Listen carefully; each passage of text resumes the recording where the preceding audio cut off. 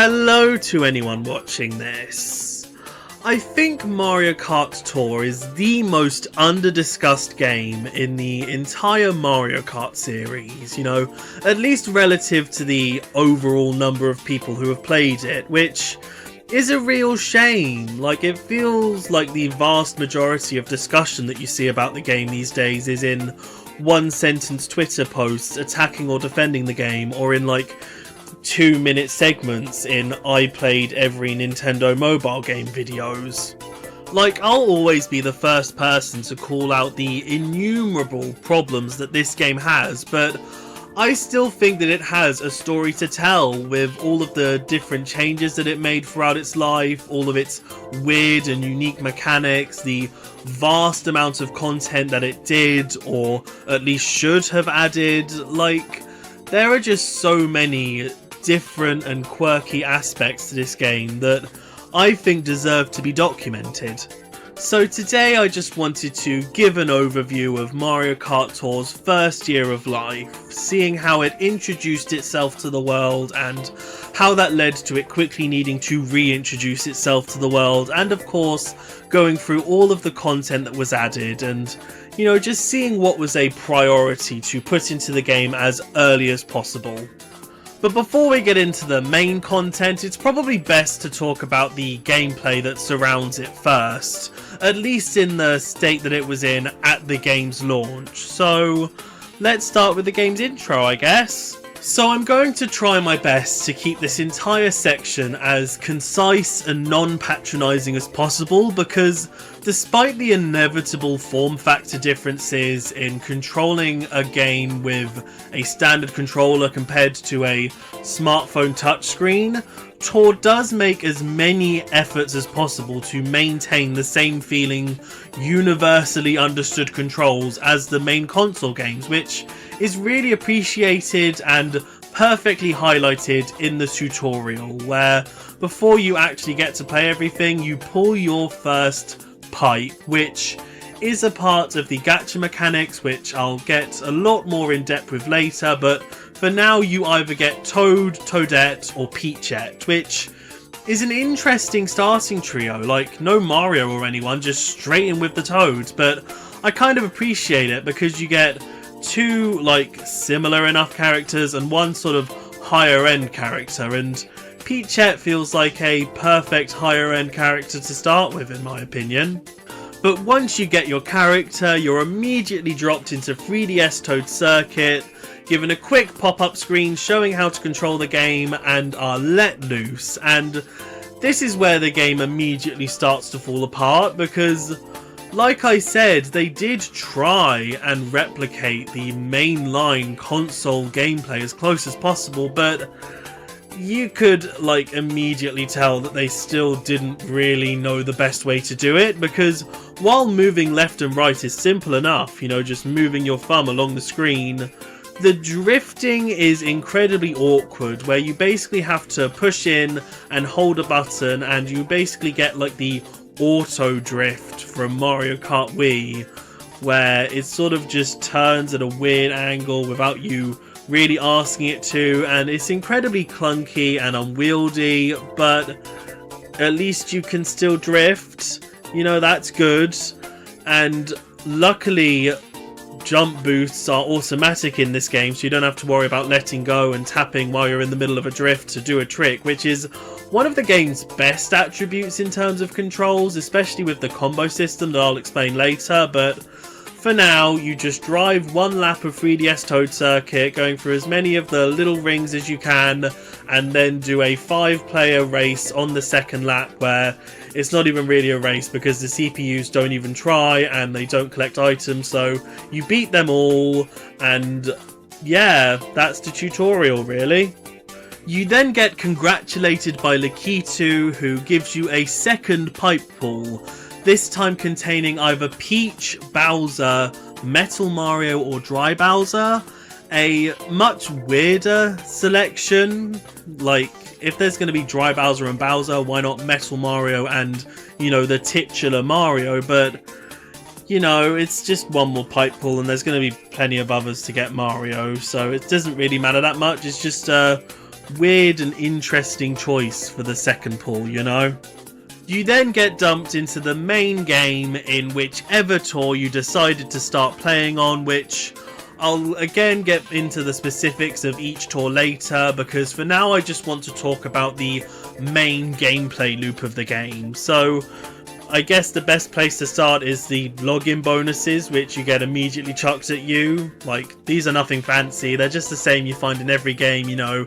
Could be some free currency, premium currency, helpful items for characters, just all that sort of thing. Some tours will have unique login bonuses with bonus items, which I'll obviously get into as they come up, but yeah, login bonuses. Who doesn't love a little extra as you log in? So getting into the actual real proper races now, the cups in this game are formatted completely differently to the mainline games, where instead of having 4 continuous tracks, you instead get 3 variants of a track and a bonus challenge at the end of it. This makes perfect sense because you don't really play the cups as an overall set of tracks with a total score at the end. You just play each of the individual races. The whole framework of a cup in this game is mostly just used to give a sense of progression, and also so that some of the cups can be locked behind time walls. Like, a cup will unlock itself to be played every single day for like the first week of a tour, although this can be sped up with the quick ticket item, which is mostly obtainable from shops or tour gifts, and I'll get into both of later. But for now, the quick ticket's main purpose is to allow you to unlock more cups quicker than just waiting day by day for them. There are 16 cups per tour, which does sound like an impressive amount, but then remember that there's a bonus challenge at the end of every cup, so there's only really 48 tracks, and then there's also repeated track variants. You know, there's only about 30 to 35 unique variants per tour on average, so yeah, it does end up feeling a bit padded, but you know, you still get more coins and items for playing through the repeat variants, so in the end they are harmless, and you know, sort of the whole point of Mario Kart courses is that you play them over and over anyway, but still, it does feel like there are only 16 cups here for the sake of boasting about the overall number. In terms of the variants themselves, this is the main way that every track in the game is kept interesting to play, because I really don't think they'd get away with having you play just the same 12 tracks about 4 times per tour. Pretty much every single track in the game has 4 variants. A normal variant, where you just play the track completely normally, there's nothing special about it. A reverse variant, which is mostly just playing the course backwards, although obviously since some courses have like giant leaps downwards, they have to be turned into giant leaps upwards with glider ramps or airflows or something that keeps the track a bit more interesting. But for most, especially flat courses, it is pretty much just doing the course backwards. There are the trick variants, which go in the normal direction but include loads of extra ramps, metal grates, and sometimes even obstacles that don't appear on the normal variants of the course. You know, this is basically an excuse to make the tracks feel incredibly fresh and present them in a way that they'd never be able to be presented in otherwise with their standard variants. I have seen people call for these specific trick variants to appear in the mainline games, but I really don't think that'd work for them. Like, the trick variants work perfectly with this automated combo-based gameplay style, but for a mainline game, it'd basically just turn every single course into Excite Bike Arena, and I don't think we'll ever need more than one Excite Bike Arena. And lastly, there are the reverse trick variants, which, if you couldn't guess, put a load of the little extra trick ramps on the reverse versions of courses, although they are often way more creative than that. Like, especially in terms of the overall pathings for courses, this is definitely where the game gets the most creative. Like, not just in terms of, like with the reverse variants, having to turn big drops into big jumps. Like, instead of a glider ramp, it might be a metal grate going out in multiple directions, all of which will get you back to the top eventually.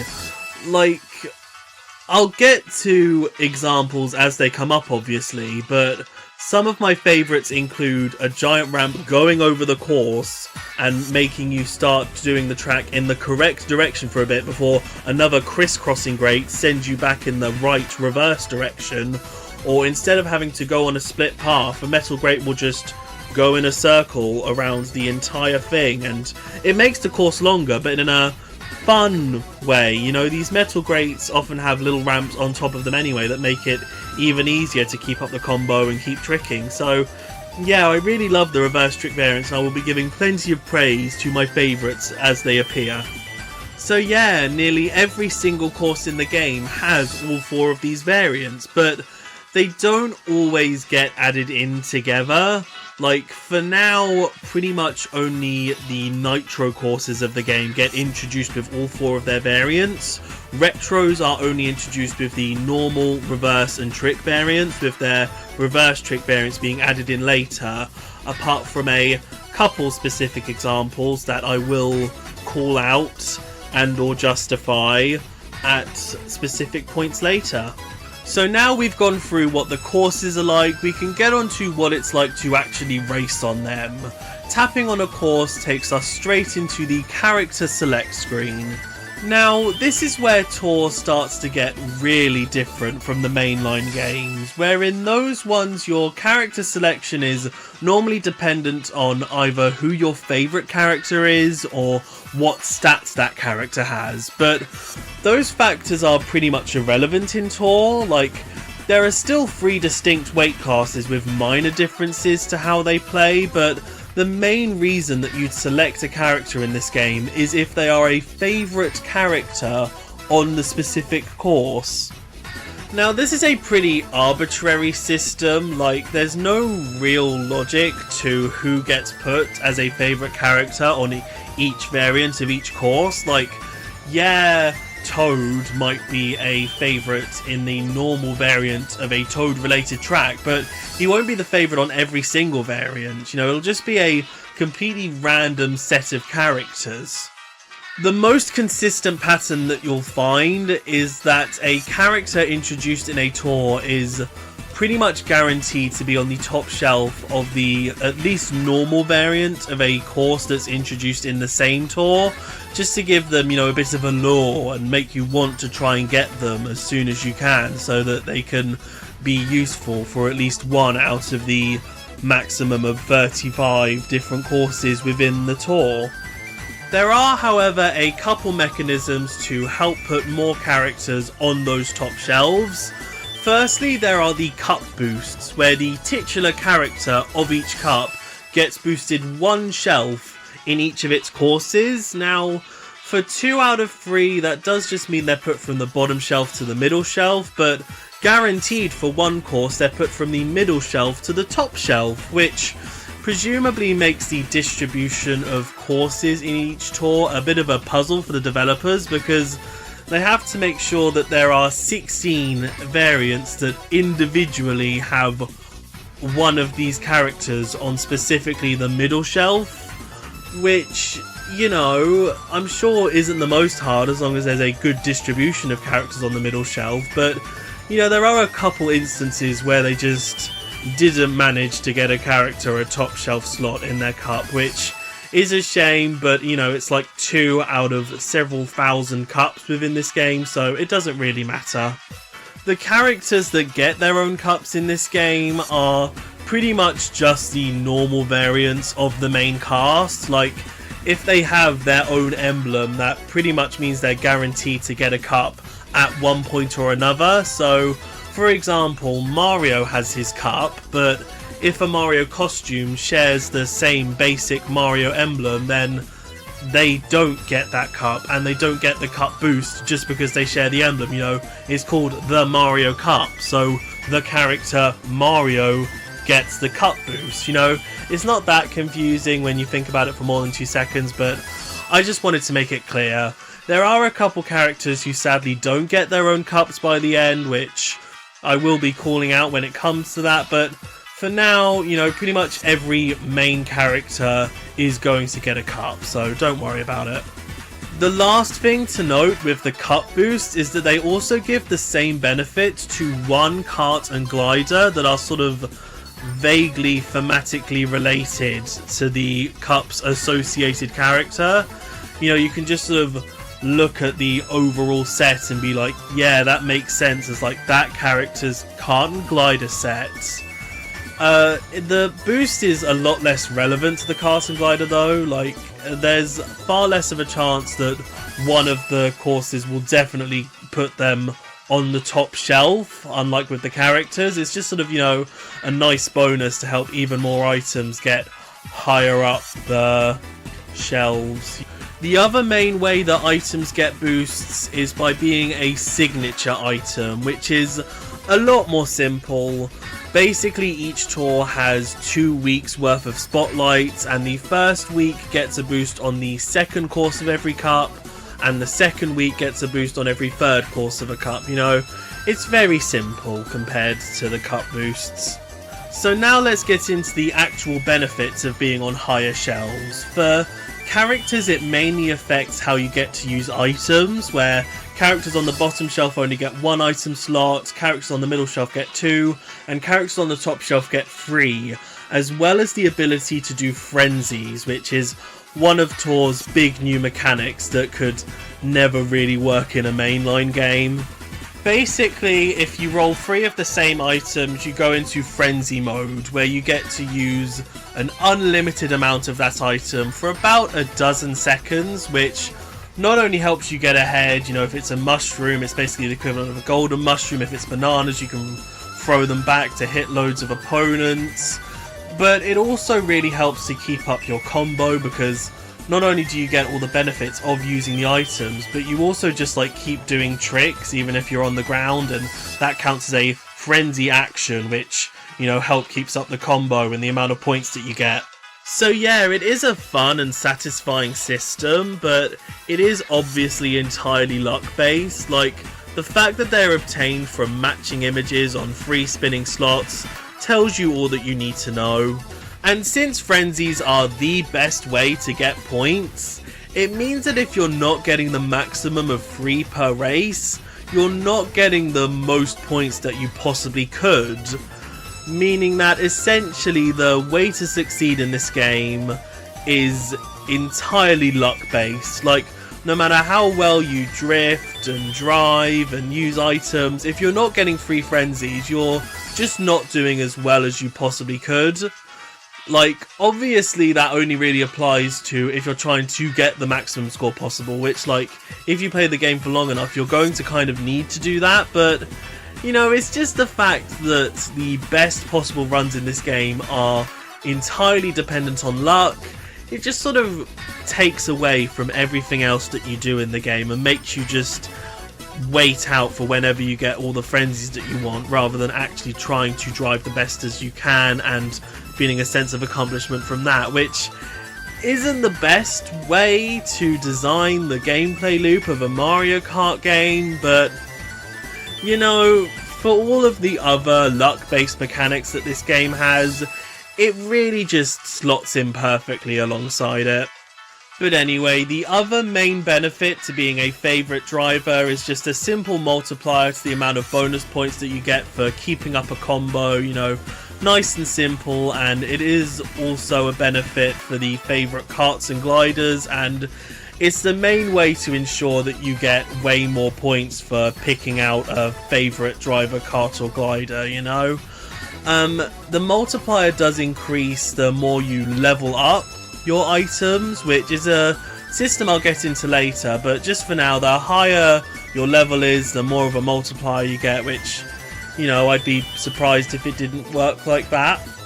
The other more specific type of benefit that each type of item gets for leveling up is for drivers an increase to the chance of getting a frenzy, which, like, I never really noticed because it feels like the chance goes from like 5% to 6%, so, you know, it's marginal, especially when there's only like 6 item pickups per race. For karts, you get just a small multiplier to the overall amount of points that you get in a race, which is really overpowered compared to just a slight increase to chance of a frenzy.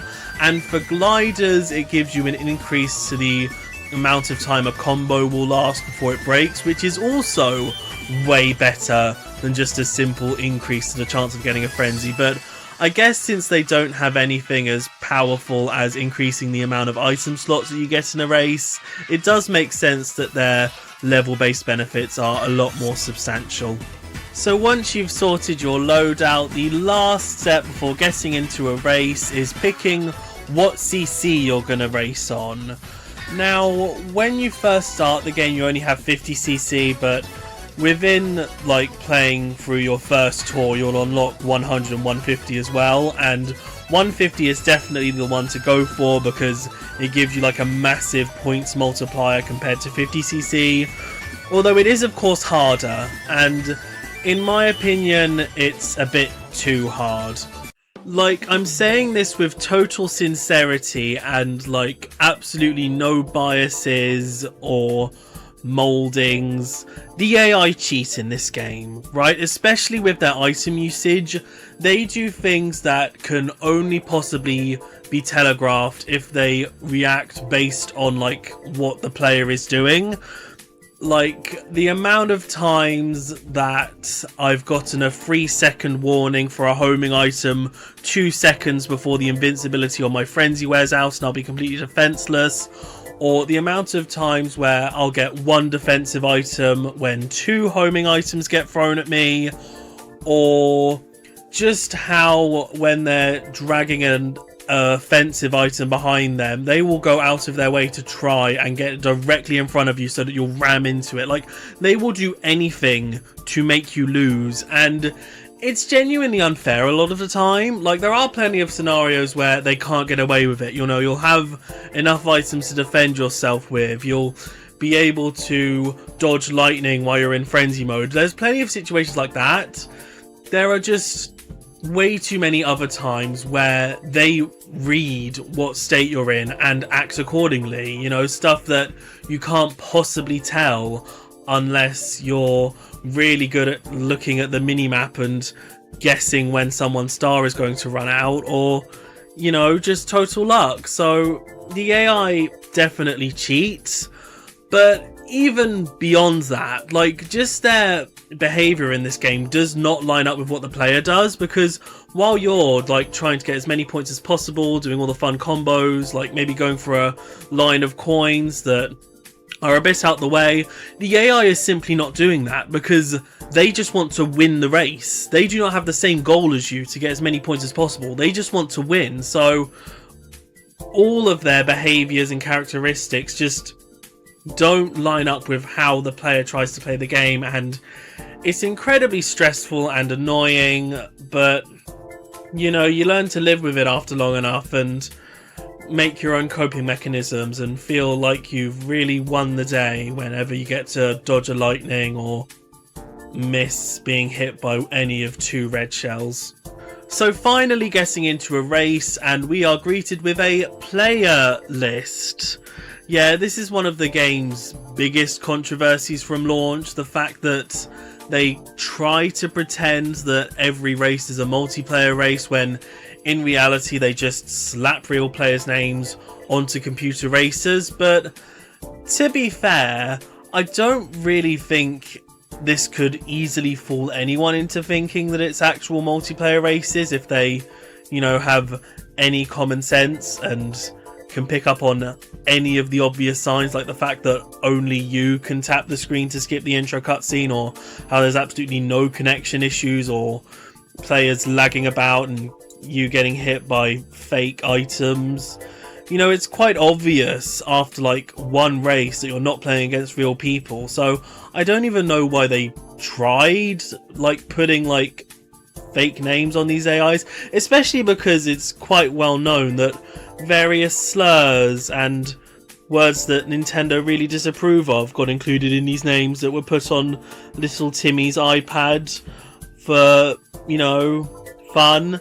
So yeah, it just sort of feels like they would have done a lot better to just put what character's name you're playing against. You know, you feel absolutely no sense of connection to the names that are displayed. Like, Yeah, if you play through a tour, the same group of names might come up race to race, but still, it adds absolutely nothing to the experience. So I don't know why they ever bothered with this.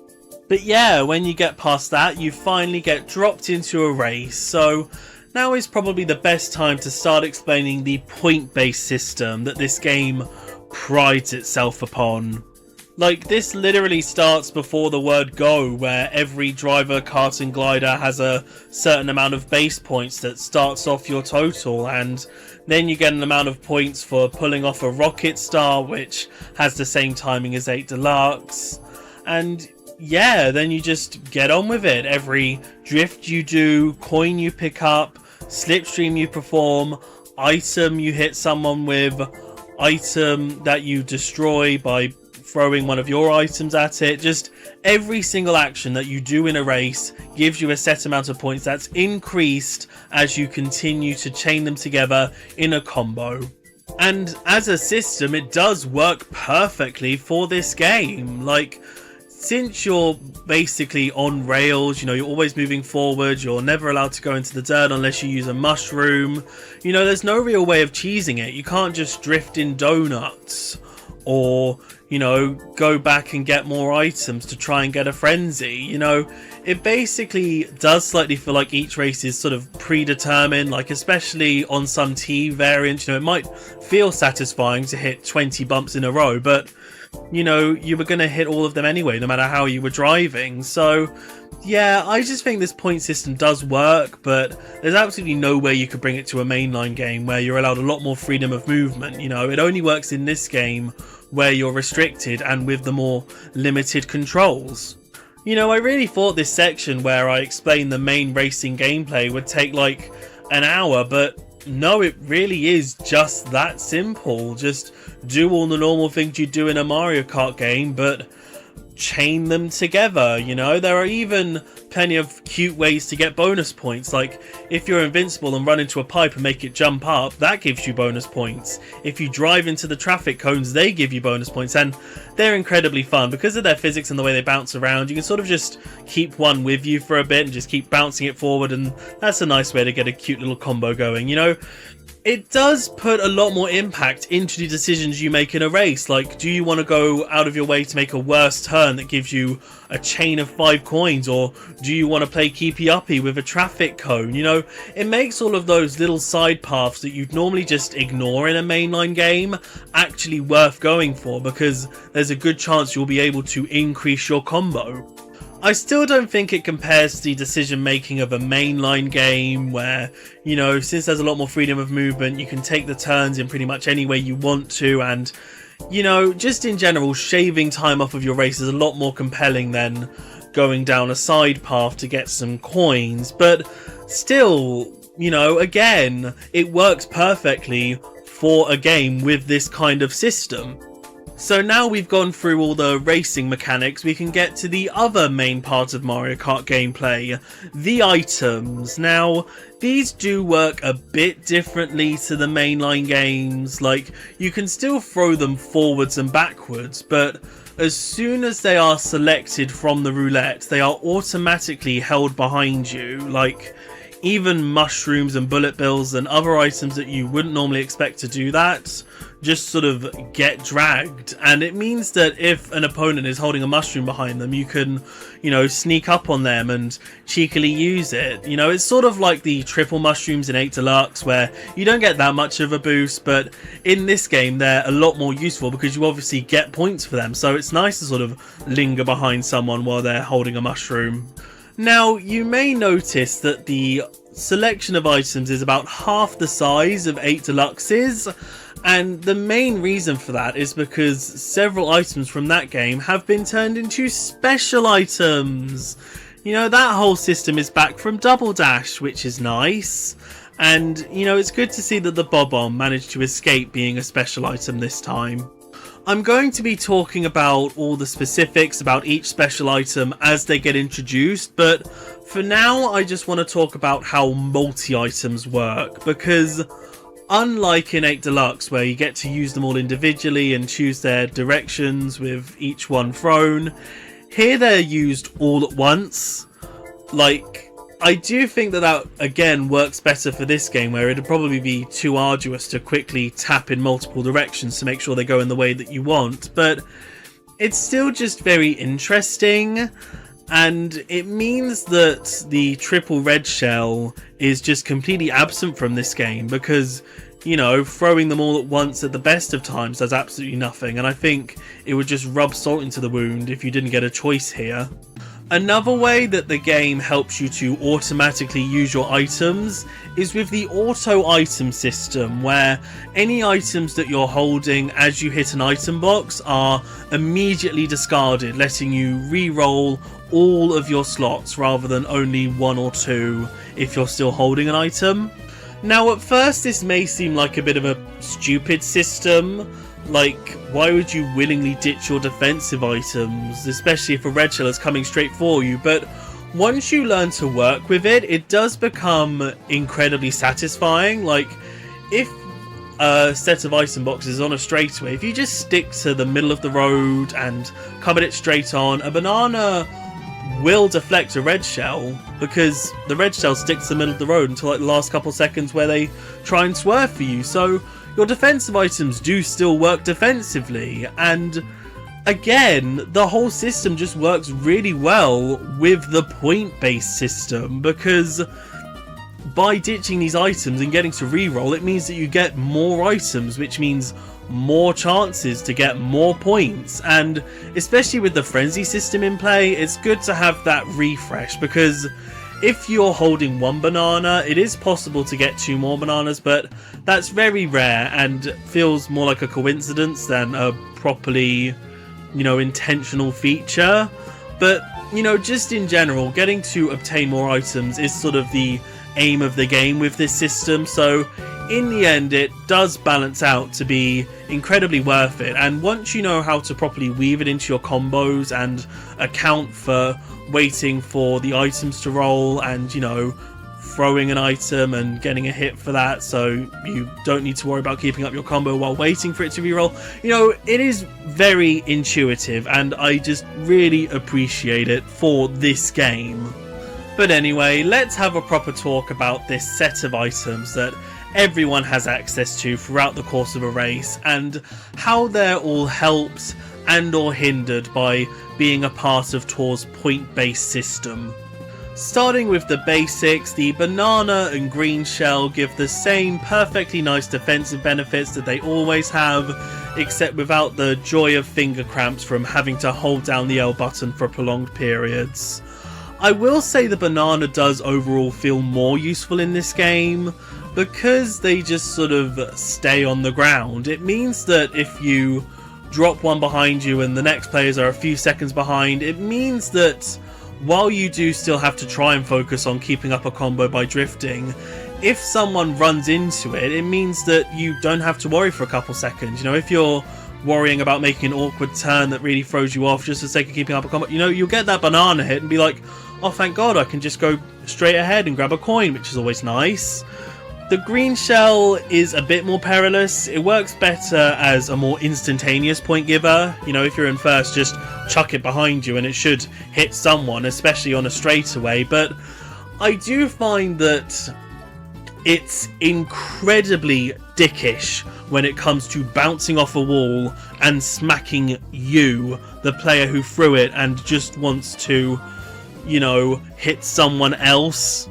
Like, I have absolutely no idea what they programmed into them here, but I swear it's not just like I throw one at a wall directly ahead of me and it bounces back. I will throw one backwards when I'm about to jump off a cliff and it will still bounce back forward and somehow hit me. They are absolutely brutal towards you more than your opponents in this game, and that's exacerbated by the T variants, where some of the ramps sort of have walls on the back of them, so if you jump over one of these ramps and throw your shell backwards, there's a good chance it'll bounce off of the wall on the ramp and then immediately go for you. And I've lost track of the amount of races that have been utterly ruined by that, and you'd think you'd start to get like a muscle memory of it, you know, just don't throw it as you're going off these ramps. But there are a lot of times that item boxes are placed at the top of these ramps, so you'll have no choice but to just discard your shell into the wall and then it'll just come back and hit you. You know, there's no real choice to the matter, and it's quite upsetting, but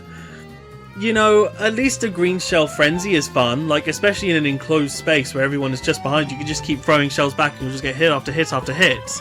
Although I will say that a banana frenzy is more useful because, you know, like I said, it leaves traps along most of the course, so you'll just keep getting hits for a long time even after the frenzy is finished, which again is incredibly useful for keeping up the combo. The red shell is still the perfect offensive item, although it is slightly hampered by the whole items are automatically held behind you thing.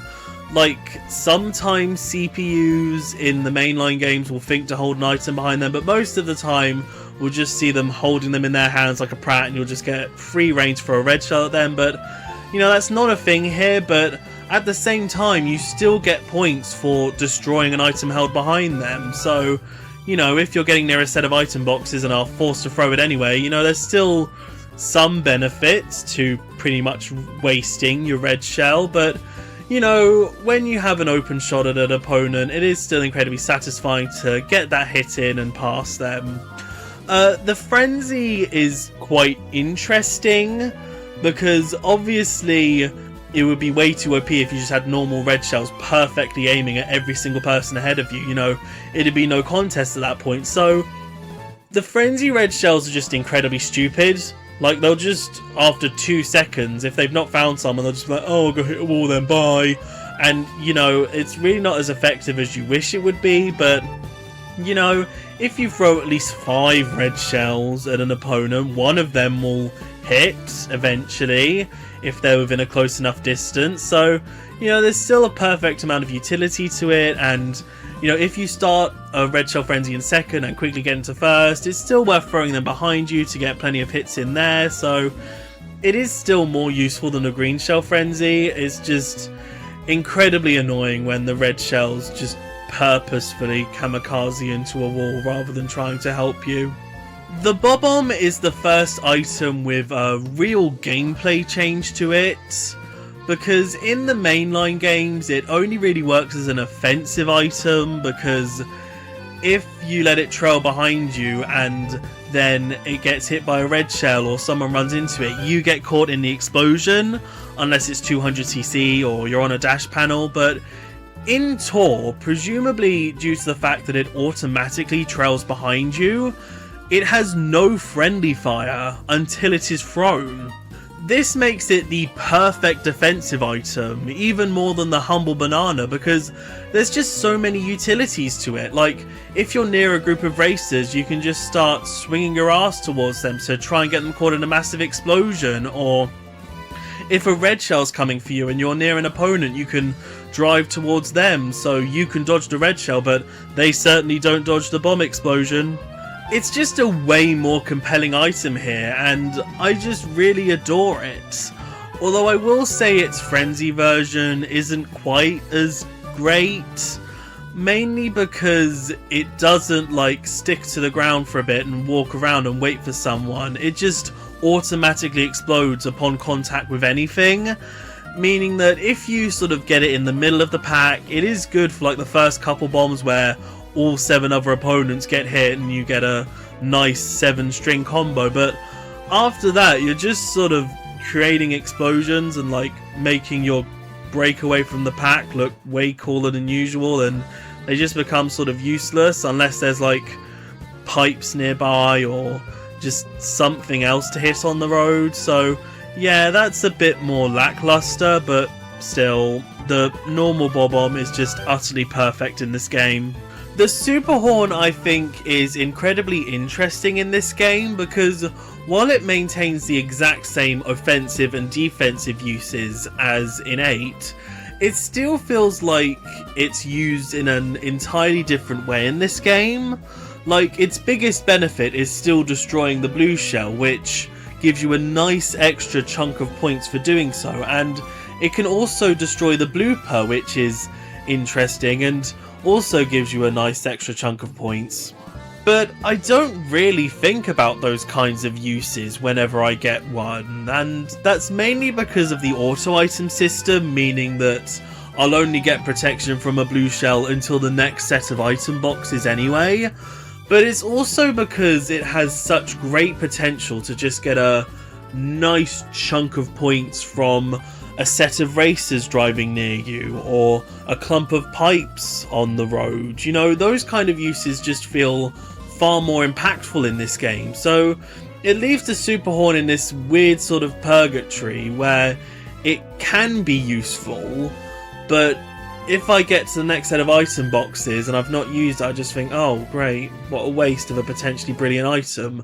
And that's really not helped by its frenzy, which is definitely one of the worst in the game, you know, especially because you'll often get it in first place when you're already ahead of everyone. You know, you don't really want to try to get back in the pack by driving really badly just for the sake of hitting multiple people. You know, it's best to just keep on trudging ahead anyway and just hoping that there are some bananas on the road that you can destroy, or, you know, a nice set of pipes you can just keep bouncing off of because you're using the horn so many times. You know, it feels incredibly situational, which is the worst type of frenzy. So yeah, I do still like the super horn. You can't really hate it. It just sort of feels like it has sort of lost its purpose in life, bless it.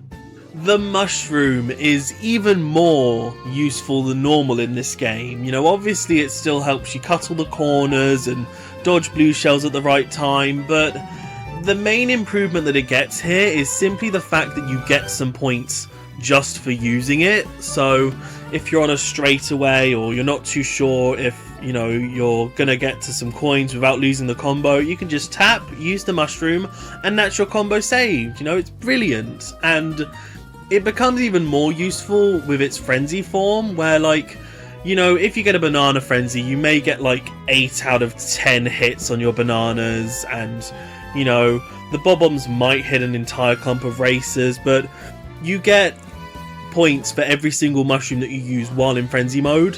So if you like keep tapping, you just rack up the points even quicker. It's one of the absolute best frenzies in the game because of that, because it's just so consistent in the amount of points that it can give you. So yeah, the mushroom's even more endearing than usual.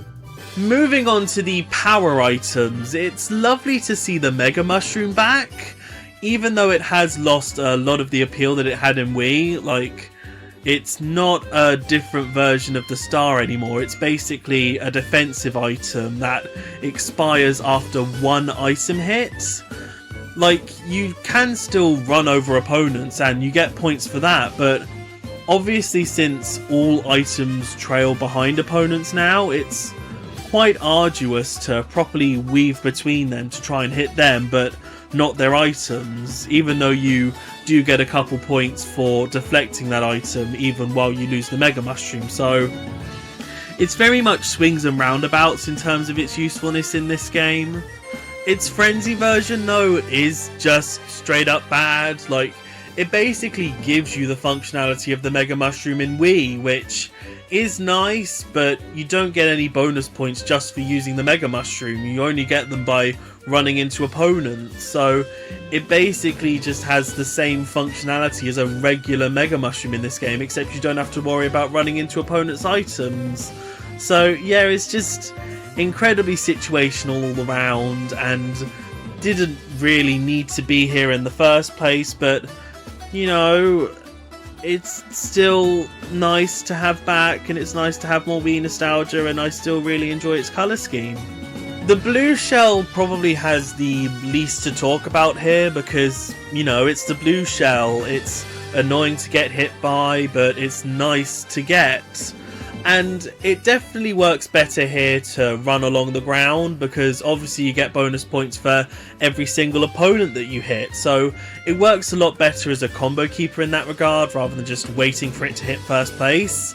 And obviously, just like every other item, it has a frenzy mode. You know, this is one of the big selling points of this game, you know, getting to throw infinite blue shells for a bit. But, you know, I think the way that they did it is actually quite interesting, because instead of all the blue shells just going straight for first place, they instead try to get near to the person, like, directly in front of you and just sort of explode in their general direction. So you end up definitely hitting pretty much everyone ahead of you and still getting to first place. So Yeah, it's a very satisfying frenzy to get, although if you do get to first place, it becomes pretty much useless because you still can't throw them backwards, so you're just sort of throwing explosions in front of you for fun. But still, if it's gotten in the middle of the pack, it's an incredibly fun and chaotic few seconds.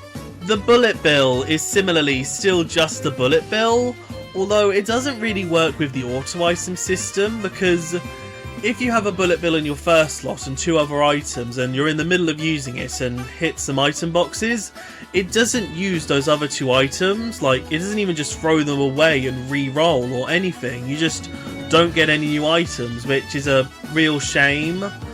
But, you know, if it's in your third slot, you still re-roll those first 2 items. Although, that does mean that you have no chance of getting a frenzy, but still, you know, it's the bullet bill and it lets you catch up. Its frenzy is incredibly interesting because obviously you couldn't get away with just having a shiny bullet bill racing along. So they give you 2 sets of missiles that just sort of keep launching forwards, so you don't even need to catch up with everyone using the bullet bill speed. You can just use bombs, which is incredibly satisfying, and even though it doesn't feel like you're even using the bullet bill anymore, you're just sort of throwing missiles out, it's still an incredibly good frenzy to get, especially at the back of the pack where it's most useful. Lightning is utterly stunning in this game because it's basically just a confirmed 7-hit combo. Like, even if an opponent has a Mega Mushroom, you still get some points for destroying that. So it's pretty much perfect, and it's incredibly satisfying whenever you get it. And that goes double for its Frenzy mode, where it doesn't give you 7 hits every time you use it. It instead just randomly hits one opponent. But considering that you get, like, a good dozen to 15 items out of every frenzy, it means that every opponent is basically guaranteed to be hit twice, which means that it's basically perfect for catching up with literally everyone because, you know, you're making them spin out and go slower for a while multiple times. So yeah, it's pretty much perfect here. You know, obviously its only drawback is the fact that you still only get it in last place. But now it's time to talk about the 2 absolute best items here, the blooper and the coin. Now, obviously the blooper only hits opponents in front of you rather than everyone, like with the lightning, but I still think that overall it has more utility than the lightning. Not only is it an easier item to get, being available in more positions and being more likely to obtain it in those positions, but it also feels like it's more efficient at keeping up a combo because there's a delay between using it and your opponents getting inked, meaning that you can more easily use any other items that you get from a box to keep up your combo before then getting all the blooper hits and then them leading to you continuing the combo with coins and drifts and stuff. It just feels like it's easier to use in that regard. And the same goes for its frenzy, although it is quite easy to accidentally run into your opponents and end up in first, meaning that the bloopers are going out to no one and they start getting wasted. But, you know, it's always relatively easy enough to just make a quick swerve into a wall to make sure you stay a couple positions behind. So, yeah, the bloopers just absolutely lovely here. But even that doesn't match the brilliance of the coin. Definitely the most versatile out of all of these items. Their biggest benefit is the fact that they're used as soon as you obtain them, meaning that as long as you do literally anything between picking up an item box and the item roulette stopping, you'll be able to keep up your combo. Now, debatably, the mushroom does this even better because you can choose whether you use it as soon as you get it or like later on to do a corner cut or just to keep your combo going there. But if the mushroom is your second item, you still have to use the first, which may be wasted or bounce back and hit you more likely. So the fact that the coin gets used no matter what slot it's in makes it feel way more useful in that regard. Not to mention the fact that just like in 8, you get 2 coins when using it, meaning that it basically counts as 2 item uses points-wise, which is obviously double the use of the mushroom in that regard. Now, it does still have the slight disadvantage of giving no defense to any other items, but you know what? If you get 2 lots of coins, you still get 1 item to defend yourself, which is normally more than enough. Normally. And if you get 3 coins, you get a frenzy, which is obviously, again, one of the best frenzies since you get a confirmed item use with every time you tap the screen. So yeah, the coin is just incredibly satisfying to get. There's never a bad time to have one, and it has one of the absolute most useful frenzies in the game. So yeah, what's not to love about it? So yeah, overall I'd say this is a pretty great set of items. There are none that when individually obtained feel like a total waste of space, unlike in the mainline games, which, to be fair, like wasted items like coins in the mainline games are mainly to make sure that you don't have too much to protect you and you can't pull too far ahead, so it's all fairer, but that's not really applicable with Tor's point-based system and incredibly dickish AI that never let you get that far ahead, so it's good that all of the items are more compatible use-wise with the point system. The only other thing to mention with the items are the item tickets, which are commonly obtained throughout the game and can be used once per race to give you an instant roll of items, which is basically a get out of jail free card. If you get hit by an item and you know you're going to lose the combo, just tap, get some coins and keep going. It's incredibly useful, although if you know you're just going to fail on a race and you've used the item ticket anyway, you don't get it back if you quit or restart the race, so you know you've kind of got to think about how often you're using them. I say, while I have over 2,000 in storage right now. They're also helpful with getting frenzies, you know, not just because you can get a frenzy from one of the tickets, but if you've just gotten a frenzy and you know that the next item box is sort of in a bit of a dry period of the course, you could use your item ticket so that you use up the item roll where you're guaranteed to not get a frenzy, you know. It of course doesn't guarantee that the set before the dry patch is going to give you one anyway, but you know, it's just like doing all that you can. And also there are plenty of courses that only have 2 item boxes per lap, meaning 4 in total, meaning that the only way you can possibly get free frenzies in that race is by using your item ticket and hoping that the sets you get are frenzy, non-frenzy, frenzy, non-frenzy, frenzy, which is incredibly unlikely, but you know, the item ticket helps give you that little bit of hope. So yeah, after 2 fun laps of drifting, coin collecting, gliding, and or item using, you cross the finish line, where you get a sizable chunk of bonus points, depending on how well you've done, meaning that getting hit by a red shell and being overtaken at the last second feels even more bitter in the mainline games when you've had such a brilliant run and then you lose out on 1,000 points at the end just because of some bastard AI's luck. You then go to the first results screen where, depending on your position, you'll either gain or lose EXP for your overall player level, which is an incredibly simple system.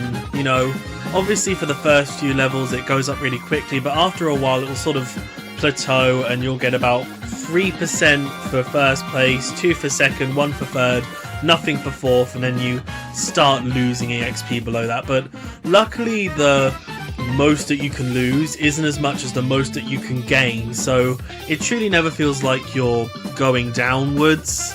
And if you do feel self-conscious about coming last, you can just replay the race again, get first place, and then more than make up your losses, which is nice.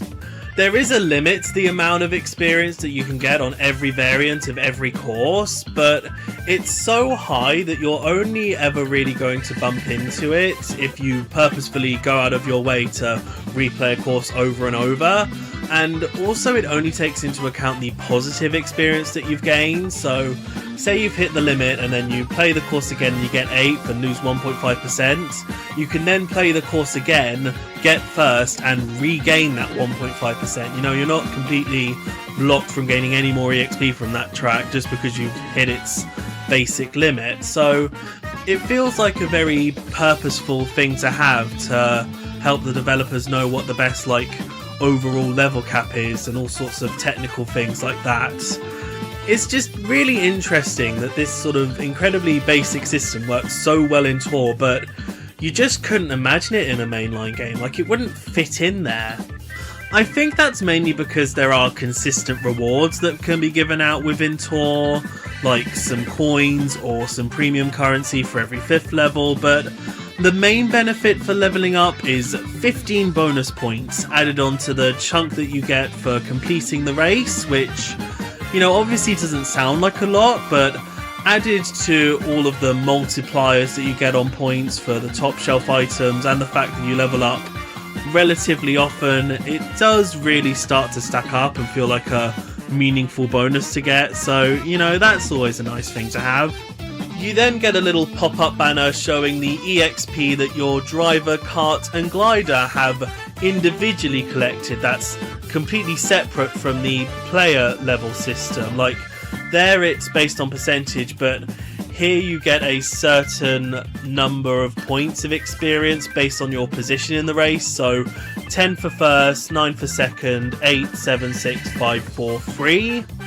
And if you've gotten enough points to fill up the bar, which has a different amount acquired for every single type of item, but it consistently increases the amount that you need by 1 or 2 for every time you filled it, that item will then point up, which is completely distinct to leveling up, which is a entirely separate system that I'll get into later. But here with pointsing up, it basically just gives a small increase to the amount of points that the item gives you at the start of the race, which again, once it's affected by all the multipliers, does make a meaningful difference, even if the number that it goes up by doesn't really seem that impactful.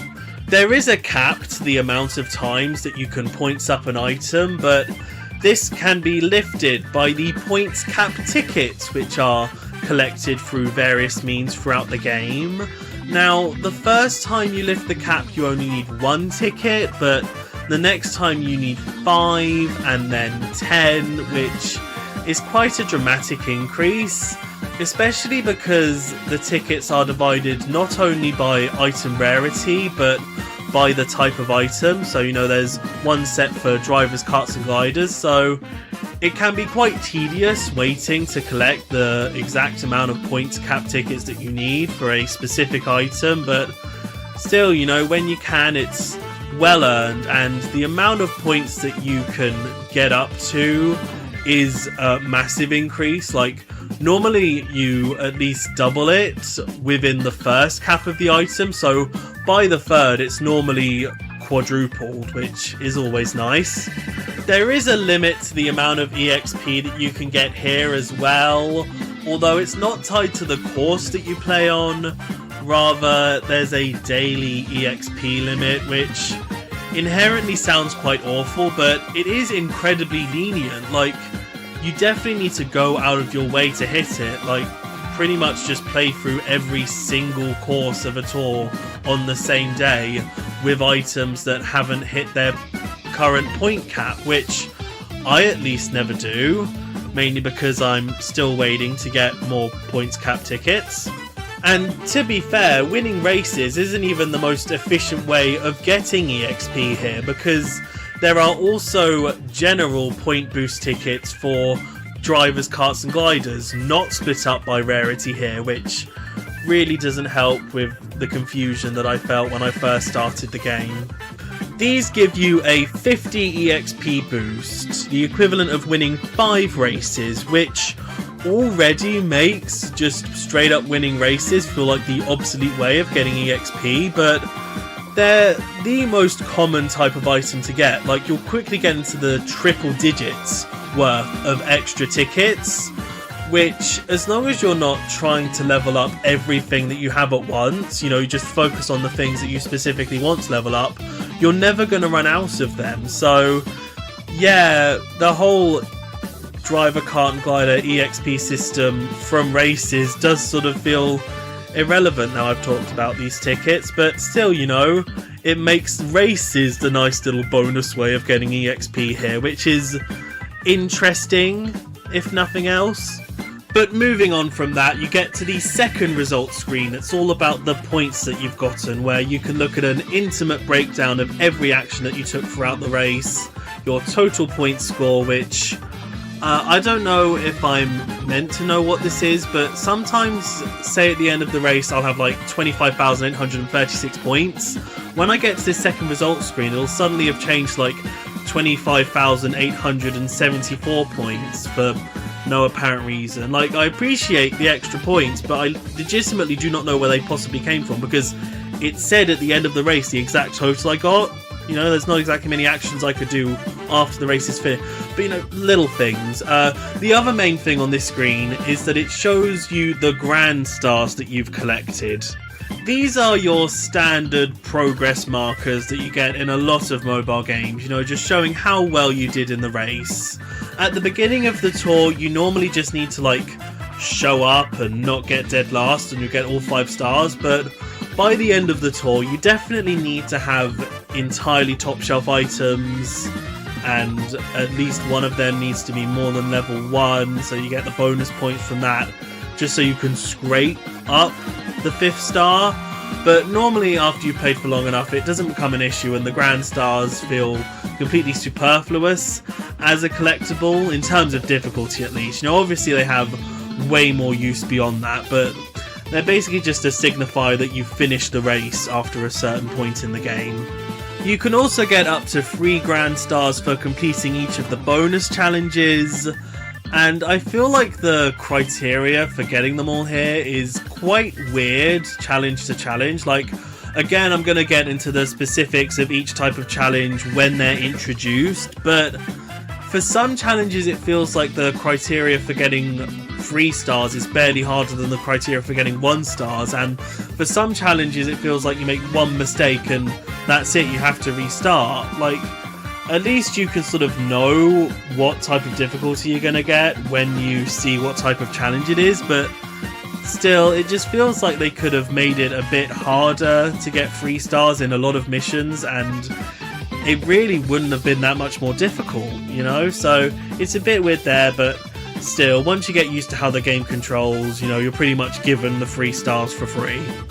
But anyway, like I said, the stars' main use in this game are to help you progress through the tours by unlocking various things, like the cups, which alongside their time restrictions for unlocking have a grand star total that you need to reach before they unlock, which is sort of weird that you need both. Like, I feel like if there was just one or the other, that would be perfectly fine, especially considering that all of the stars that you'll need to collect to unlock the final cup are the easiest to get, so that feels kind of worthless. But the more meaningful thing that they unlock are the tour gifts, which is just a basic string of sets of items and tickets and various things that help you progress, that just naturally unlock one by one as you collect your grand stars in a tour. You know, it's normally the same, like, tickets and coins and premium currency every tour. The main thing that changes with the gifts are the characters' karts and gliders that you can get. You know, normally you're given a couple that are relevant to certain courses throughout the tour, but they're never normally high ends. It's just your normal basic type, so it doesn't feel that special to collect them, but still, it's better than nothing. Now, you do need to collect pretty much every single grand star to get all of the gifts, which is a perfectly reasonable way of doing things, but if you are struggling to get those last couple of grand stars, you can use the star ticket item, which are basically only obtainable through the gifts. So it's basically a gift that helps you get more gifts, but you know, they're still very useful. Although, interestingly, the only way that you can redeem them is by tapping on a gift that you want and redeeming all of the star tickets that you need to get up to that next gift. And that obviously takes it off the total for all the preceding gifts and cups, but still, it's interesting that you can't just redeem as many as you want whenever you want. Especially because if you go into an excess of Grand Stars, like once you've unlocked everything, they just get converted straight into coins.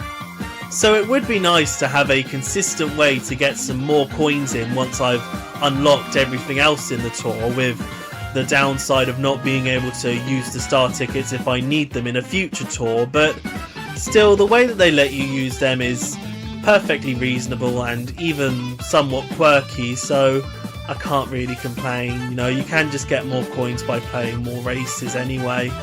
Although there is a limit of 300 coins collectible from races per day, which is just far too low, especially near the end of the tour once you've collected all the gifts and races are pretty much the only way you can get coins. It just doesn't really feel like enough, especially because once you finish a race, for every 1,000 points that you've gotten, you get an extra coin. So within 5 or 6 races, you've already hit the limit. The only sort of saving grace of it is that, say you've gotten 275 coins so far, if you get 50 in the next race, you get all of them, so a total of 325 coins that day, but that hardly makes up for it. There are, of course, some other ways to consistently get coins. You know, there's the daily login bonus, as long as that's on a coin day. And there's also daily challenges, where for doing something as simple as getting a hit with each type of basic item or doing a rocket start, you'll get a free Grand Star, which is nice. Although it is only the one, so it's like a maximum of 100 coins. But you know, every little helps at that point, and it's better to have it here than to not have it here. Even though, despite being called daily challenges, you get 3 on the first day of the tour, and then 1 of them refreshes every subsequent day. So I get that, like, for balancing reasons, it was probably better, because, you know, only giving out 1 extra Grand Star a day means that you unlock things at the pace that the game probably wants you to. But still, why not have, like, 3 a day maybe, and have 1 Grand Star and 2 lots of 100 coins? I feel like that would have been a lot more engaging. But to be fair, there are overall tour challenges which are a lot more in-depth. Basically, on each week of the tour, you're given a fresh card with a 3x3 grid of challenges to complete, all of which are way more in-depth than the daily challenges, but still nothing too crazy. You know, get 5 hits with red shells, or get first place 3 times in a row. You know, basically it's stuff that you'll naturally complete over the course of the tour. So yeah, it's nice to have even more rewards for doing that. The only real notable challenges you'll ever find here are ones that ask you to hit a certain amount of an obstacle that's only found in 1 course in the tour, or ones that ask you to basically just do one of the normal challenges but using a driver wearing a specific piece of clothing. Like, every single character has like secret categorizations based on what they're wearing, you know, hats, shells, bow ties, even stuff like earrings are counted. Like, you'll never run into any issues completing even these challenges, because even the characters that you get at the start of the game fill out most of the criterias here. It's just sort of interesting that they made an entire extra way to categorize the characters just for these challenges. Like, I'm never gonna actively talk about these categorizations when I mention the characters, because you'll just be able to look at a picture of them and be like, yes, they count as wearing a hat and a tie, you know?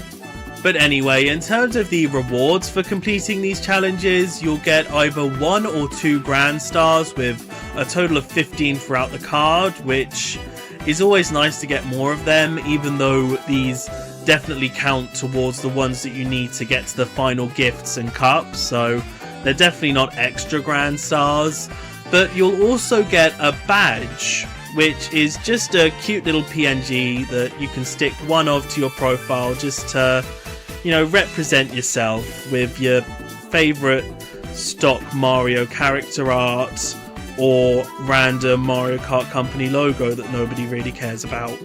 But then if you complete a line in any direction, you get a bingo and a bonus of 50 coins, meaning that there's a total of 400 to get here, which is a nice little bonus that they didn't need to include. And for completing all of the challenges, you get an immense sense of pride and a free ticket, which is always one of the green ones, which are generally rarer and only otherwise obtainable through gifts, which means that this is a really nice way to consistently collect more of them. So yeah, while again it's not too crazy of a system to have, it works perfectly well, and I do think could appear in the mainline game if, you know, the rewards are like different costumes or kart parts or something. Also, alongside the weekly challenge cards are permanent standard challenge cards, which are just a nice way to consistently reward new players throughout their first few tours. The first set mainly focuses on using all the different types of tickets and pointing up and leveling up certain numbers of drivers, karts and gliders, while the second set is all about collecting certain numbers of drivers, karts and gliders, alongside getting a massive amount of hits with each of the different type of items. But it's still just stuff that you'll easily chip away at as you play, and yeah, it's just a really nice thing to constantly work at but not really worry about. And the rewards are a lot more impressive, with the bingos being a lot bigger, and instead of getting grand stars you get premium currency for completing each challenge, with a nice big chunk of them for finishing the card, which is really nice. You know, it makes me wish I could start all over again, even though I really do not want to collect all the drivers, karts and gliders all over again. The other main coin source is Coin Rush, which is kind of treated like a little side mode, but it's really not that deep. Basically, you drive one lap around a predetermined course in each tour, as Gold Mario in the Gold Standard Kart with the Gold Glider, picking up around 400 coins, but there's no real skill to it because Gold Mario has a coin vacuum, which is so wide you have to go out of your way to go to the side of the road to not pick up some of these coins. So it's basically just a free 400 coins, but there are 3 different modes to it. There's 2 times coin, 6 times coin and 10 times coin, all of which just do what they say on the tin, like it's either 800, 2400 or 4000 coins. But obviously you don't just get to do this for free. Obtainable throughout the game are Coin Rush tickets, each of which can be redeemed for a go in the 2 times mode. You can't use 3 of them for the 6 times mode or 5 of them for the 10 times mode, only 1 of them for the 2 times mode, which is a bit inefficient, but to be fair, you never really find yourself having more than 3 at once. So, like, it's still a really stupid thing to not include, but at least I've not lost 2 minutes of my life over it. For now, 6 and 10 times are only playable by using premium currency, which I'm going to get into that and its overall value later, but just know for now that 25 for 4,000 coins is incredibly exorbitant and should only be used as a last resort for coins.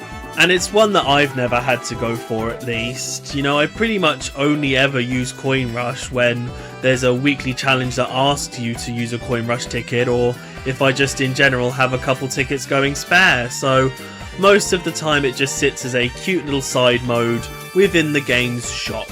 That's definitely the most natural segue I'm going to be able to make into by far towar's most controversial section, filled with its microtransactions and gacha mechanics. You know, there's just no avoiding talking about how genuinely evil a lot of these things are, and quite rightfully got the game pretty much all of its backlash and caused it to lose its player base within about 2 hours. So let's just get through this all fast, because you know, I don't need to think up as many synonyms of the word awful as I can to get across how awful all of these things are. Like, I just need to basically describe these things the same way I've been doing this whole time, and you'll be able to easily understand why this is such despicable game design, quite frankly. So let's start with the pipes, the main gacha mechanic. Now, each week of a tour will introduce a brand new pipe filled with 100 drivers, karts and gliders, 3 of which will be a regular high-end driver, kart and glider, which are taken from a pool of items that aren't exclusive to the specific pipe and in some cases will be given out completely for free, but they're still preferential in terms of the type specific benefits that they give you and the amount of courses that they're top shelves on, so there's certainly nothing to sneeze at in terms of an item to receive from the pipe. You then normally get at least 3 spotlight items which are exclusive to that pipe. The vast majority of spotlights are high-end, but there are some occasions when super items will be spotlights which are less preferential in terms of their type-based boost and the amount of courses that they're top shelves on, and more often than not will be a part of the regular super item pool, but normally they're only spotlights when they've been introduced, so it's like an easy way to get them as quick as possible, which is still somewhat of a benefit at least. As for the regular super item pool itself, that makes up 20 of the available drivers, karts and gliders, meaning that it is easier to get the items that you want out of this selection, even though they are objectively less desirable than the high-end items. You know, it's still good to have better odds. And then the other 70 plus items in the pipe are from the regular normal item pool, which are pretty useless in terms of the type specific benefits they give and the amount of top shelf courses that they have. Like, they basically rely on the cut boost to be anything near useful, and the fact that you get them so often, they're just not special in the slightest and just really not worth getting. But they make up the vast majority of each pipe. You know, that is sort of just how gambling works. You know, you get the least desirable option pretty much all the time, and at least there's some use out of getting these normal items. You know, you never know when they might be the only top shelf item you have once in a blue moon. It doesn't help that there's not 70 odd normal items in the game, meaning that you are able to get duplicates for them and of course all the other types of items, which, to be fair, they do make duplicates feel really useful in this game because they're the most efficient way of leveling up your character, where the EXP bar for that is only filled by getting duplicates or using item and rarity specific level boost tickets. And this leveling up is the way that the characters get their increased frenzy chances, the gliders get their increased combo time, everything gets its increased point boost multiplier, so it's an incredibly integral part to improving your scores within races. So it shouldn't be that much of a surprise that it's quite firmly tied to the gacha mechanics. Like, the level boost tickets and just in general getting extra duplicates of characters, karts and gliders aren't all too hard, but you know, just pulling loads of pipes to get as many items as possible is definitely the most efficient way to level up characters.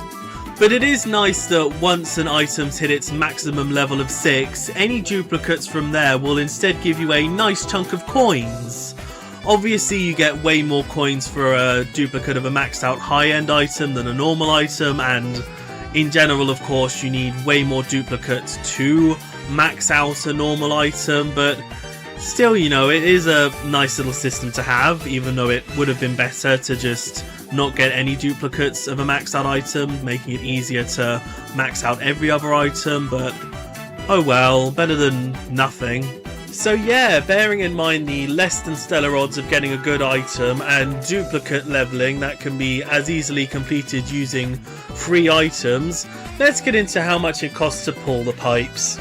It costs 5 of the in-game premium currency rubies to pull 1 pipe, and 45 to pull 10 pipes at once, meaning that you'll need at minimum 450 rubies to collect all 100 items from the pipe.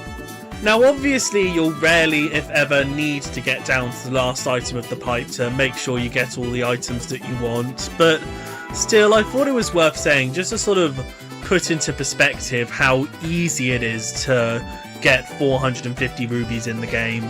So if you're a player who puts absolutely no money into the game, you just play through every course and log in every day, you'll get about 25 rubies from tour gifts and 10 rubies from login bonuses, meaning that you won't even scrape together enough to get a full 10 pull.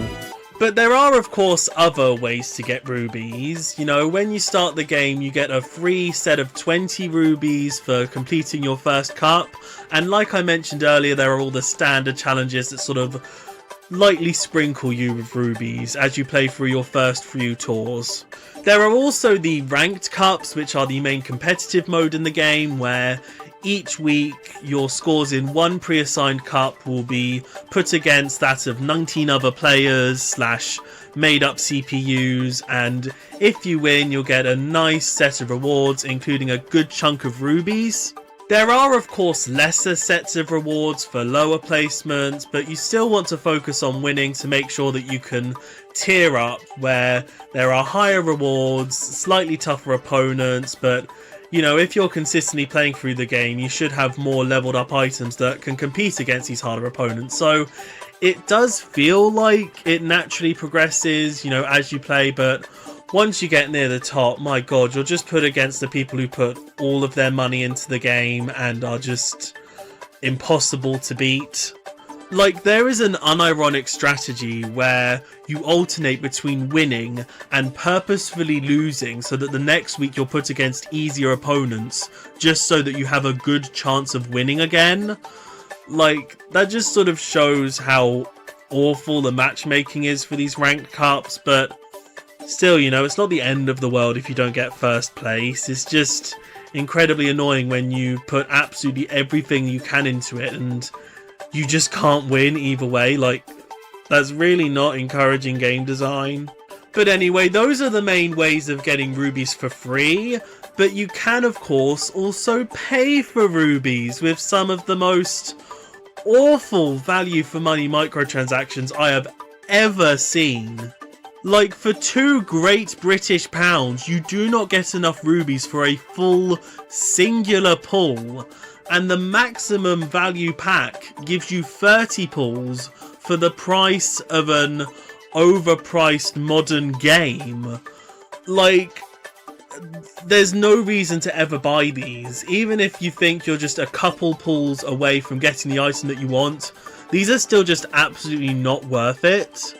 At least I'm basically never going to have to talk about those scammy sums again, because they just sort of linger at the bottom of the shop for the entirety of the game's life with barely any changes.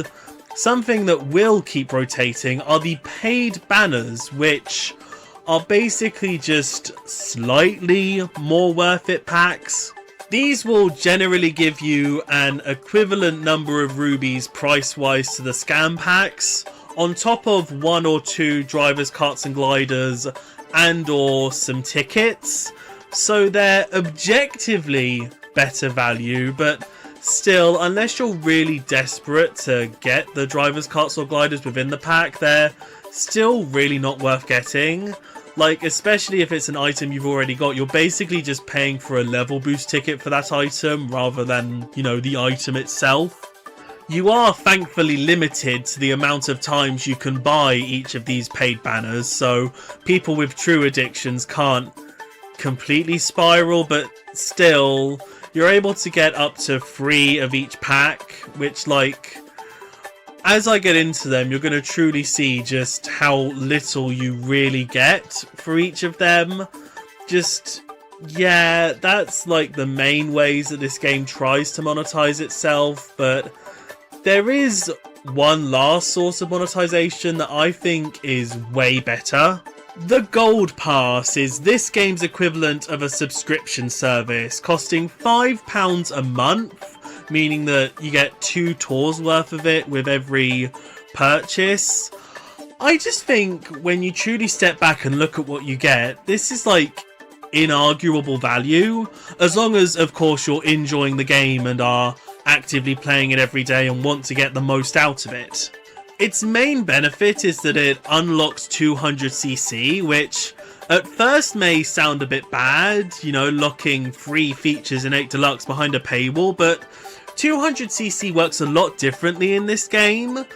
Like, obviously it's easier to chain combos because, you know, it takes less time to get between sets of coins or jump ramps, but to make up for that, there's a reduced multiplier on the points that you gain compared to 150cc, and combine that with the CPUs generally being less aggressive, 200cc is actually the easy mode in this game, but at the same time you don't prosper as much from it, so it essentially gives you an easier but less rewarding way to play the game, which is something that you absolutely don't really need as a free player, at least in my opinion. Like, if you want that, you can just go on the slowest CCs. So yeah, it's ultimately just a harmless bonus mode. Its next benefit is that you get an extra set of challenges for the tour. It's still the same 3x3 grid format, and the challenges aren't all too different, but you do get gold painted badges, which in general don't look as nice as the normal badges, but oh well. And instead of getting a ticket for completing the card, you get 5 rubies. Again, obviously the fact that you get more Grand Stars from here can seem a bit iffy, but obviously if you're a free player, you'd still have enough ways to get Grand Stars throughout the rest of the tour. You know, basically the gold card just lets you get 15 Grand Stars earlier than you would otherwise. But the pass's last benefit is definitely its biggest, that being the gold gifts. These are an extra set of gifts that unlock alongside the regular tour ones and literally double the amount of total gifts that you get. Like, you get a few more rubies than the standard set, you get double the amount of coins compared to the standard set. It's the only way to get quick tickets and high-end level boost tickets. Like, this is pretty much everything you could want already, but there are also exclusive karts, drivers and gliders that unlock as gold gifts that aren't regularly available. Like, you will often get 1 or 2 extra regular items in the gold pass, but a lot of the time there will be completely exclusive high-end, super or normal items to it, which alone feels like enough of a benefit to justify the gold pass, let alone the 6 pipe pulls or, you know, all of the exclusive tickets. This is just a incredibly useful set of extra items that, like I said, you get 2 of when you buy the gold pass because it lasts for that amount of tours. So yeah, I just think for £5 a month, this is absolutely a worthwhile microtransaction. Like, again, that's obviously only if you're willing to invest your time into the game, but still, for what it is, you just can't deny that this is the best value for money out of all of the other scams in the game. But moving on to the last part of the shop, and definitely the least scammy of all, the daily selects, the required free currency spending section. You know, this is where all of your coins really go into. This is where you're able to buy a daily rotating selection of specific regular items. The top row will always be normal, the middle row will be a mix of normal and super, and the bottom row will be a mix of super and high end, while the left column is driver, the middle column is karts, and the right column is gliders. God, it's weird how much, like, efficiency you can create using just a little 3x3 grid, isn't it? You interestingly don't start with the entire shop unlocked. The middle row unlocks when you reach player level 7, and the bottom row unlocks when you reach player level 12, which feels kind of arbitrary, like in terms of the sheer numbers. Like, I can understand locking off the ability to instantly buy a super driver, I guess. Like, you could easily get a super item from your first pipe pulls, from your rubies from completing the first cut, but still, I guess it kind of makes sense. But level 7 and 12 specifically feel incredibly odd. Also, since the selection of items is taken from the regularly available pool, this does quickly devolve into a easy way to get duplicates of specific items every day, which, to be fair, once you've collected all of the regular items, it does feel like it's almost a grander purpose. Like, the only real reason that you use the Daily Select shop initially is to just pick up random regular items that you haven't managed to get from Pipes already. So it almost feels like the Daily Select shop really gets started once it's lost its value of providing you with new items.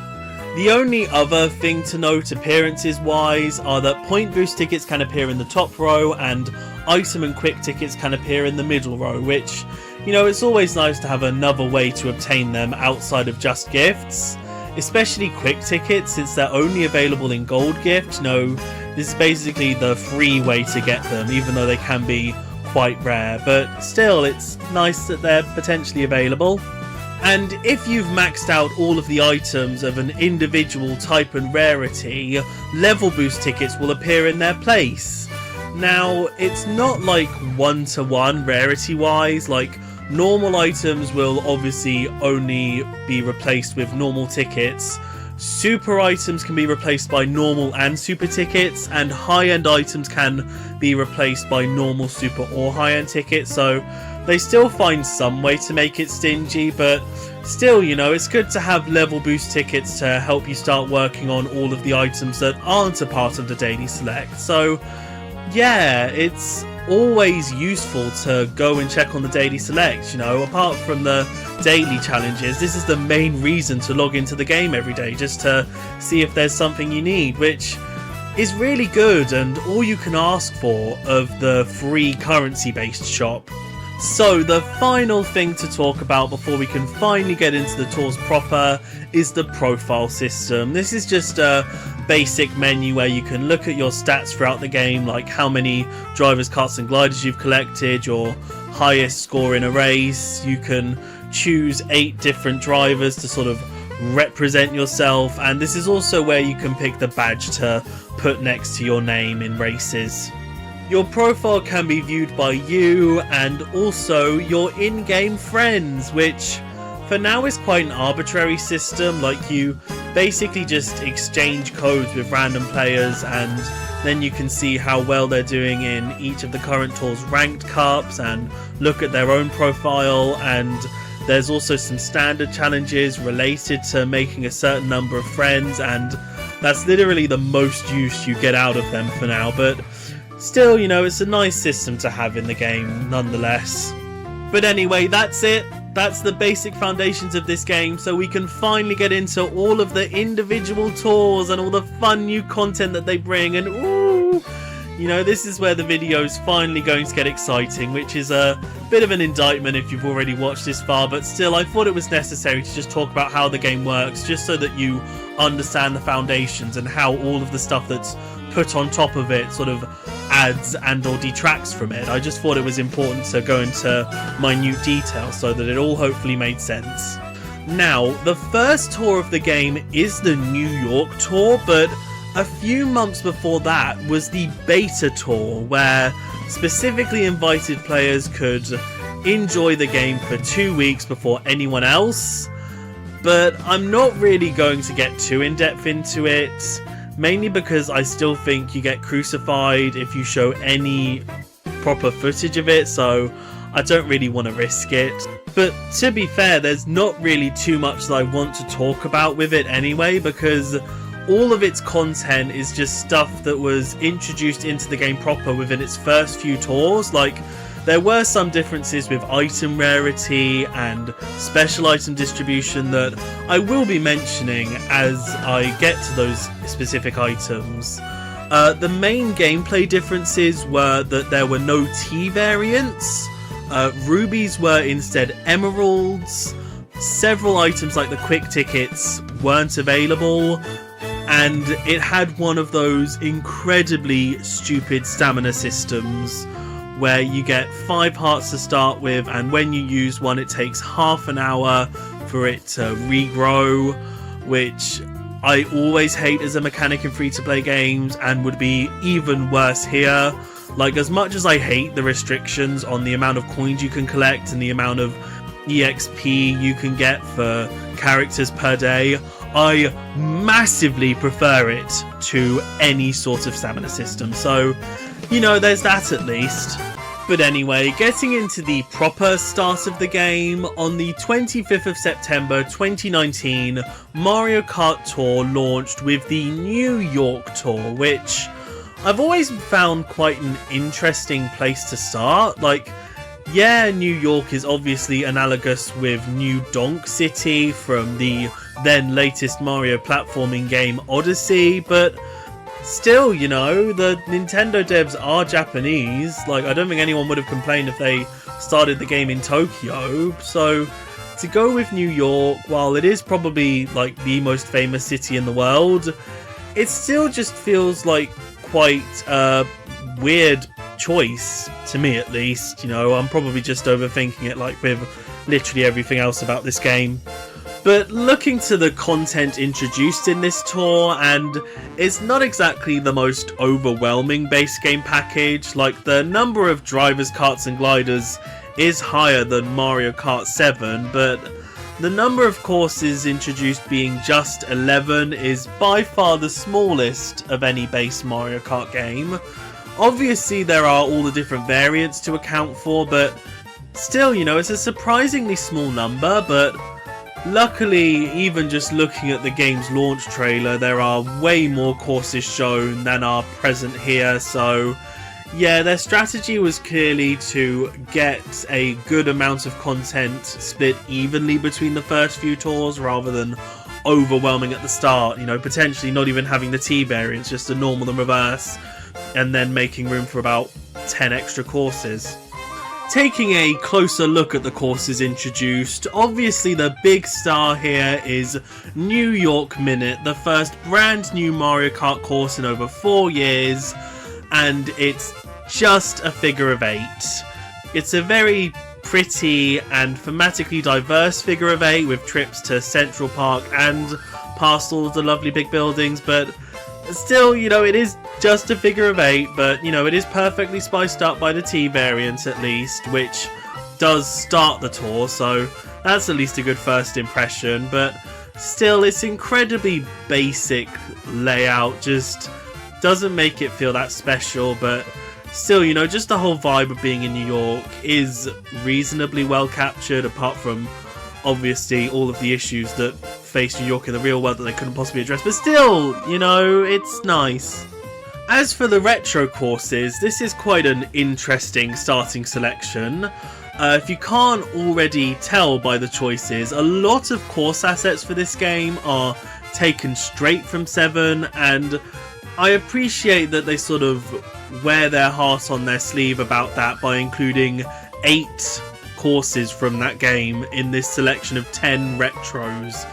The only ones not from 7 being SNES Mario Circuit 1, which, you know, could easily be reverse engineered from 7's version of SNES Mario Circuit 2, and GCN Yoshi Circuit, which quite interestingly uses its Mario Kart 8 design, so it sort of implies that they can also take, you know, depricified versions of courses from 8 as well if they need to. So, you know, that already shows that there's a good selection of courses to be taken from in terms of retro selections. Other things to note numbers wise are that there are no DS or Wii courses, which, like, obviously that's not a problem because there are plenty of those in just 7 and 8 alone that can be just extracted and plopped in here, so they'll probably come eventually. It's just interesting that they didn't want to lead with any of them, considering that this was really when the nostalgia train for those two games was really coming out of the station, you know? And to be fair, if it meant that Double Dash could start with 2 courses here, that's quite worth it in my opinion. Like, this is when Double Dash was starting to get quite neglected by retro selections. Like, yeah, it got 2 courses in the Wii U DLC, but they were both second time retros of courses that were sort of just brought in for their gimmicks. And apart from that, in both 7 and 8, Double Dash only got 2 retros in there, so for it to have that amount in just a selection of 10, you know, it feels like a good omen that Double Dash should get a good amount of love over the game's life. And as for 7, like, I think it deserves 5 slots out of any future retro selection, but still, the choices they made here are utterly fascinating. Like, this is now the first time that an entire cup has been represented in the retro selection of a game, and I feel the need to stress that that is the Mushroom Cup of this game, taking up 4 out of 10 retro slots. Like, I think 7 has the best Mushroom Cup out of any game, but still, the fact that they shoved them all here so quickly, like, you really couldn't have swapped it round for a Star Cup course and saved a Mushroom course for later, you know? But like I said, we already know that there are plenty more retros coming. You know, I'm not harping on this as an overall selection of retros, just an initial selection of retros, but to be fair, I do think that all of these courses do provide something in terms of introducing Tour's main gameplay elements, like not just the controls, but sort of all of the point mechanics, like not even mentioning their T variants. You know, Koopa Troopa Beach and GBA Bowser Castle 1 show off how many points you can get from jump boosting. Yoshi Circuit and Dino Dino Jungle have plenty of places for drifts to get points off of them. Several of the 3DS courses have lovely big glider sections to show how many points you can get from that. You know, this is a perfect, like, tutorial set for Tour. Although, obviously, they're going to get brought back in future tours and they don't provide the tutorial use there. They're just sort of in the mix. But, you know, as a sort of welcome to all of Tour's mechanics, I think this is a really good selection for that. The last thing to mention with retro tracks in general is their music, which is just reused from their most recent appearances before 8. Like, they can use 8's version of the Starman music, but apparently not all of the course music. Although I do slightly get it, because all of the live band performances of songs would kind of clash with all of the courses that don't have those versions of songs yet, so I get it, I suppose, but still, it's kind of a disappointment that they don't have, you know, the best versions of the songs for all of these tracks. But what's the point of having all these fun courses without racers to drive on them with? Now, as I mentioned earlier, special items are back, and I just wanted to take a bit more time to explain all of them before I get into the characters, just because it would waste my character talking time having to shove in all the explanations of the special items as they appear there. So let's start with some returning favourites from Double Dash, or maybe not so favourite with the heart, which is both buffed and nerfed from its appearance there. The main nerf is that you now only get 1 heart instead of 2, which is just straight up not as good, but to be fair, you can stack up to 5 at once, which I've never seen anyone manage to do. Like, not only are item boxes way farther apart than in Double Dash, but there are so many more items flying about with like the up to 3 that everyone can have. The other big nerf is that you can no longer scoop up items that you hit, which I do understand. Like, yeah, the heart does clear out a slot when it's used, so you could theoretically have an item go into there, but still, I don't think it really works with how Tour works, and say you already have 2 bananas and you pick up a 3rd, I don't think they'd want you to get a frenzy by doing that, so, you know, that does make sense. So, yeah, the heart is literally just a one-hit barrier now, but to be fair, it does mean that what would otherwise be an item hit now gives you some points by being able to deflect it, so it does have a good amount of utility here.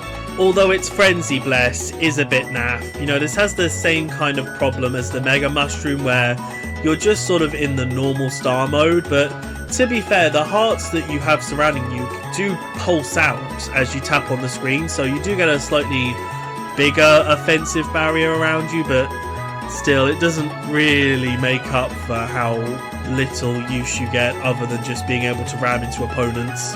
The Bowser shell returns and is more frightening than ever, but this time only for opponents, because it doesn't just work as an oversized green shell that can easily ping back towards you. This time it acts sort of like a pursuing blue shell, where it just sort of follows the middle of the road for a while. And considering how big its hitbox is, it is like incredibly useful overall. Obviously, if you're nearer the back of the pack, if you're in first, you're not really going to do much apart from maybe hit a load of bananas left on the road. And also it helps that it has a slight tracking ability to it. Like, if you're a few pixels away from the middle of the road where it's aiming for, it will just sort of swing out the way to hit you on purpose. So yeah, the Bowser shell is utterly terrifying here, and that goes even more for its frenzy, where it's just a long, offensive stream of shell for a good while that's practically unavoidable unless you're just completely out of the way. The Yoshi's Egg has fewer fundamental changes compared to the previous items, the only real one being that it can no longer fling out stars once it makes contact, which makes sense since they're basically exclusive to frenzies now, so you can only get bananas, green shells and mushrooms out of it, which, to be fair, are more useful than in Double Dash, because obviously you still get the points if someone runs into a banana, throws a shell at your shell, or you can use the mushroom. Its frenzy obviously has similar problems to the red shell frenzy, where it's quite unreliable in terms of hitting opponents, and once it makes contact it only spews out one item rather than 3, but you know, that one item can still be incredibly useful to keep your combo going, so yeah, it's still better than the red shell frenzy. The giant banana, oh, this is definitely one of the best special items, because as long as you drop it like somewhere near the middle of the road, it's a pretty much guaranteed 4-string combo. But even better, it's a gradual 4-string combo as all of your opponents drive into it or throw their items into it, you know. Both its giant and split form are just an incredibly useful, like, crowd clearer to sort of keep opponents away from you.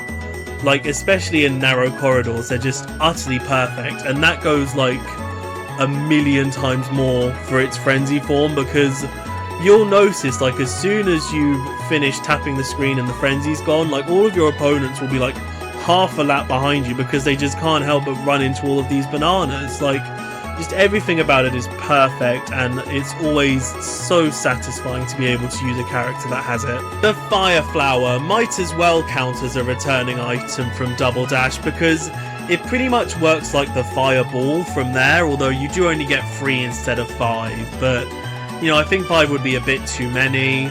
But yeah, it works as a quite good area of effect attack, as long as you obviously have opponents close enough by, and it works like the triple items from 8, where they circle round you continuously, so it works as a good barrier to ram into opponents with as well. So yeah, overall quite a good, if basic, special item, and the same goes for its frenzy, where you do just throw them one by one, so again, as long as you're near opponents, that works quite well.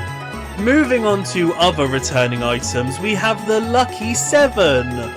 Not the Crazy 8, God forbid no, we gotta go back for the Lucky 7, although, to be fair, I do get it, because you don't really need to chuck in a coin to round it up this time, because these 7 items here are overpowered enough. As you'll hopefully notice, its main change here is that the star has been once again understandably removed and replaced with the Super Horn, which at first might seem a bit weird because you'd imagine that it would destroy the banana and the shells, but no, because this is a one-tap item, this is like a special version of the horn that doesn't affect any of its other circling brethren. It just acts as like an extra attack, which does make this feel like a much more pertinent item when you use it, because not only do you have these projectiles, but you also have the massive sound barrier around you, so it does work. So the biggest worry with the item is still the Bob-omb, which of course doesn't affect you if someone rams into it, but it still destroys half of your items, which is always a bit of a letdown. But to be fair, if you can get someone to drive into your Bob-omb, it's probably going to hit someone else as well, so it still has some use. But I swear, if I ever do get hit by my own Bob-omb after I've thrown it, it's always from the Lucky 7. I don't know if it's because I'm like focusing on where all the other items are going, but I just somehow always manage to bounce the Bob-omb off of something and get it to hit me, which incredibly annoying, but, you know, considering that I have the absolute star matchup of the mushroom and blooper, I still normally maintain my combo. Because you get the instant points from the mushroom, and even if you do nothing else from there, it'll manage to connect to the hits from the blooper. So again, as long as you don't use it in first place, you're guaranteed to get a good couple of hits in with it, no matter what you do or how you use it. So yeah, there's no bad time to get the lucky 7 here, really. And again, that goes a million times more for its frenzy, where even though you do use the items individually here, like every tap is one of the 7 items, still, just all of the mushrooms that you use and bloopers that you throw out make it so worth it. And especially because you only get the frenzy while you're in the middle of the pack, you will get so many hits from all of the bananas that you drop and the super horns that you blare out. It's just absolutely perfect for making a incredible combo to work off of. So yeah, I'm really glad the lucky 7 got brought back. You know, I really, like I said, did not need the coin because it's already powerful enough. The triple green shell has returned to being a special item, but it really doesn't feel that special here. Like, while it does have a really good use as a sort of barrier that you can use to swing into an opponent to hit either them or their item for some easy points, because of the nature of it being a one-tap use item, you just send out a sort of bigger hitbox green shell, because if you hit an opponent with the first one, the other 2 are going to hit them before they even have a chance to recover, meaning that they won't count for extra points. Or sometimes, if you bounce them off a wall at the wrong angle, 2 of them will instantly hit each other, meaning that it does literally just turn into one green shell. So yeah, they work a lot better without actually being used as an item, which is never good. Obviously, all of the same negatives apply to its frenzy version. And do tell me, in terms of having a special item on top of 1 green shell, would you rather have 2 green shells or these 6 other items? The triple mushrooms get upgraded to being a special item, presumably just because the golden mushroom wouldn't really work, and to be fair, it feels like these only work in spite of Tor's item mechanics. Like, you obviously have to use all 3 of them at once, and thankfully that gives you 3 times the length of a normal mushroom boost, but because you use them at the start, you only get the points there. So they don't really work in terms of helping you maintain a combo while you take a shortcut, because, you know, there's never really any coins off-road, so you sort of have to make sure that you're drifting while you use the triple mushroom, which can be a bit finicky, but still, you know, as long as you have other items to help as well, it does work perfectly fine, and getting 3 sets of points for using it is really worth it. Its frenzy version is quite underwhelming. Like, it's literally just a mushroom frenzy, but the boost that you get from the final mushroom that you use lasts a while longer. So yeah, like I said, mushroom frenzies are one of the best, but still, it doesn't exactly feel like a triple mushroom frenzy. And do tell me, in terms of having a special item on top of 1 mushroom, would you rather have 2 more mushrooms or these 6 other items? The boomerang flower gets switched to being a special item, which makes sense mainly due to all the changes that have been made from its appearance in 8, where obviously you can't just use it 3 times with a one-tap item system. So instead, as soon as you use it, it creates a tornado effect going around your cart, which not only hits opponents, but collects up coins from the track, which is what makes it one of the absolute best special items. There are numerous ways of getting a 10 to 20 string combo off of just 1 boomerang, like in certain glider sections where there are dozen strong coin formations. A boomerang will pick all of them up. Like, even though it moves horizontally, it has a very generous vertical vacuum. And also, if you're in the middle of a clump of opponents right next to you, since the boomerang goes around you twice, the first one can hit everyone and the second one can sweep up all of their coins. So yeah, there's just never really a bad time to use it. And also because it's held behind your cart, it can be used as a defensive item, which obviously, you know, getting just the one thing of points from deflecting a red shell isn't the same as collecting 20 coins, but still, you know, it's nice that it's versatile. And oh my god, its frenzy is perfect. You just become a tornado for a dozen seconds. Like, if you're in a glider section and surrounded by opponents, like, you've just won the entire game there. Nothing beats it. So moving on to completely brand new items, we have the bubble, which basically functions as a weird bullet bill that puts you into your glider state, even on the ground, and you move slightly faster, and it clogs up the item slot that it's in, and it can't be replaced until it's completely gone, which you have no say about when that is, although it does work as a one-hit shield, so you can just sort of throw yourself into an item to get rid of it, but you get passively collected points for every couple of seconds that you use it, similar to when you're gliding. It feels kind of aimless as an item. Like, it's not one that you ever really want to get or that ever really helps you out. Like, its only real benefit is that you will be able to maintain your combo while you're using it due to the passive points that you get. But still, it just feels kind of meaningless, which is a shame. And its frenzy version doesn't help because it's basically just the exact same, but you're also invincible. Like, you keep the same weird floaty physics that don't really let you aim towards coins or let you drift at all. So yeah, I don't really get the point of it, and I don't think it's ever going to come back. The double bomb does exactly what it says on the tin, and could only ever really work in this game with the whole unthrown bomb explosions don't affect you rule. Since they circle round you, they're perfect for just desperately trying to ram into one opponent to catch a few in an explosion, which is always fun, but they don't feel quite as impactful when they're thrown. Because the two bombs don't really separate from each other, it basically means that instead of a circular explosion radius, it's a slightly ovular explosion radius and not much more. So yeah, while that doesn't feel much different from a normal bomb, the mere fact that they now rotate round you does still make it feel somewhat special.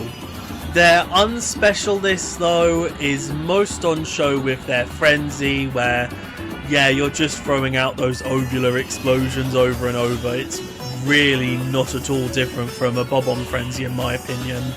And do tell me, in terms of having a special item on top of one bob-omb, would you rather have one more bob-omb or these 6 other items? The banana barrels are interesting, to say the very least. They do put a good 16 or so bananas on the track, which is obviously good for racking up a quick combo. It's just that they're all shot ahead of you, and the barrels don't account for you having to turn or maneuver, so it's incredibly easy to run into a good couple of them without even trying, which, like, doesn't negate the combo potential. Like, you'll probably be able to maintain it due to everyone else racing past you and running into ones ahead, but still, you know, it does inherently sort of feel unbalanced in terms of risk versus reward. Unlike its frenzy, which of course negates the issue of taking damage while driving through all the peels. So yeah, if this was a frenzy exclusive item, it would be perfect. But of course it's not. And finally, the mushroom cannon shoots a generous volley of mushrooms onto the ground for you to use and hopefully rack up a good combo from. Although of course other opponents can drive into them and steal them, and they often try to, but luckily they have no idea how to get the most out of a mushroom boost, so a lot of people's complaints that it helps your opponents as much as it helps you doesn't really feel all that valid. Like, especially because if you aim it towards a shortcut, you can just mushroom straight through that, where your opponents don't even try going on off-road like 99% of the time. So It does feel like it's a lot more beneficial than a lot of people give it credit for, but still, the fact that it only shoots straight and again doesn't account for all your turnings and maneuvers does mean that if you don't use it at the right time, it can feel pretty useless and like you don't get anything out of it. And its frenzy kind of exacerbates this problem, because you'll often want to try and drive into opponents to make them crash. It'll mean that your cannon will more often than not aim itself to just fling them completely off the road, out of the way, and out of potential use. So it is like way too wild of an item to be used within a frenzy, but still, you know, overall I do think it's just a bit of fun, you know? So yeah, that's all of the initial special items. Just like everything else in the game, this set will get added to as time goes on, but for now I think this is pretty much all you need to be able to comfortably assign something to any character or costume you could come up with. So now let's get into the characters proper. I'm just going to go by the order that they're put in the character list, which is by rarity and then by whether they're a hero or villain, which is a line that does eventually get blurred, but that's not for a bit. So yeah, I'm just going to go through who the character is, whether they deserve to be here, whether this was the right time for them to be here, all that sort of thing. So let's get started. Baby Mario is a perfect tone setter for the normal drivers, you know. I'm not trying to be too mean, but he is kind of a lesser form of Mario, so it makes sense for him to be of a lower class to Mario. But he still deserves to be here, you know, he's a mainstay of the series at this point, but I do think it helps that a lot of character models are ripped from Mario Kart 8, meaning that, you know, he was incredibly easily available to just pluck out and drop in here. His quite unimpressive looking 3 total favourite courses is quite average for a normal driver, and just for future reference, the favourite course total here takes into account what he gets over the entire life of the game. So out of hundreds of variants of courses, Baby Mario is only fully useful on 3 of them. But anyway, his special item I think makes perfect sense. You know, obviously he wasn't going to be able to have the chain chomp again, and since the boomerang is traditionally used as a toy, I think that just fits for the baby character. So yeah, overall I think Baby Mario is a very good place to start. He's a perfectly average normal character. Baby Peach makes sense to be here for all the same reasons. You know, she's not quite as much of a mainstay to be fair, but still she was an 8, so might as well chuck her in. One favourite course is ridiculously harsh though. Like, to be fair, if a character has a relatively low amount of favourite courses, they'll generally have more favoured courses, you know, the middle tier, so it means that they might be more likely to get their own cup in a tour because they're more likely to have a variant within that tour that can be boosted, so that's something at least. And her special item makes perfect sense, you know, babies do love those bubbles. And not to spoil too much, but the bubble is going to be locked to normal rarity characters for the majority of the game's life, which I think makes perfect sense. You know, they are the most underwhelming out of all the special items, so might as well clip them onto the most underwhelming characters performance-wise. Baby Daisy I have pretty much nothing to say about. Like, she deserves to be here as much as the other babies, and she has the same special item as Baby Peach, which makes sense, but she does have one more favourite course, which she just really deserves over Baby Peach, I guess. The biggest thing to note about both her and Baby Peach is just the fact that in the beta they had triple mushrooms as their special item instead of the then non-existent bubble, which I think makes the most sense for them, even if I can't exactly put my finger on. Koopa Troopa, finally a more interesting character. It is a shame he's stuck at a normal rarity considering he does deserve the world, but You know, considering he is just a common enemy, it does make sense. Just like his special item, which is the same as Double Dash, you know, no real reason to change it. And he has got the highest amount of favourite courses so far, so that's good. Shy Guy as well, despite it making sense, just does not deserve to be trapped as a normal driver, especially one with only a singular favourite course, which is just awful. And he's also the first character with a slightly curious special item. Like, I really don't associate Shy Guys with explosives all that much, but then again, I can't really associate him with any items any differently, so I suppose that was the best they could give him. Dry Bones is a normal driver as well. Like, this is just getting silly buggers now. Like, he's a proper, distinct, unique variant to Koopa Trooper. Like, you could have gotten away with making him a high-end character if you wanted to, but I guess because he's still just a common enemy, he gets to be with the common riffraff. At least he has more than one favourite course, which is good, and Triple Green Shells does make sense as he is still just a variant of Koopa Trooper. Mario is understandably the first super driver, and as you can tell by the fact that his favourite course total is double that of the highest normal driver, the supers tend to get way more respect, even though it's a group mostly comprised of the incredibly basic regular Mario cast. His special item obviously makes sense as it's just the evolution of his one from Double Dash. In fact, basically all the super drivers are just the regular cast with their special items from Double Dash, so I can just very quickly breeze through them. Peach is here with her special item from Double Dash. Yoshi is here with his special item from Double Dash. Daisy is here with her special item from Double Dash. Toad is here with the variation of his special item from Double Dash. Toadette is here with the variation of her special item from Double Dash and an incredibly dickishly low favourite course total. Bowser is here with his special item from Double Dash. Donkey Kong is here with his special item from Double Dash. Diddy Kong is back. He's the first character who, at the time, wasn't in 8, which is nice. And they even gave him a different special item. Like, he obviously could have just had the giant banana, but they went out of their way to basically give him an entirely new special item.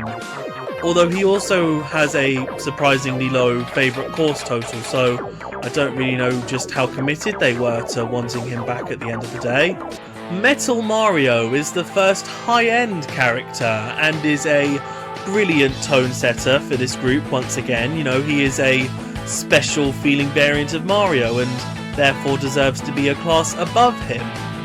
And once again, with a jump in rarity, we get a jump in favourite course total, properly getting into the double digits now, even though 13 out of hundreds of variants still doesn't feel like all that much, you know?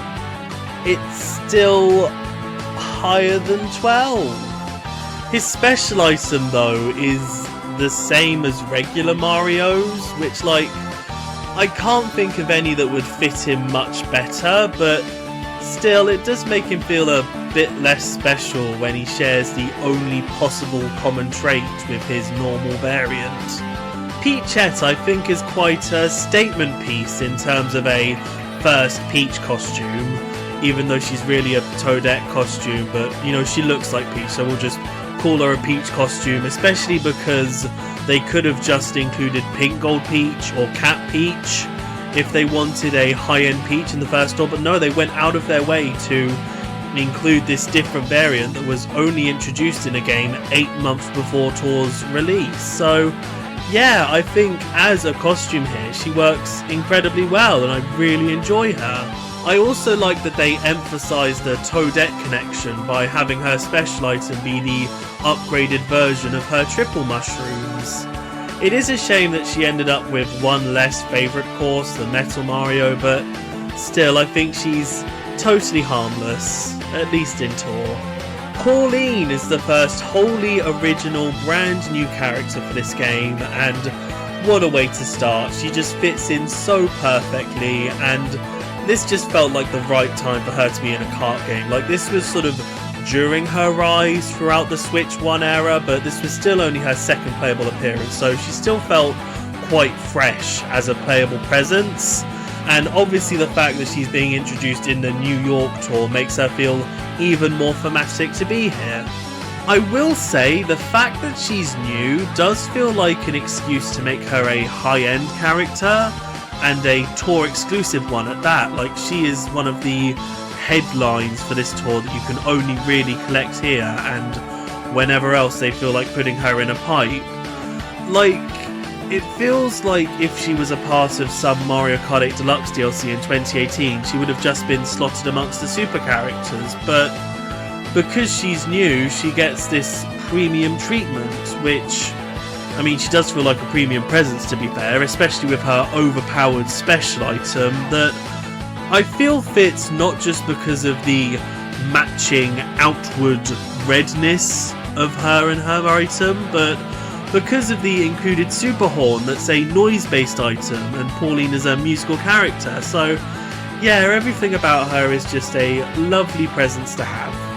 Mario Musician is our second tour exclusive character, and first of many cultural or just generally thematic to the tour based costumes, and you know, it's a sensible place to start. It's another New Donk reference. It's a costume from Odyssey, which is a game that a lot of costumes are going to be pulled from going forward, so yeah, it's nothing too overwhelming, but it's a perfectly harmless little costume.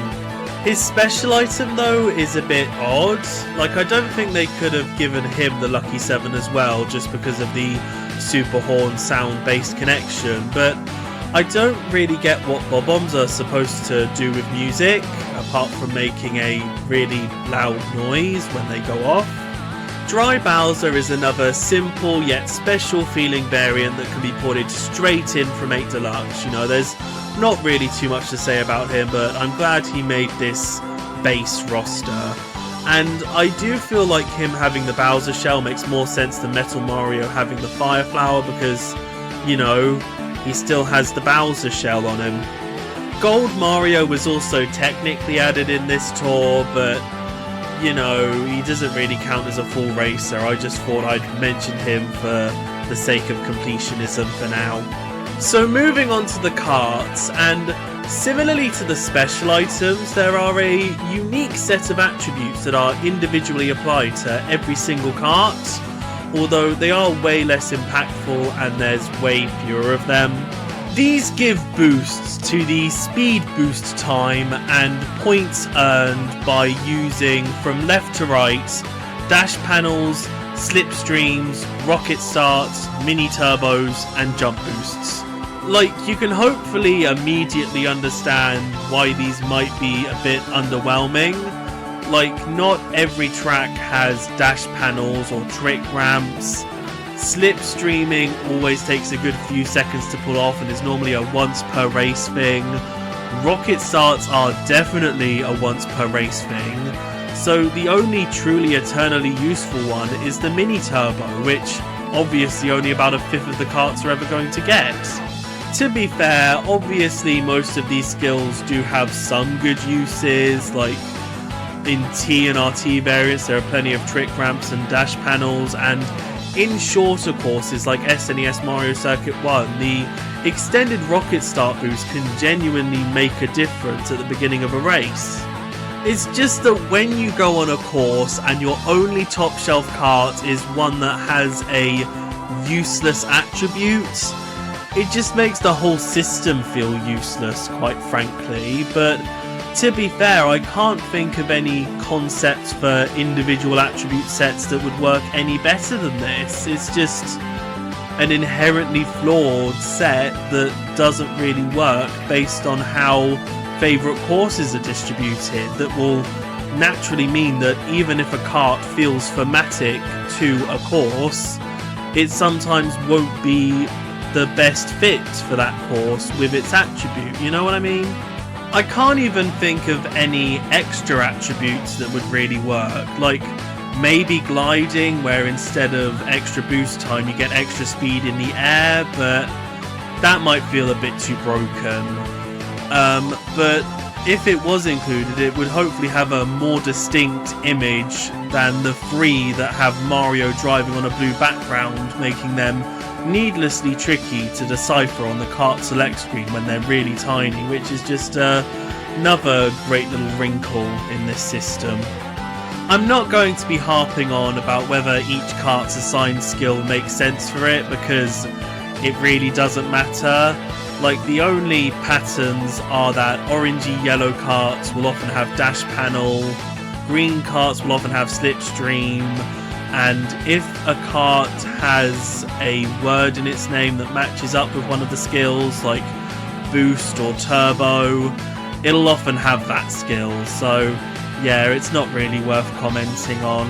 It's just, you know, it's good to get my moaning about this overall system out of the way before I properly get into the karts. So let's start going through them. Beginning once again with the normal items, we have the pipe frame, which, yeah, is pretty much the definition of a normal kart. But to be fair, it does have a pretty distinct feature, as it's now the only kart in the game to change its colour depending on who's driving it. Like, there are other karts with different colour variants, but they're now just completely separate from each other. So yeah, it's good that the pipe frame can still feel that little bit special, especially because it only has the one favourite course, which, yeah, I'm not surprised. And in general, both karts and gliders do have lower favourite course totals than characters. So from here, I think I can start getting through the karts a lot quicker, as pretty much all of them in this tour are from a previous game, and the most interesting thing about them will be what game they specifically came from. So the Birthday Girl is back from Mario Kart 7. It's good to know they can take karts from there. The Mushmallow is back from Mario Kart DS, so it's good to know they can take karts from there. The Koopa Dasher is back from Double Dash, which it's good to know karts can come from there. The Bullet Blaster is back, also from Double Dash, so it's good to know they can take multiple karts from there. The Bullseye Bonsai is our first proper kart recolor. Like, if this was in 8, this would just be, like, I don't know, Dry Bowser's specific version of this kart, but here it gets to be completely separate, and to be fair, I think that works, since all of the karts get scattered about all the variants anyway. It means that instead of only covering 5 courses, the Bullet Blaster family covers 7. And it's also our first kart that can only be obtained from gold gifts, or specific pipes if they feel like chucking them in for fun. I do think it's interesting that they put normal items in this exclusive pool, because you're not exactly going to use them much, and you're still having to essentially pay for them. But, you know, at least this has the most favourite courses out of all of the normal karts here, so that's something at least. And in general, I do feel like the rarity rating for karts is a lot more subjective than with characters. Like, for me personally, even though I've been looking at it as a normal kart for enough time to, you know, understand that it's a normal kart, if I was personally choosing, I would definitely put this as a superkart, because it feels special and it's not been in a game in over 15 years. But oh well, if it's easier to obtain, that's something nice at least.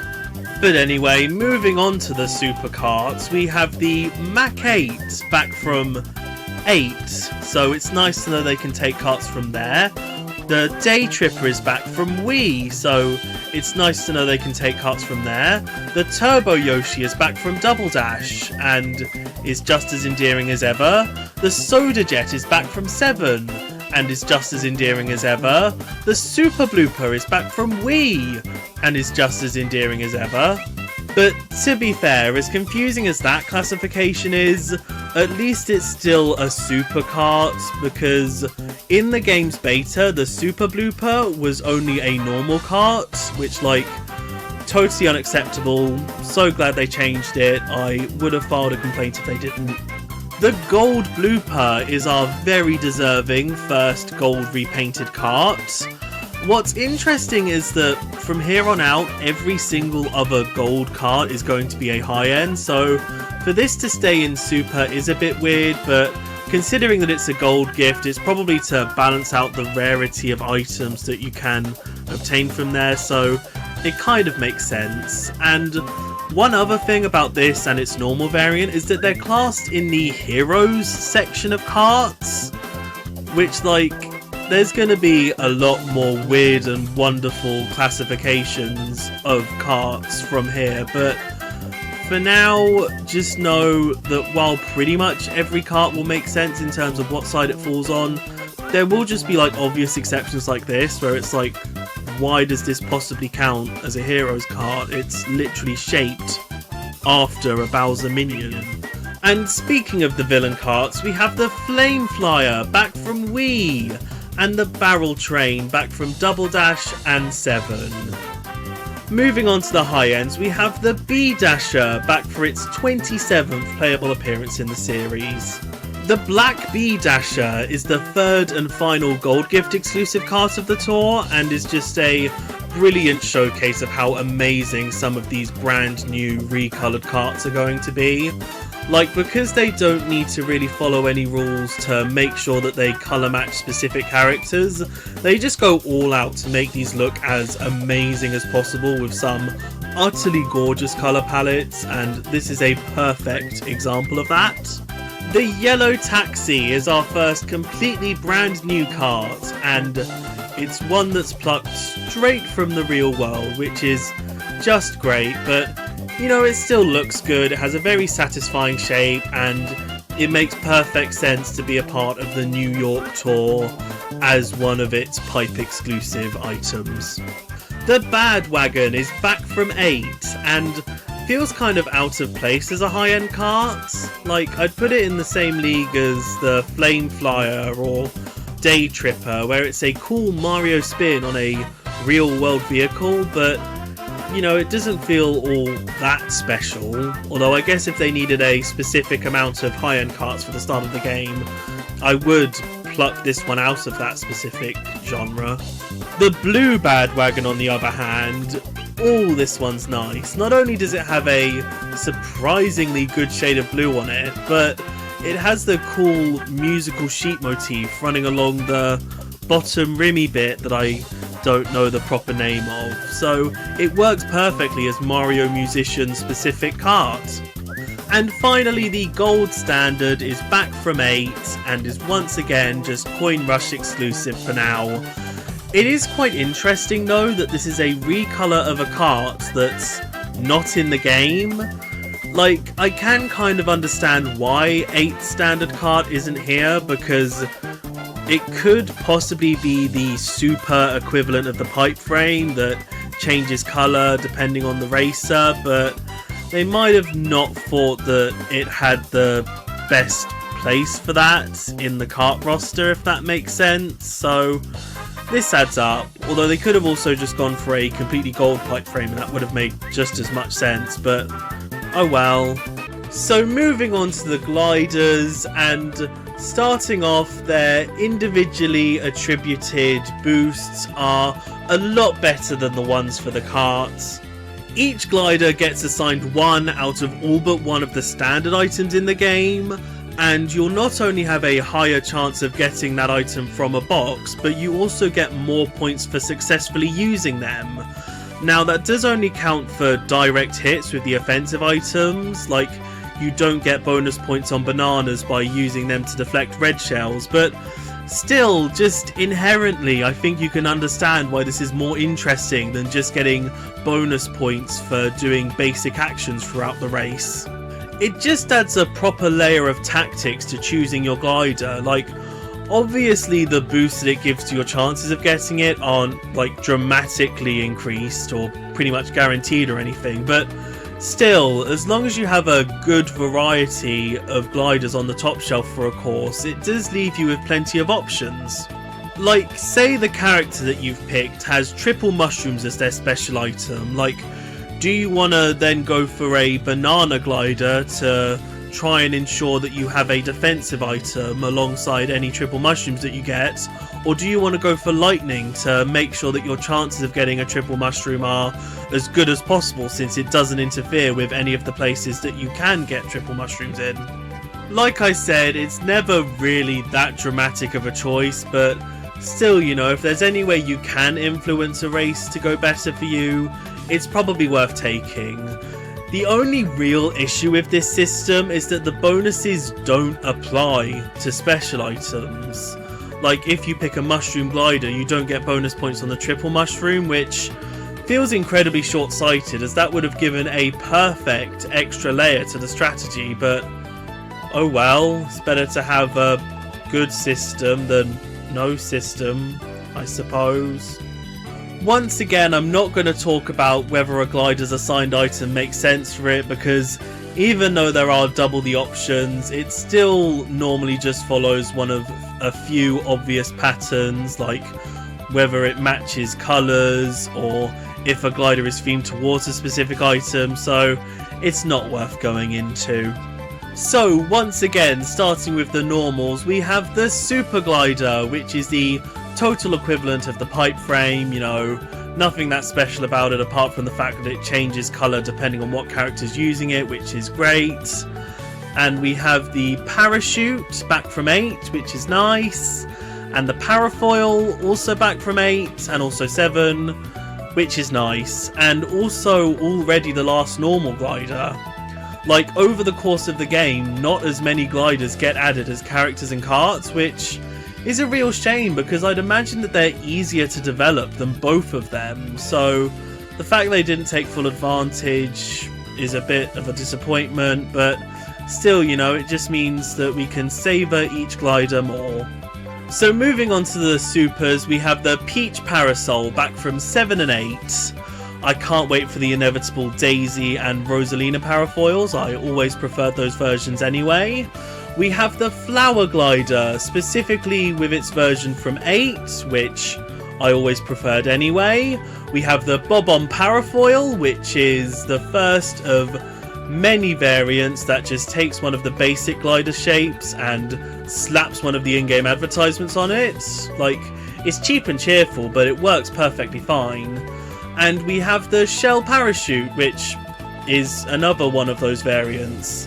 And that's it for the Super Gliders.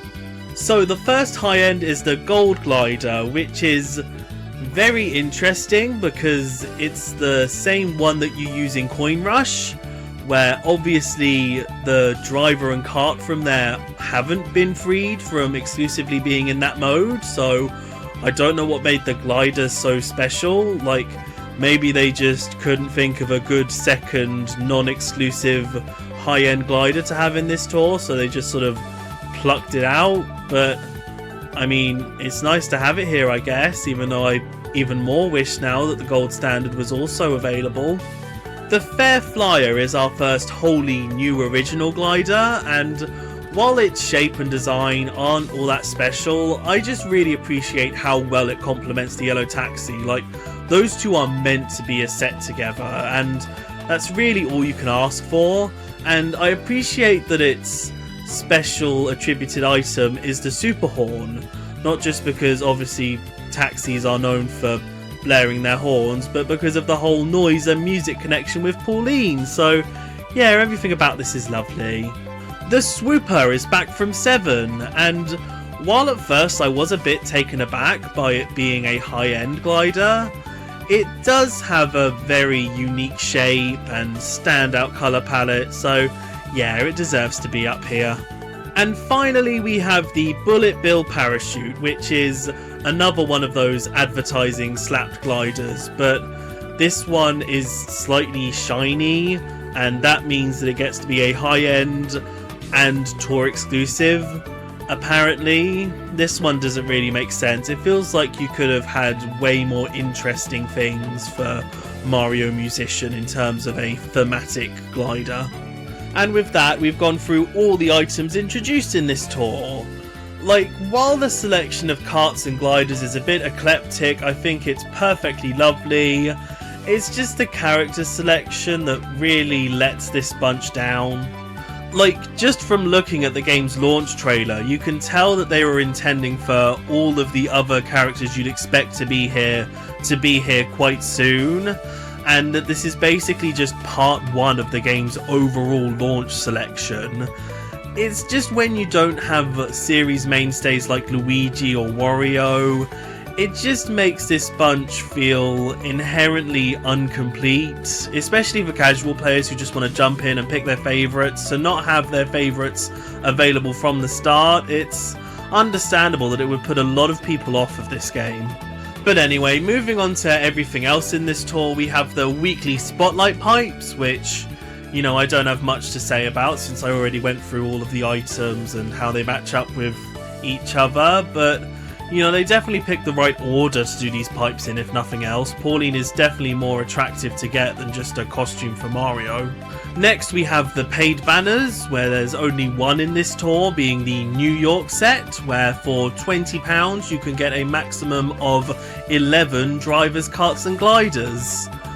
Which, like, if this was a mainline game where there were 11 exclusive items in a DLC pack, I would absolutely pay £20 for that. Like, I'm a real sucker for just getting any extra amount of content in any way possible. But that's really not what you get here. Like, not just because 7 of the items you pull are statistically going to be common, less useful normal items, but also because of the whole duplicate system. Buying this pack quickly devolves into you getting a few new items and several essentially level boost tickets, which makes it even less value for money. So yeah, there's really not any point in buying this unless you're really struggling to get Mario of all characters. Next we have the cups introduced, which, since there are 16 cups in the tour, it's good to know that they don't want to repeat the same cup multiple times. The only real drama to pull from here is the fact that there are 19 uniquely emblemed characters introduced in this tour, meaning that Pauline, Peachette and Baby Daisy sadly have to miss out. Pauline I can totally understand because she's tour exclusive, meaning that if this cup was in a subsequent tour it would be for a character that not everyone would be able to obtain.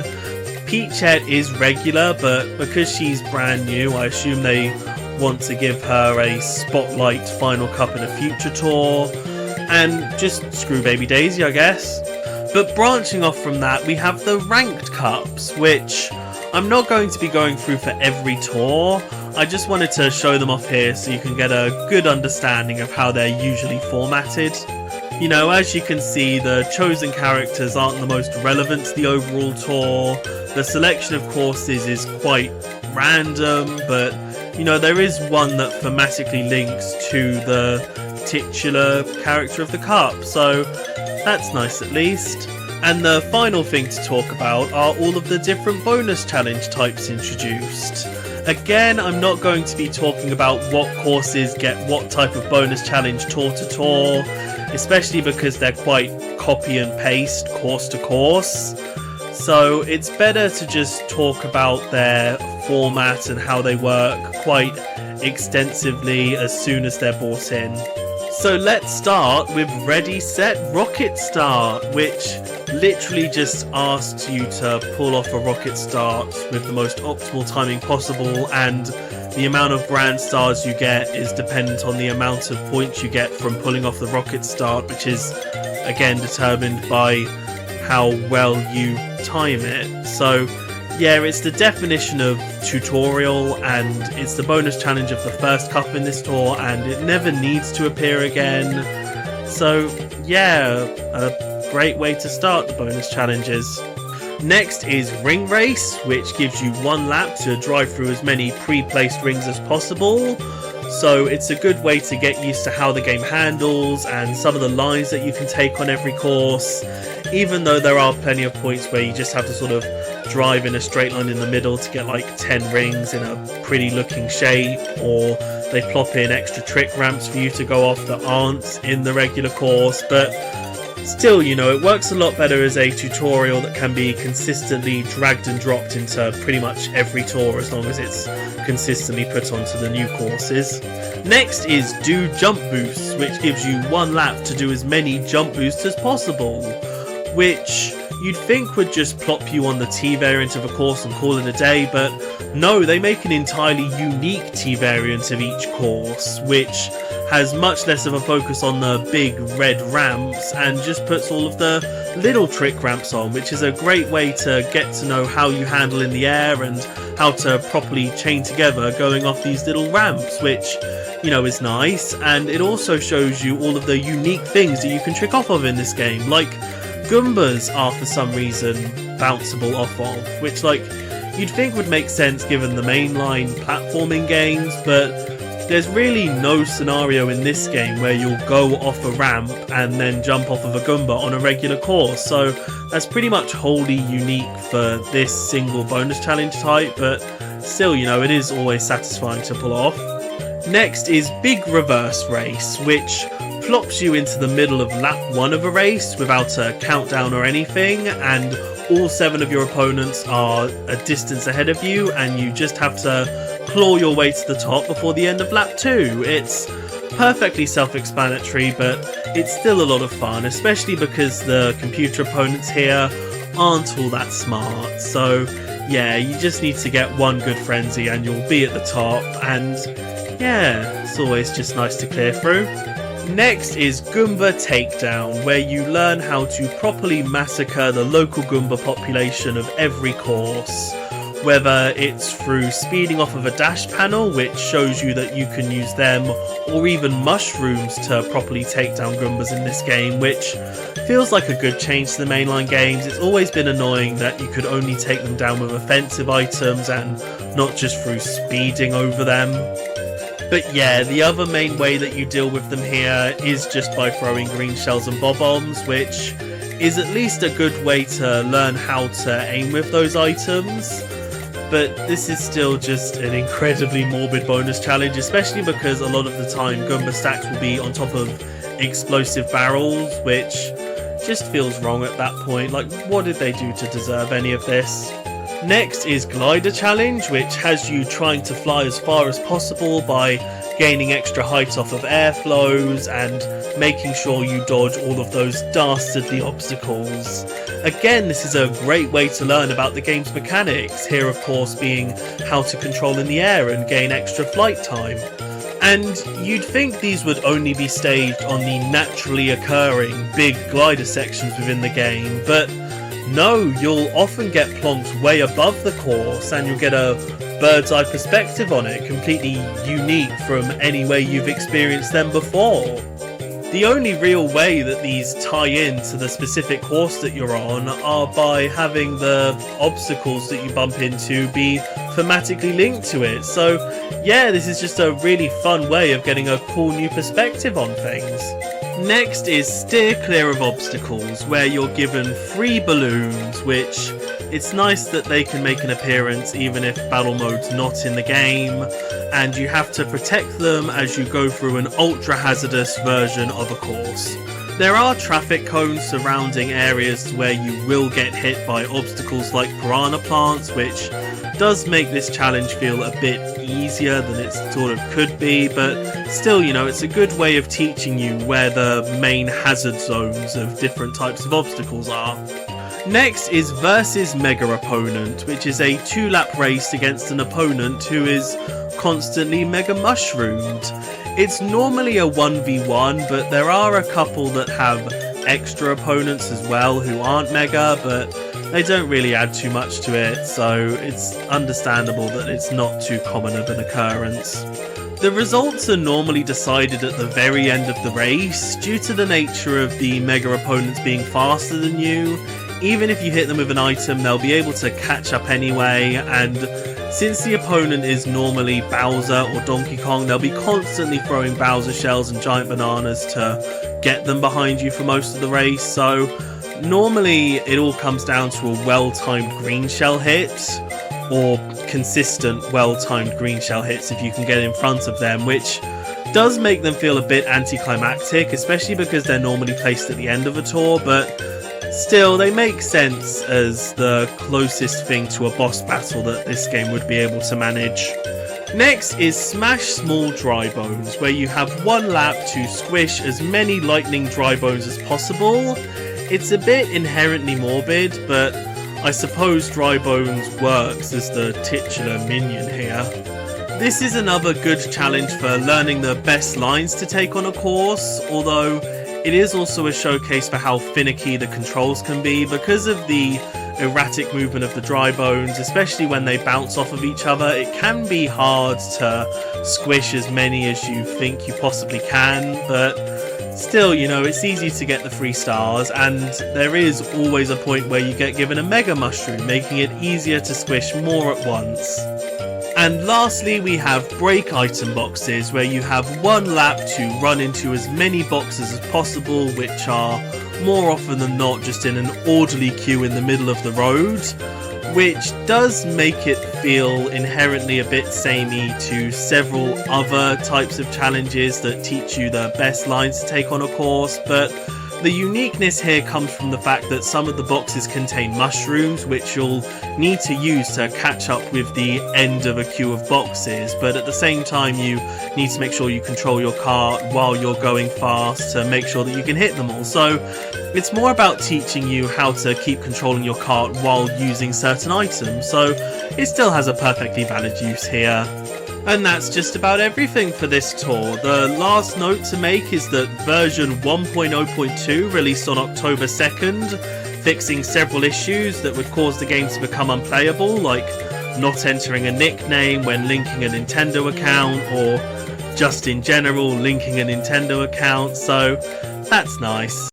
So yeah, we can move straight on to the next tour. It is always a bit of a shame to leave the previous one behind, especially if you really enjoy its course selection, but, you know, time is a straight line and other poetic stuff from Doctor Who. So let's get into the Tokyo tour, which, like I said earlier, it's a bit weird that this wasn't the first tour, but still, you know, at least they didn't save it too long, and to be fair, if they wanted Pauline to be in the first tour, it definitely made sense for that one to be New York. Now, before we get into anything else, there are some updates to go through. On October 17th, version 1.1.0 released with several UI improvements, like being able to view a list of the badges you've obtained, or on the course select screen you can now view the best score you've gotten on each course, and the number of points needed for each Grand Star, and the number of Grand Stars you've collected, and now it also tells you whether you've finished a cup, which means you've collected every Grand Star, or if you've just cleared a cup.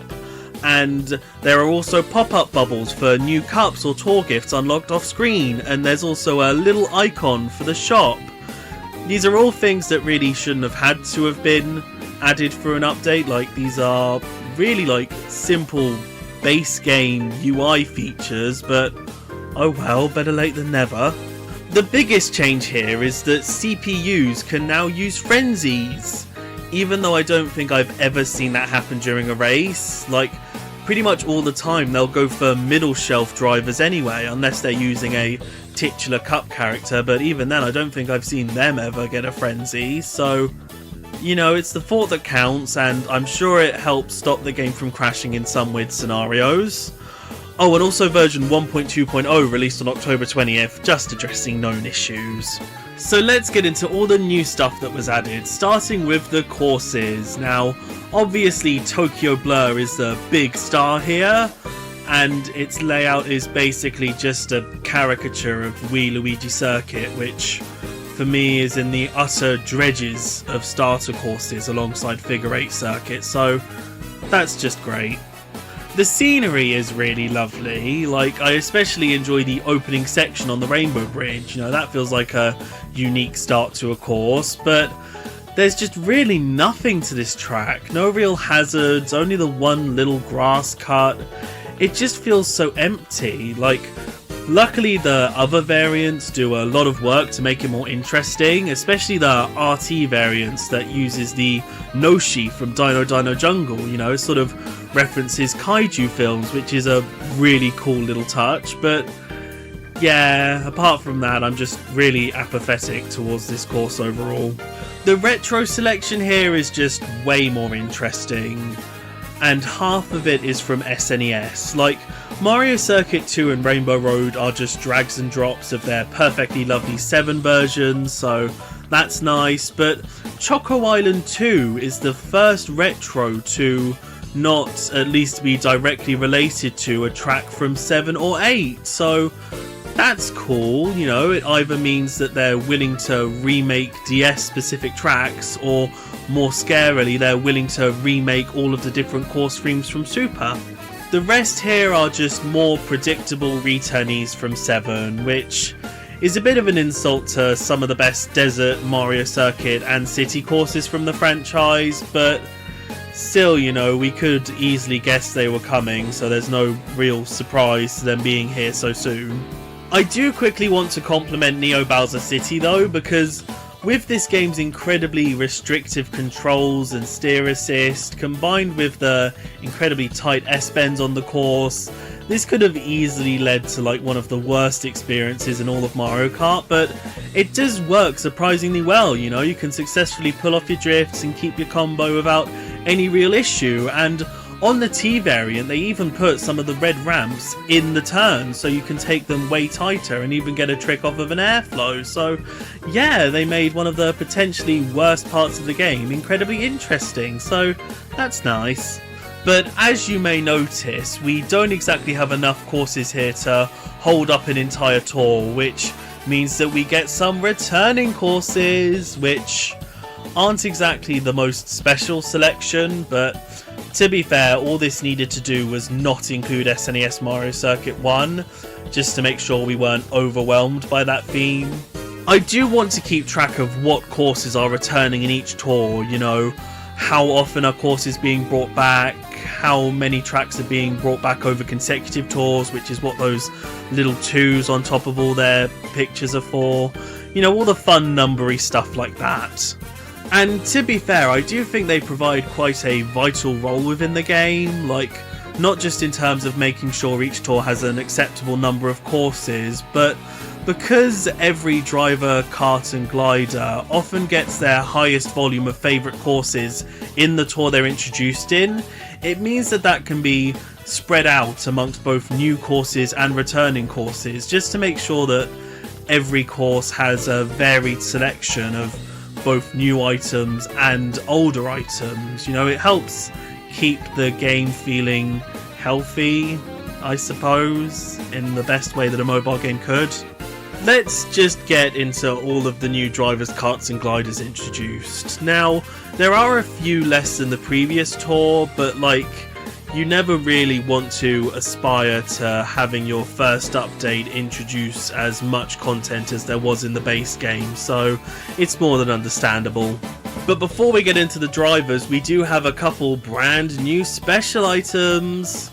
First is the Dash Ring, which throws 3 of those star ring things found in some Rainbow Roads into the middle of the track, which you can drive through for a mini turbo level boost, as well as of course some points. So as long as you can keep yourself in the centre of the road, it's a quite easy 3-string combo, which is always nice, and is especially useful during those dry straightaways with not much else to do.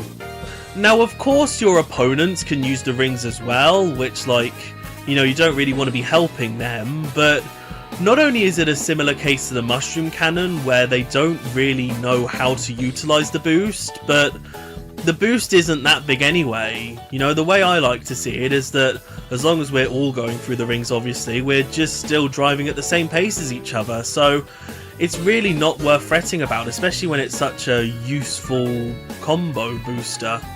But to be fair, there is something extra sweet about getting to use an opponent's rings, because When they throw them out from behind you and they're moving forwards towards their position, if they hit you from behind, you get the boost and the points from them. So you basically get to use them twice, which like obviously has way more benefits than just getting to use them once. So yeah, there's really no negatives to the dash ring in my opinion, apart from the fact that it has no real offensive or defensive capabilities. And of course it has one of the best frenzies since you're throwing so many out in front of you. Of course, since you're invincible, you may have to swing out of the way to hit an opponent, which will mean that you hit less of the rings, but still, just hitting a couple will make it feel completely worth it. As for the other new special item, we have the awe-inspiring coin box, the undisputed best item in the game. All it does is throw a good couple dozen coins onto the course straight in front of you for you to pick up and rack up the combo. It is by far the easiest point generator in the game. Now, you're never going to be able to pick up every coin from it. Like, not only do they sometimes shoot out in diagonal directions that aren't worth weaving towards, but if you're approaching a corner and take it a bit late, several coins will scatter into the off-road that you're not allowed to drive into. And if you're gliding, all of the coins drop directly downwards before you can grab them, so it is a touch situational in terms of the best time to use it, but you know, just like the dash ring, if you're on a boring straightaway, you won't have to worry about finding special ways to keep up your combo. Other similarities include not having any defensive capabilities, which, considering this is an item that you predominantly get in first place, means that you can easily get them alongside normal coins. And speaking from personal experience, I have had more than my fair share of rolling coin box, immediately followed by a red shell warning. But to be fair, if I am using the coin box when I get hit, it means that there'll be coins like 2 centimeters in front of me when I get moving again, so I don't have to worry about losing my combo, so it even has some utility there. But the other similarity is that your opponents can take advantage of it as well, which, unlike the rings that stick to the course for a while, the coins are of course one use only, meaning that if a CPU feels like randomly swerving in front of you, that's a good chunk of points just lost, which is always a shame. But of course you can take advantage when an opponent uses a coin box, especially if you have a boomerang on hand. It is daylight bloody robbery. Like, you'll get more coins doing that than if you use a coin box yourself, which is just mad. Although, of course, you do have to make sure that you have a boomerang while your opponent happens to get a coin box. So it's not all that common of an occurrence, but still, when it does happen, it is an incredible feeling. And that quite neatly brings me to my last point, which is that presumably due to the sheer number of items that are spawned at once, the total number of coin boxes allowed at any time is 1, meaning that if you and a couple other opponents who can also get coin box go through an item set and one of them gets a coin box, no one else can get another until they've used that one, which can take a bit of time given how slow some of these CPUs can act with their items. So an actual strategy some people use when selecting a coin boxer is, when entering the race, to look over the opponent list, and if any of them can also get coin box, they'll quit out and re-enter the race and keep doing that until they're the only coin boxer, which is a bit drastic of a measure considering that it obviously doesn't guarantee you'll get more coin boxes, but still, you know, just like everything else, if it helps, it helps. But anyway, let's get into the characters, which I'm probably going to somehow spend less time talking about than the 2 brand new items, but still, you know, it'll be fun. So let's start with Baby Rosalina, everyone's favourite, but you know, once again, she was an 8, she can be dragged and dropped, she's utterly harmless here, so why not? And her having consistency with the other princesses and getting the bubble as well is quite interesting, considering that the adult version, that I don't think is much of a spoiler to say is introduced here as well, does not have the same item as the other adult princesses. But interestingly, in the beta, she had the boomerang, which would have matched her up with the boys. But I don't think there was meant to be any real symbolism to that. They probably just gave it to her because it matches her predominant use of blue. Iggy is back and is our first of the 7 Koopalings, entirely because they're listed in alphabetical order in this game, which is nice, and I think the triple shells fit him well because they're green. Larry is back. His boomerang similarly colour matches him quite well, definitely better than the triple bananas he had back in the beta. Lemmy is back. The bubble is a very good fit for him because his main attack as a boss is of course all those giant bouncy balls, and you know, bubbles are also spherical. Although the triple bananas he had in the beta would have colour matched him very well. Ludwig is back. His dash rings very much colour match him, as well as match the fact that during his boss fights in the platformers he'll often throw out 3 balls of magic. It definitely matches way better than the double bob-ombs he had in the beta. Morton is back! The giant banana I suppose fits because Morton is the most giant Koopaling, so I suppose it fits that his banana is as well. At least I can sort of understand it, unlike him having triple green shells in the beta. Roy is back! The double bob-ombs feel like a good fit for him because their black spherical shape very much matches with his sunglasses. And Wendy is back. Obviously having the heart because, you know, she's the girly girl of the Koopalings. Moving on to the supers, we have Rosalina, who I really never get tired of seeing, no matter how much of a mainstay she is at this point. It really feels like the dash rings were specifically made for her here. Although, to be fair, she did have Boomerang in the beta, which again makes sense due to her overwhelming blueness. And she was also actually a high-end in the beta, which, even though I do really adore her, does feel a bit weird, like she very much slips into the super category here. Lakitu is back. Like, even if he wasn't in 8, I do think he would have been popped into this game eventually, because he feels like a mainstay at this point. You know, there's probably a reason he's already been confirmed for Mario Kart 9 on Switch too. It does feel a bit cheeky though that he's been popped in with the super characters. Like, to me he's always felt on the same level as Koopa Troopa, Dry Bones or Shy Guy, but I guess they're trying to pose him here as a more premium Koopa Troopa, which, like, yeah, he's wearing goggles and his artwork depicts him in a fun looking cloud, but apart from that I don't really know what sets him apart that much to be worthy of being a super character. But oh well, it's good that at least one minion gets to be up here, and of course the triple shells make perfect sense for him. Bowser Jr. quite rightfully gets to be added in alongside the Koopalings this time. Although again, it is quite fascinating that Bowser Jr. is the one who gets to be a super character while all of the Koopalings are just normal. Like, they all feel on the same level to me. Like, just because Bowser Jr. is a singular entity and the Koopalings are 7 characters that feel like one entity, you know? It just feels like the Koopalings were made normal to pad out that selection easily, rather than having to think of individuals to go in there. So I guess it makes sense, and Bowser Jr. definitely deserves to be a league above them, but still, you know. And obviously he gets Bowser Shell, just like in Double Dash. Wario feels like he's only being added in now because they wanted specifically 20 characters in the New York tour. Like, he really sticks out amongst this sea of turtles and Rosalinas, but, you know, he was going to be added anyway, so I guess this was the best point. And of course he gets the upgraded version of his special item from Double Dash.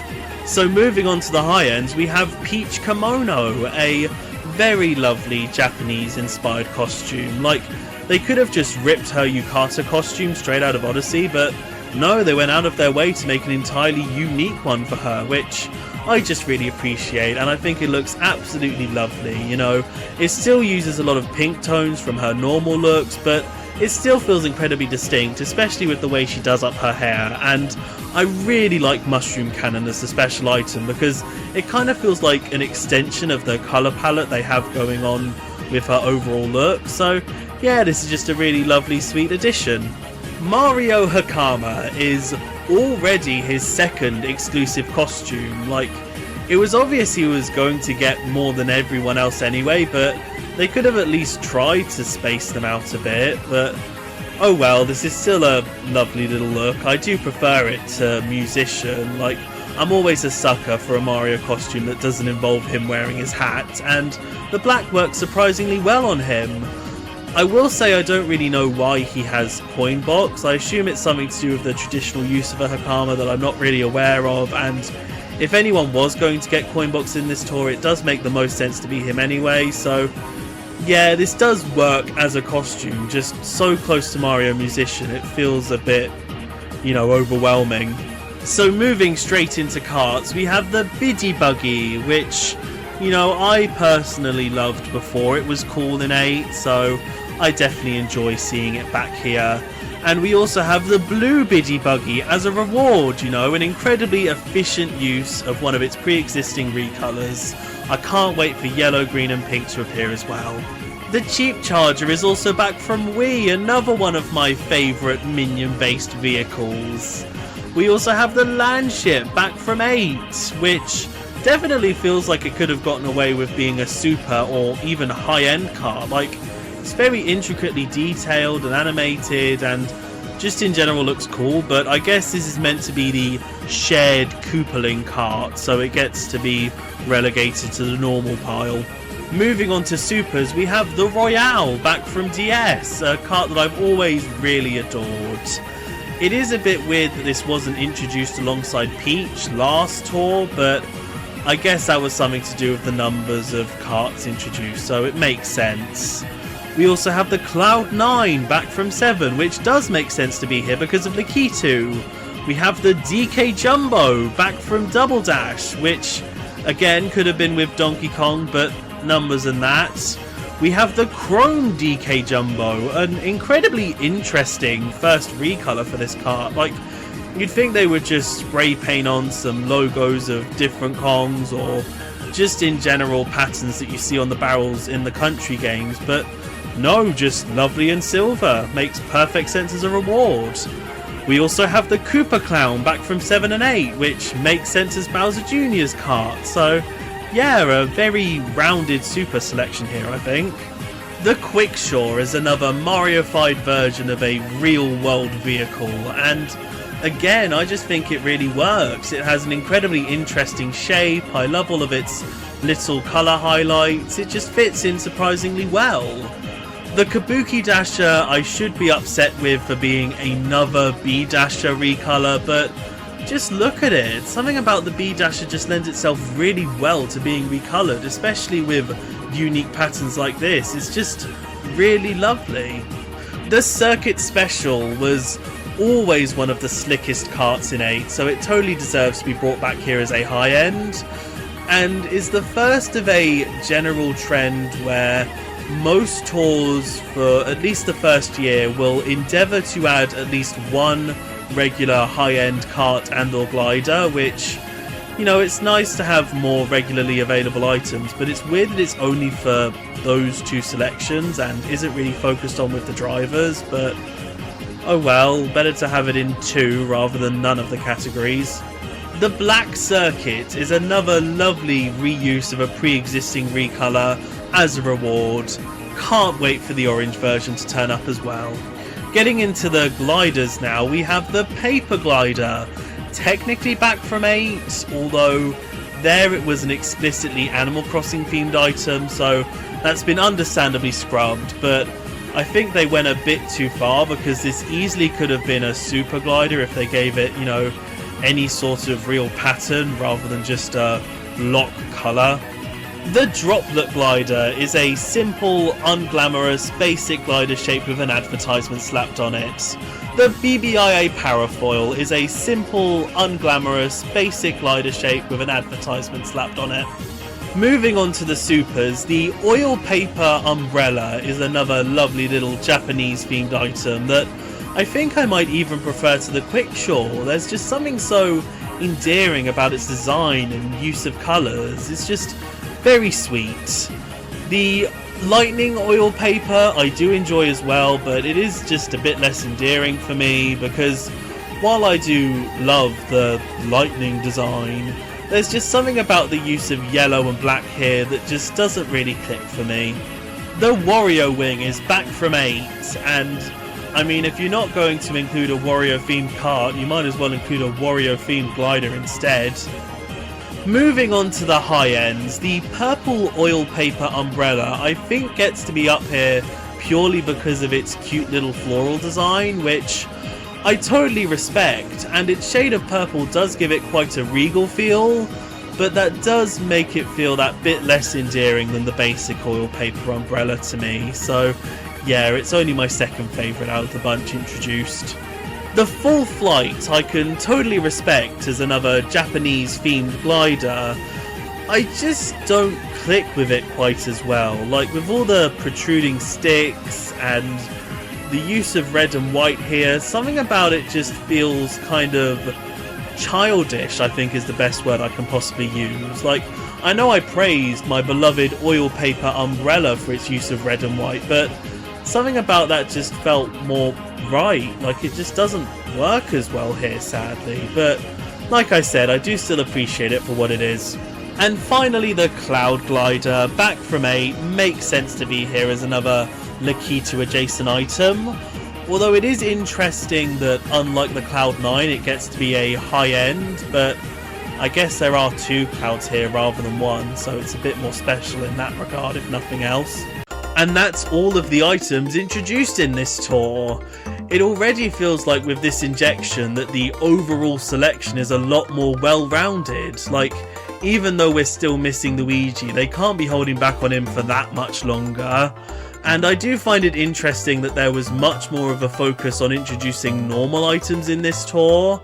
Like, they recognised that if there's going to be upwards of 70 normal items in each weekly pipe, they might as well try and make the pool as wide as possible to make collecting them somewhat varied. One thing to note about the items introduced in this tour generally is that only the normal items got added to the Daily Selects lineup, so you can only obtain the supers and high ends from pipes or maybe tour gifts, which is a bit stingy, and in fact the items added here are the last that will be added for a good while.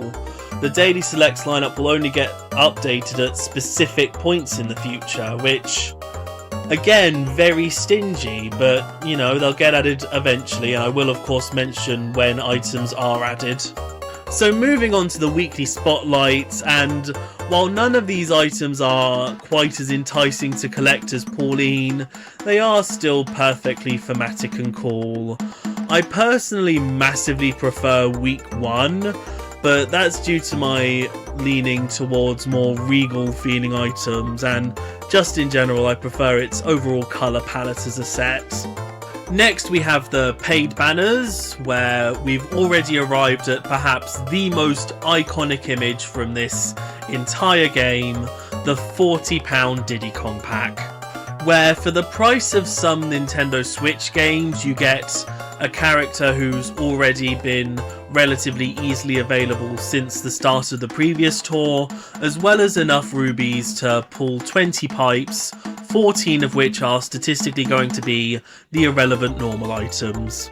The only possible defense I've seen people make for this is the fact that Diddy Kong is available elsewhere in the game for free, so you don't have to buy this pack just to get him, and that feels kind of irrelevant. Like, the main point here is that this pack is awful value for money no matter what position you're in the game, but the fact that it has a character that you're confirmed to get when you purchase this inherently makes it more predatory either way. So yeah, this is just utterly horrifyingly bad, and it's not even the last time that this exact kind of pack will appear. Like, £40 packs are here to stay, and while they do get incrementally technically better, we still have a bit to go before we get to that. But looking to the other banners here, we have the introduction of the value pack, which, yeah, it's certainly cheaper than the others. And to be fair, using the same principle as with the £20 packs, I would absolutely pay £2 for one kart park glider or character in a mainline game, but once again here, you could very easily be paying for a normal level boost ticket, which is still not even worth £2, even if it is alongside the 2-star tickets, which at most could give you 200 coins, and free item tickets, which is worth a total of 150 coins from the Daily Select. So yeah, I'd still never recommend getting this. It doesn't really pose that much value unless you are, of course, 5 rubies away from a multiple of 45. And as for the £20 banner, at least this one contains a character introduced in this tour, and unlike the Mario set from last time, this has 5-star tickets instead of 1, you know, really pumping up that value by 400 coins. But getting away from that, we have all of the new cups introduced in this tour, where the poor cows left out last time finally get to catch up, alongside all of the brand new characters, apart from more than half of the Koopalings, which makes sense because I feel like if near half of the cups with the Koopalings, that would feel incredibly overwhelming, so it's probably better to space them out. But one thing to generally note about the cups here is that in this tour's Peach Cup, the purple oil paper umbrella is part of the cup boosted set, and so is the full flight in the Peachette Cup, which is interesting because they obviously already get boosted by being a part of the weekly spotlight. So on the second or third course, they get guaranteed to be on the top shelf, which, you know, is nice. It's a extra tiny incentive to go out of your way to get these items if you really like to. So yeah, it's relatively harmless compared to a lot of the other tactics to get you to pull on the pipes. So yeah, that's everything for this tour. The last note that I have is that the menial ready set rocket start bonus challenge was used again here, which very much feels indicative of the fact that this is the second part of the game's launch. You know, it's meant to be just as much of a starting point for players as the previous tour, and yeah, I mean, it succeeded in pretty much copying the vibes of the last tour. So moving on, next we have the Halloween tour, the first seasonal based tour, and just in general, I'm really glad that they're willing to take more real-world inspiration than just the cities for this game. You know, there are so many spooky-themed areas, characters, and sub-series within the overall Mario universe, so this is just a really good opportunity to include some of that. And looking into the new tracks introduced, that opportunity certainly feels taken. Like, Luigi's Mansion for a lot of people is the definitive spooky track of the series, and Ghost Valley 1 is our first time retro of the game. Even though there's every chance it was just reverse engineered from SNES Ghost Valley 2 from Wii, you know, it still counts. You know, first time retro is a first time retro. Waluigi Pinball does stick out slightly here, but I think that's just a symptom of there only being 3 new tracks introduced this time. And to be fair, you know, there's never exactly a bad time to introduce Waluigi Pinball, and I do think overall this is my favourite version of it in the series. Like, all the sharp turns help you keep up a combo through drifting. There are the multiple split paths, like at the start, where you can either go for points from the dash panels or take the tighter turn to try and get ahead. And even the pinballs feel way more intuitive as hazards, because if you're in a frenzy, you're sort of incentivized to go straight at them to get points for making them bounce up in the air. So yeah, this version just works so brilliantly well. As for the dramatically increasing number of returning courses, you know, the main thing is that none of them are appearing for the 3rd consecutive tour in a row. because at that point they definitely start to feel stale, especially when there are plenty of courses that haven't returned from the New York tour. So yeah, a nice balanced bunch once again.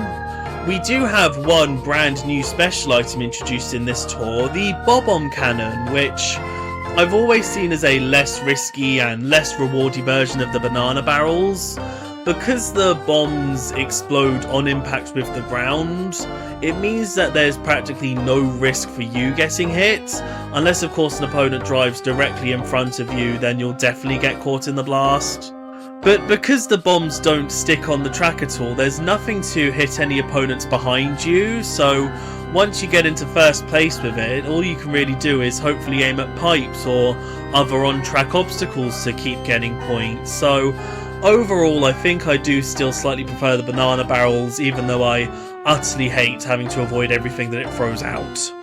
And its frenzy form is a bit interesting, because you think it would be like the mushroom cannon, where it just fires out bob-ombs at a generally increased rate, but no, it's more like the banana barrels, where it fires out a clump at the same rate as normal, meaning that there's basically just a wider explosion radius with every volley of bombs that you shoot out, which doesn't really feel as useful as it could possibly be, but still, you know, when you can get a good clump of drivers at once, it's always satisfying. Getting straight into the new characters, first up is Baby Luigi, who's always been my favourite out of the babies, and it's always nice to have him around, and his boomerang makes sense because it matches up with Baby Mario. So yeah, a completely harmless inclusion who just so happens to be the final normal driver to be introduced in the entire game. Like, I've always found it a real shame that no more were added, mainly because they're the most common item that you get out of a pipe, so it really is a case of the more the merrier to help it from feeling incredibly stale. But thinking about it, there aren't really any other characters that make sense to be normal rarity. Like, the ones that we have are all the least special characters that could be directly dragged and dropped from 8, so there aren't really any other good candidates to do that with. Like, if they were to introduce Baby Wario or Goomba, the mere fact that this would be their first playable Mario Kart appearances would inherently make them more enticing to collect, so to then just put them in the normal rarity would make them feel a lot less special and even newsworthy in some sense. Even with, like, reintroducing Paratrooper, this would still be his first Mario Kart appearance in over 15 years, and since we know that Lakitu gets to slip in as a super character, I definitely know that his wings would fly him into that rarity as well. The only other possible options from 8 are all of the different Shy Guy recolors, which, not to spoil too much, but when they get added, they're made super as well, which does also make sense since they're slightly more special versions of Shy Guy. So the only idea that I realistically think could work are simple shell recolors for Koopa Trooper, which I don't think would be super rarity due to other characters that are going to be introduced shortly. So yeah, that would only possibly account for about 3 extra normal characters, but still, when you've been collecting enough duplicates of the same 15 characters for long enough, any extra amount makes the pool feel a lot wider. But yeah, in terms of wholly unique normal drivers, we really have hit the limit, you know, no point getting too upset about it, so let's crack on with the supers. On to the super characters. Luigi is finally here. Like, yeah, this is the most thematic of the 3 tours so far for him to be introduced in, but that doesn't take away from the fact that he is the player 2 of the entire Mario franchise and absolutely should have been included from launch. Oh, and Fire Flower of course makes sense because it's the evolution of his special item from Double Dash. Waluigi is also finally here, which, like, yeah, he's not quite as much of a mainstay as Luigi, but still, you know, he's fully iconic at this point and really should have been added earlier, but oh well, I guess because of the Luigi connection he only gets to be added here. And again, his special item is very standard, just the upgraded version of what he had in Double Dash. King Boo is also back, and while he is pretty much a mainstay in Mario Kart at this point, still, he does feel like a more special edition than everyone else in this tour so far, and in fact he was a high-end character in the beta. Although he didn't have an item as good as Lucky 7, he only had the double bob-ombs back then, which, like, the Lucky 7 makes a lot more sense for him because it feels kind of like a reference to Double Dash where he could get any one special item, so here he can get a load of items at once, you know, it feels vaguely right. And moving on to the high-end characters, we have Rosalina Halloween, an utterly amazing look for a character who I really didn't think would get a costume this relatively early on, but it totally works. Like, yeah, her star wand is an aspect of her character that feels like it's been slowly dropped over the years. Like, the last time it was really relevant was in Mario Sports Superstars' Golf mode, which was a copy of World Tour from a few. But anyway, the star wand makes sense for her to be a witch, and it is a bit of a shame that she has the same special item as her main costume, but again, star wand, star-shaped item, it does add up.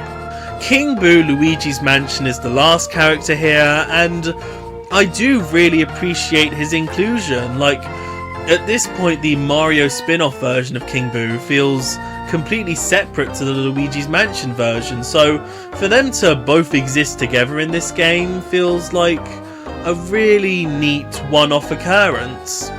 It's just a shame that I really don't like this design as much. Like, it very much feels like it's supposed to be a part of a separate game, and to chuck it in here, he feels really out of place, and just in general, I find it to be quite an unsettling look for him in both intended and unintended ways, but like I said, he's totally earned his spot, and he's the first Bob-omb Cannon character, so that's nice.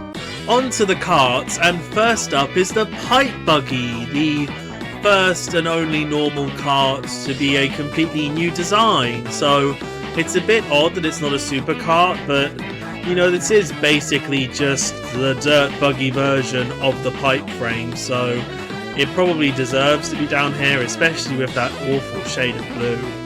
The Warship is a gorgeous, decrepit recolor of the Land Ship, which even more so deserves to be a super kart, but you know, they've been consistently sprinkling in these normal rarity gold gifts so far, so I guess that's enough of a reason to keep it down here. On to the superkarts, we have the Poltergust 4000, always one of my favourites from DS, so I'm glad it had such a lovely thematic reason to be brought back. The Dark Clown is a real dark and messed up version of the Koopa Clown that I'm glad exists just for its premise alone. On to the high ends, we have the Bumblebee, the first non-8 returning kart to be in this rarity, and it totally deserves it. This was always my absolute favourite in 7, and I'm so glad it's getting the respect it deserves here. And the Queen Bee is a lovely inverted recolor that gets to be a gold gift as well, so double the love for this lovely little kart. The Trickster is the first new high-end kart in this game that really feels like it's plucked straight out of a mainline game. Like, this is just Halloween on 4 wheels with a beautiful colour scheme. I utterly adore this kart. The Ghost Ride I like quite a bit less. Like, it very much just feels like a hearse and doesn't really have much of its own personality in my opinion, but you know, it is still very Halloween-y. On to the gliders, the Piranha Plant Parafoil is yet another basic shaped glider with an advertisement slapped on it in normal rarity, but you know, I at least very much like the colour scheme on this one. Straight onto the supers, we have the Waluigi wing, very much a pastiche on the Wario wing, but it sort of misses the point of that glider. Like, the Wario wing just took like aspects of Wario's face and perfectly made them fit onto the shape of the glider, but this just sort of has Waluigi's face in general on the exact same shape as the Wario wing, and it just doesn't work quite as well, but I at least get what they were going for. Moving on to the high ends, the Rainy Balloons are the first of many upcoming gorgeous thematic recolours of the cloud balloons, and while this one definitely isn't my favourite, just because I'm not the biggest fan of its colour scheme, it totally makes sense to be here. You know, if they were going to do a Halloween-themed recolour of any glider, this makes the absolute most sense. And the Wicked Wings, while not like the most inspired glider in my opinion, you know, you just sort of rip the wings off a gargoyle, colour them a nice shade of purple, and that's it, you know. They're still a good new design overall and make sense to be tour exclusive. And that's all of the new items for this tour. The totals are definitely getting a lot lower at this point, but to be fair, with the characters alone, we've now gotten all of the non-clone, non-crossover picks from 8 Deluxe, so we're definitely exiting the game's launch period where all of the really basic choices have been thrown in to create a solid basis to get out of all of the pipes as your normal and super fare. Onto the spotlights, and as you can imagine, I massively prefer week 1, but to be fair, it feels like you could put these karts and gliders next to either of the 2 drivers and it'd make just as much sense. You know, they're not really specifically tied down to either of them, so I'm even more glad they put them in the order that they did, making sure that all the good items go first, I guess. But there's no need to worry about feeling like you're missing out on the rainy balloons by only focusing on the first week's pipe, because now each week's spotlights are available in the opposite week's pipes as regular high ends. It's very much one of those things that should have been in the game from launch, but better late than never, I guess. And to be fair, it does help each pipe selection of items feel that little bit more thematic, even though you do only have a 1 in 4 or 500 chance of getting the opposite week spotlight item within a set of 100 pipe pulls. But still, you know, it's definitely something that should be available anyway. On to the paid banners, and while I do massively prefer the use of artistic little screenshots on the images for the bigger packs, that's really the only positive I have for them. Like, the Donkey Kong pack is even less valuable than the Diddy Kong pack last tour because you've now had 3 tours to collect Donkey Kong. Like, it almost comes across as a cry for help from the developers, just desperately wanting people to not buy these. Next, we have a new type of bonus challenge, the time trial, which, like, I don't think was necessarily missing from the first 2 tours, but, like, if they were going to add one of the main modes of every mainline Mario Kart game, you think that would have been a part of the first tour, but oh well, it's here now. And to be fair, since this game is kind of on rails, it makes pretty much any time you get feel arbitrary because there's no real techniques to help you shave off time. Like, you do always start with 2 mushrooms, which means you can get a good couple grass cuts in, but still, you know, I think even the game acknowledges how little point there is to going for your best time, because even if you just use the mushrooms at the start, sort of sequentially as soon as each of their boosts have finished, you'll still get the 3 grand stars anyway, so it is nice to have, but it doesn't really add all that much to the game. The most notable thing about it here is that the course that's used for it is Toad Circuit, which isn't available as a normal racetrack, so, you know, that's fun. So lastly, we have the new cups, which are for all of the new and unique characters introduced, as well as catching up with a couple of the Koopalings. So it's very much clear at this point that they want these cups introduced as reasonably quick as possible. And we do have another extra cup boosted spotlight item. This time the Wicked Wings are boosted in the King Boo Cup, so that's once again just sort of nice. But let's get moving straight on. All of these scary vibes are really giving me the creeps. Let's go to somewhere much nicer, like Paris. It does feel like this could have been the 3rd tour if Halloween wasn't in the way, but still, I'm glad that these new city tracks are generally being treated as a priority since, you know, as new tracks, they are the most interesting additions possible. But anyway, we do have a couple updates to get through. On November 17th, version 1.2.0 released with some small additions like adding a new menu to view all the tickets you've collected, and now you get some bonus points for finishing a race while in frenzy mode, so it's not as much of a waste when you get a frenzy from the last item set like 2 meters away from the finish. But the main change here is that a drift button has been added to the bottom of the screen, which basically works exactly like the R button in a mainline game, where it hops you up and then it'll hold your drift while you can keep turning.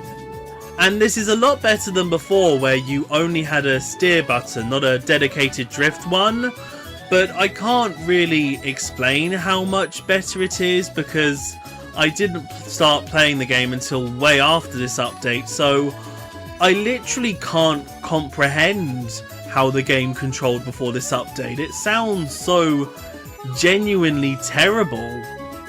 It's why I was so relaxed talking about how the game controls at the start, because I genuinely don't know how to articulate how unplayable it was within the first 6 weeks, because I never got any experience of it. So yeah, let's just be glad that this was an update on the 4th tour and not the 54th tour or something.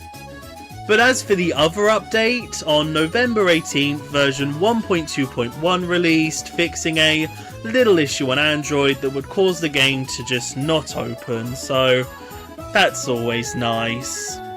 God, I'm feeling a bit melancholic after going through those updates. I really hope I'm not coming down with Paris syndrome. Let's just start looking at all the new stuff. And getting into the new courses, yeah, Paris Promenade is definitely the standout here. While it has kind of the same layout as Tokyo Blur, it does so much more with it. You have a gliding section, you go underneath the Eiffel Tower, you have to avoid a piranha plant. It just feels so much more fleshed out than either of the previous city courses.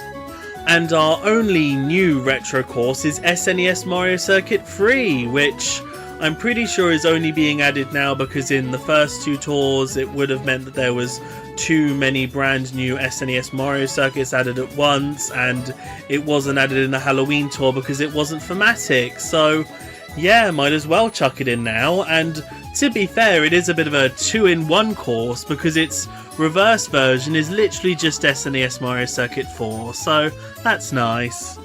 As for the returning courses, while it's fair enough that Waluigi Pinball and Luigi's Mansion reappear straight after their introduction, it is a bit off that Dino Dino Jungle and Bowser Castle 1 are back again as well, because at this point there are enough courses for every other returning course to be on their first reappearance, you know?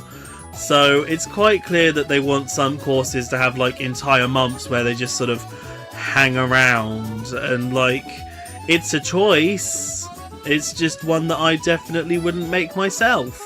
Skipping straight to the new characters, because this is the first tour with no new special items, we have Toad Pit Crew, the first brand new super rarity costume. So that's nice that they're willing to put some new stuff into the super rarity, and yeah, this makes total sense for it. This is a look for Toad that's constantly seen throughout Mario Kart 8 on the sideline, so it makes sense to reuse some more assets to squeeze out another costume like this. And since this lovely shade of blue wasn't the only colour of Pit Crew Toad seen in 8, even without any hindsight, I did immediately hope that there were a series of recolours for this costume scheduled for the future, just like how the different colours of Yoshi and Shy Guy from 8 were hopefully likely to appear. Oh, and the boomerang makes sense for him because blue. Anyway, moving on to the high ends, we have Peach Vacation, the first city-themed driver to not feel specifically related to its city.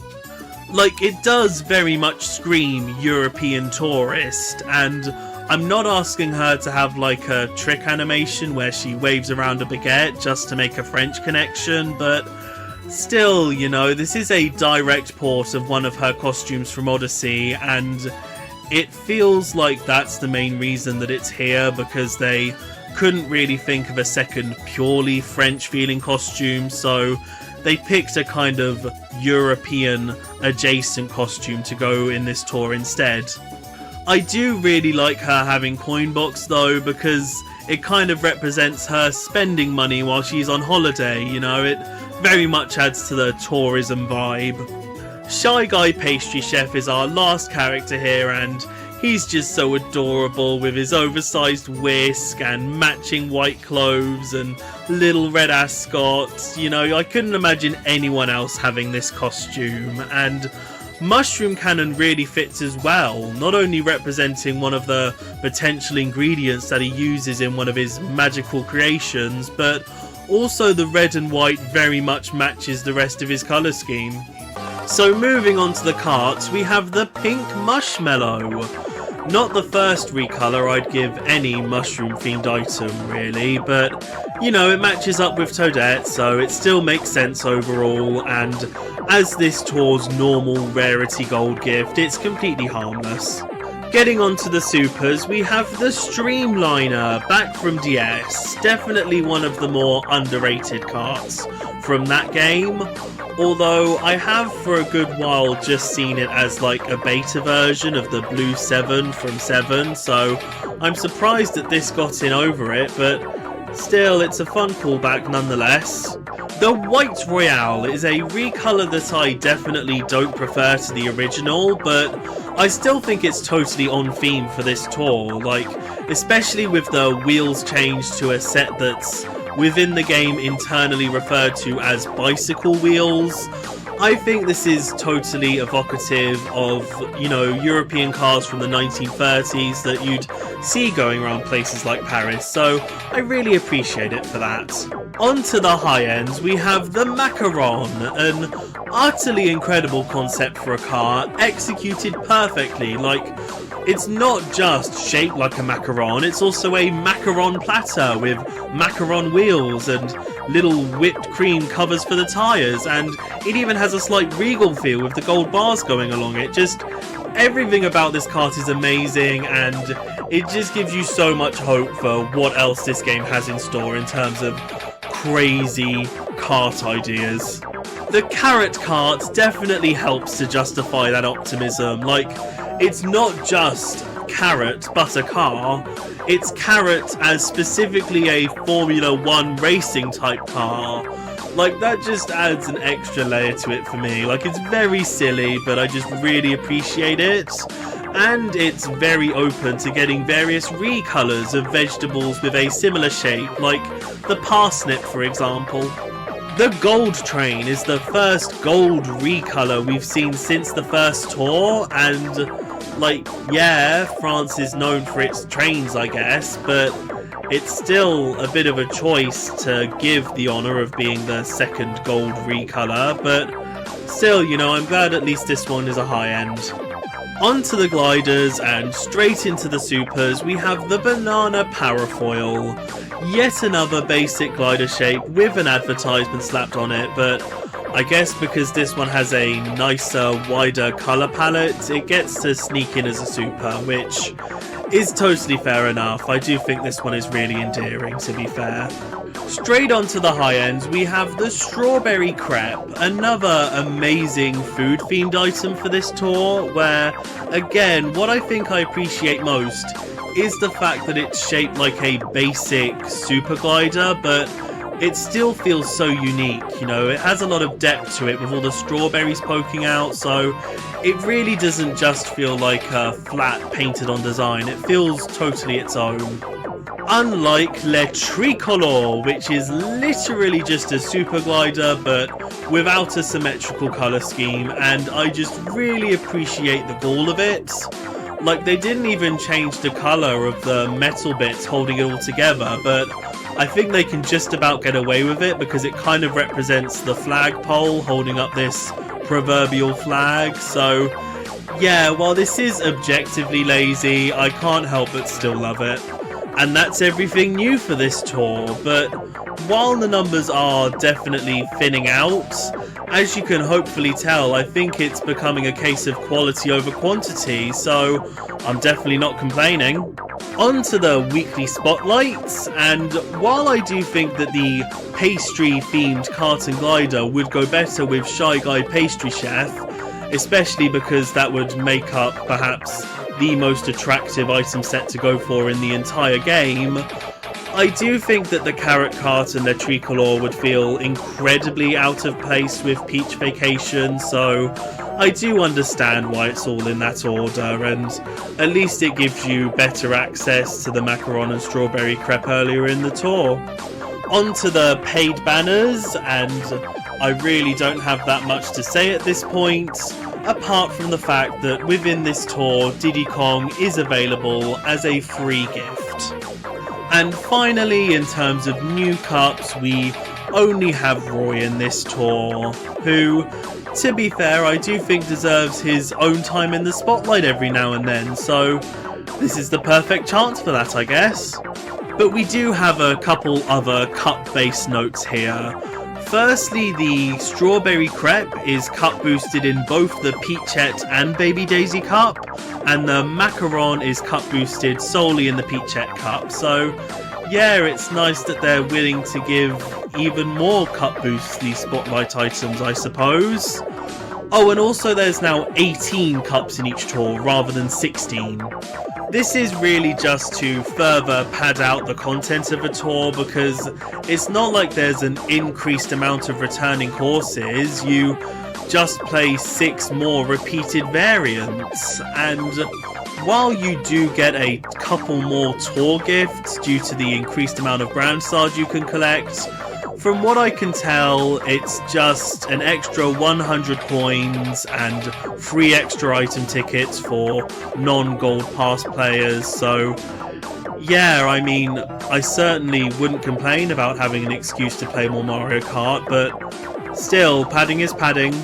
And that's a bit of a dour note to be leaving this tour on, but you know, it doesn't take away from the fact that I loved pretty much everything else that was introduced here, so yeah, let's move on to the Winter Tour.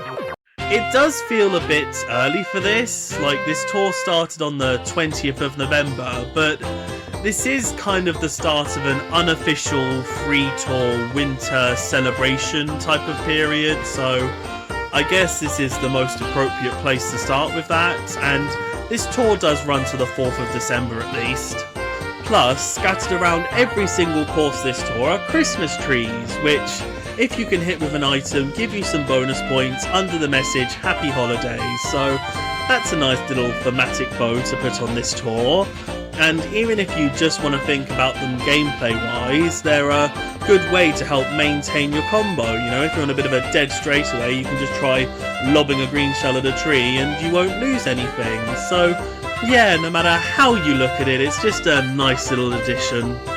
So let's get straight into the new courses, because we have the start of something quite fun here with the addition of RT variants for already introduced retro tracks.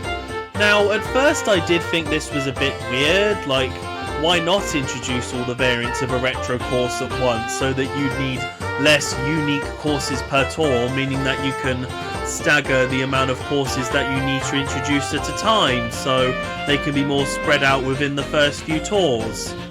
But now I definitely think that the way they did it is better, because it just gives a harmless way to introduce all the variants of a course at separate times, so it kind of feels like a staggered release, but in a good way, because you get to treat it as a new course multiple times in a sense, which I just like. You know, that just feels like a nice thing to have.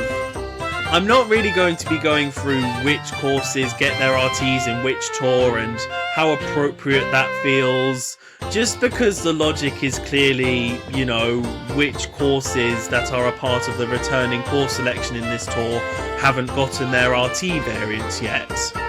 But I will say that one SNES course and 2 3DS courses does somehow feel like quite an accurate representation of the overall retro course selection so far, so that's nice. But as for the main star of the new courses here, we have DS DK Pass, which has always been one of my favourite wintry tracks in the series, and even though it's probably only here because it could be easily dragged and dropped from 7, I'm glad it gets time in the spotlight like this nonetheless. And it does help that it plays well in this game, like similarly to Waluigi Pinball, all of its turns are good for keeping up the combo with drifts, and it's fun to get a frenzy and plow through all the snowballs for extra points. But on top of that, it has a more engaging glider section and a good couple of corner cuts, one of which still includes the hidden item box that it had in its DS and 7 versions. Now, in this game you're not guaranteed to get mushrooms and stars from it, which is fair enough, but still, you know, it's an extra item box, it's always worth going for. Even if you don't have a mushroom for the off-road, like, still just go and grab it, you could get a nice frenzy from it. And even better, the hidden item box is included in all 3 of the course's variants, and is worth going for in all of them, to be honest, so it's a nice little attention to detail that feels like it plays an even bigger part in this version of the course.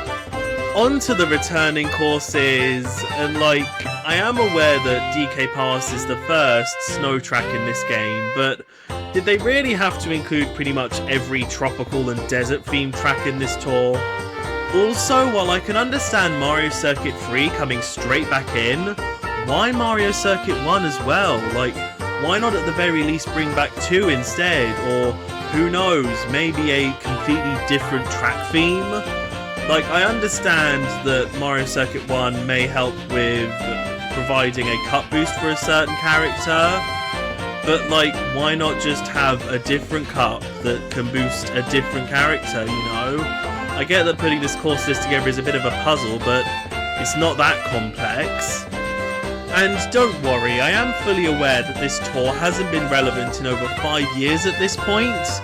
It's just the smallest issues that always perplex me the most. Like, at least one person willingly chose to put Mario Circuit 1 in back-to-back tours like this, and I'm inherently fascinated by that sort of thing, to be honest, so I always think it's worth mentioning. But anyway, the other thing that I wanted to talk about with this is that little bastard Cheap Lagoon right there. Its normal variant appears in the first week's Ranked Cup, for the 2nd tour in a row. Like, again, this is what I mean by willingly made decisions. Like, the Ranked Cup variants are the ones that you'll play way more than any other during the course of a tour. So to have such an obvious sense of repetitiveness to it when there are so many other variants here that haven't had a single chance to be in ranked mode yet, it's just so odd. But anyway, let's get on to actually important things, like all of the brand new items. Starting with Black Shy Guy, fully confirming that all of the colour variants from 8 Deluxe are perfectly eligible to appear here. Although it must be said, in a tour focused around a snow-themed track, I can't help but think that White Shy Guy might have been more appropriate to add here. Like, it might be because Pastry Chef Shy Guy is also a White Shy Guy, so it might have been a bit too much White Shy Guy-age back to back, so they went with the only other colour of Shy Guy to have a predominantly white feature, but still, you know, it is a bit of an odd first choice, if I must say, and I hope this doesn't come across too bad out of context.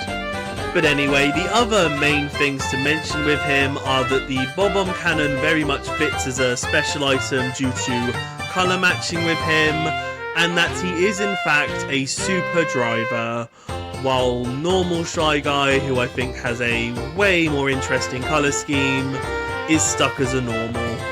But moving on to the high ends, we have Mario Santa, another obvious drag and drop of a Thematic Odyssey costume, but like, I really couldn't imagine any other being in this tour, and I am happy that it's here, even though I think Fire Flower is a bit of a disappointing special item, since, you know, we already have a high-end Mario costume that has Fire Flower, let alone the original having it, but again, I can't think of that much that would feel more appropriate for him. Like, maybe dash rings only because of, his sleigh being pulled by reindeer and one of them's called Dasher. But anyway, Pink Gold Peach is back! Everyone's favourite!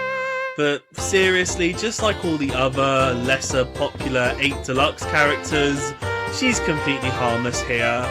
Although it is interesting that she gets to be a tour exclusive character. It's almost like an admission that they didn't have any other proper winter themed characters to put in this tour, so they just thought like, oh, Pink Gold Peach is probably obsessed with jewellery and that's a common gift for Christmas, and she can have coin box because she's gold and she can spit out gold, like how you get cash as a present at Christmas and all sorts of things like that. Although there is quite an obvious other character they could have put here with Super Kong from Donkey Kong Country Returns, Not only is he an easy recolor of Donkey Kong, but, he looks a bit like a Yeti, the kind of creature that you'd find in DK Past, presumably. Like, that would make total sense, and the more I think about it, the more shocked I am that they didn't go for it and just put Pink Gold Peach in as an extra regular high-end character. But we got what we got, and to be fair, I do find it quite funny that they willingly gave a sense of exclusivity to by far the most hated Mario Kart character in the entire series. On to the karts, we have the green Cheap Charger, an inevitable but nonetheless satisfying first recolor of this kart that doesn't really fit in with the winter theme, but it matches up with about half the tracks in this tour anyway. One other thing to note with it though is that it's classed amongst the villain karts, which obviously makes total sense, apart from the fact that the original is classed among the hero karts. So yeah, that's another interesting little oversight, to me at least. Straight on to the supers, we have the Zucchini, another one from Seven's non-stop banger kart selection. Once again, it's a green kart that doesn't really feel like it fits in with the theme of this tour, but I'll let it slide. Some people probably enjoy zucchinis as a comfort food during winter or something. And on to the high ends, we have the Cheermellow, the first recolor, or in this case retexture of a kart to be in a higher rarity than its original. And this one took me a really long time to just sort of understand what the point of it is. Like, when you think wintry vehicles, you think of a sleigh or a snowmobile, but no, just metal mushroom. But I think I get it now. It kind of represents a toad house that's been snowed on, and when you sit a character inside it, it sort of looks like they're entering from the top, like Santa going down the chimney. It might be a bit of a disparate connection, but still, it's the best one I can think of. Like, it's a really good design for a kart overall, I just sadly don't really know why it exists.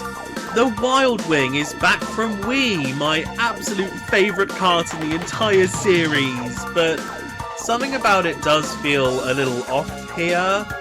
Like, the vehicles that were meant to be pastiches of real-world cars in Wii very much look the part, but I feel like that's been taken away here. It looks a lot more cartoony and therefore less satisfying. Like, especially its colours are a lot less shiny and more plasticky. So yeah, I'm glad it's back. I just wish it looked more like how it did before. The Radish Rider is already showing off the near limitless potential of the Carrot Kart, and while orange is my absolute favourite colour, so I can't possibly prefer this lovely shade of purple, the Cyber Slick tyres from 8 do give it a much more cohesive look. And similarly to the Zucchini, I assume that the Radish is a winter warmer for some people, so it manages to fit in with the winter theme.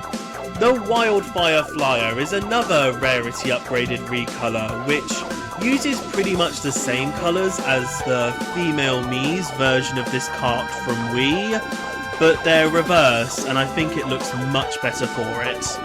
I will say this is pretty much the only time a recolor of a kart from Wii actually uses one of its recolors from Wii.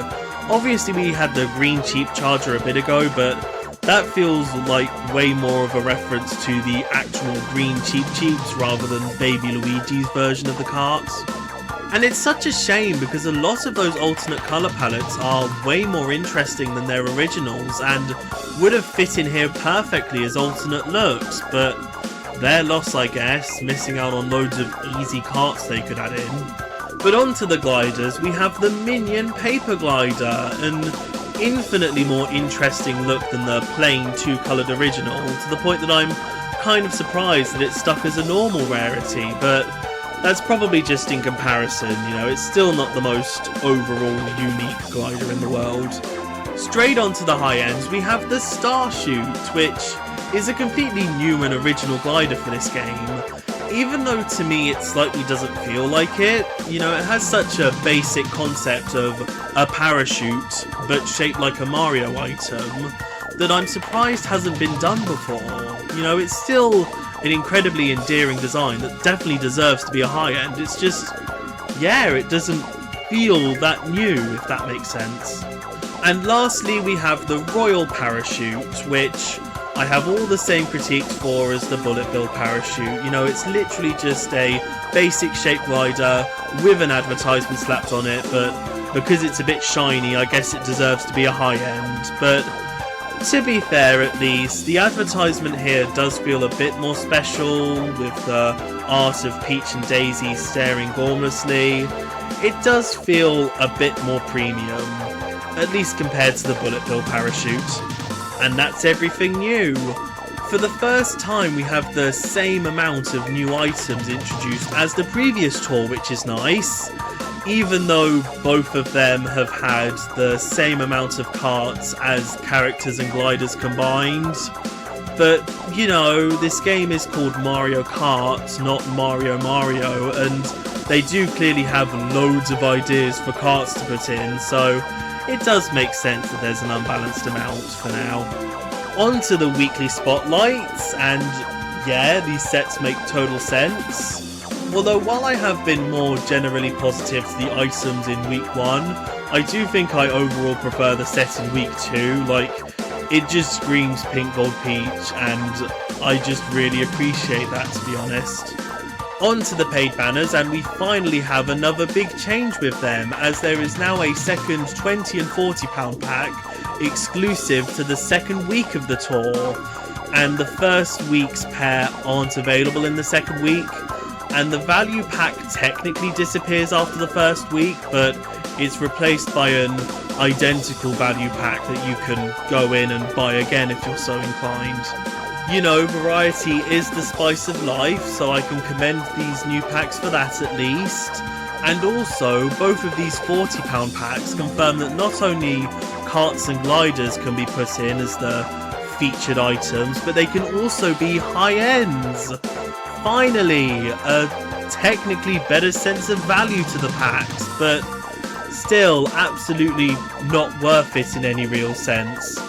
And finally, the only new cup here is for Iggy, which is nice. But anyway, we do have a couple more interesting notes in terms of cup boosted spotlight items. In the Lakitu Cup, the rainy balloons have been boosted. In the King Boo Cup, the Ghost Ride and Wicked Wings have been boosted. And in the Peachette Cup, the Strawberry Crepe has been boosted. So yeah, it's nice to know that spotlights from previous tours are eligible to be cup boosted in ones that they're unavailable in, you know. It feels like a nice little bonus for people who went out of their way to collect them. This is going to be the last time I mention all of these additional cup boosts, because this is really the last major development with them. I just wanted to point out how these extra cup boosts were introduced over a series of tours, and yeah, this is the natural climax of that.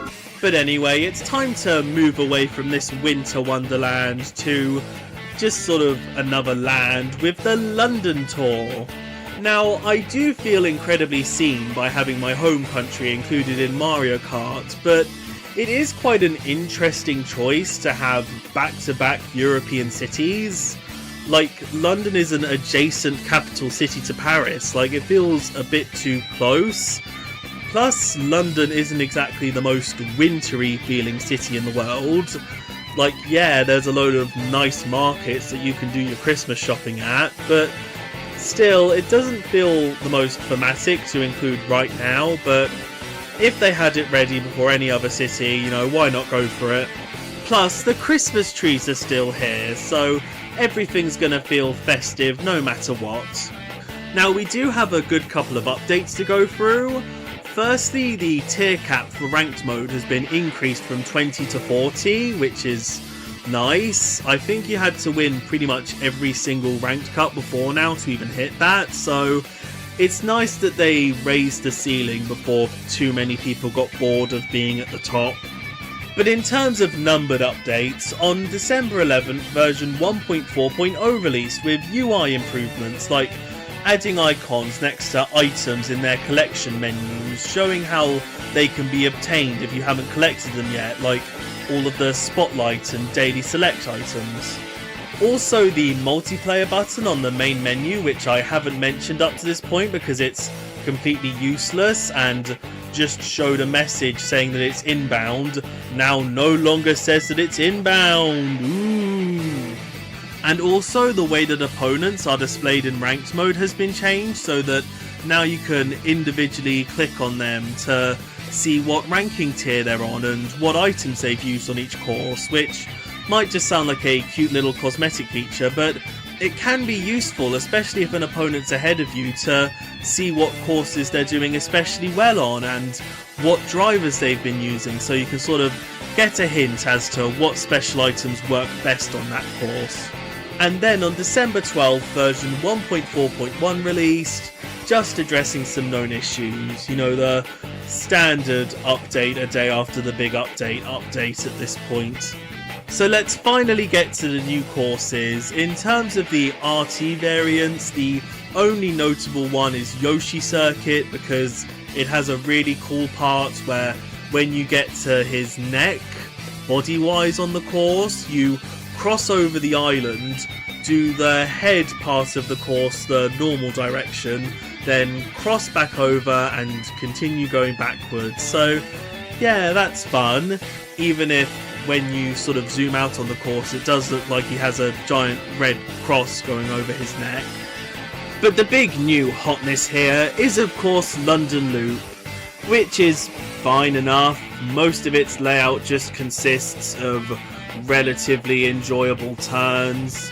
The most interesting parts are near the end, where even though it's a bit been there done that, there's a park section with a chain chomp, and then you go over a bridge which sometimes lifts up to get a trick off of. So yeah, there are some fun elements to it, and I do overall think it's quite a harmless city course, but a lot of it is just roads with interesting landmarks, so not the most interesting, you know, Mario Kart course overall.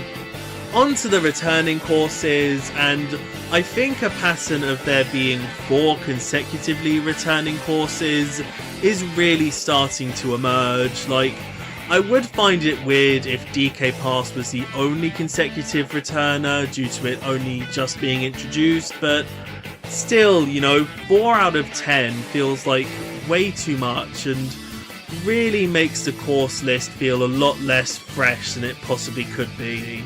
But anyway, let's talk about all the fresh new items, starting with a fresh new special item, the Triple Banana, which at first I was a bit confused as to why it needed to be here alongside the Giant Banana, especially being introduced a good few tours away from the launch of the game, but I do think it has different benefits to the Giant Banana that make it feel distinct.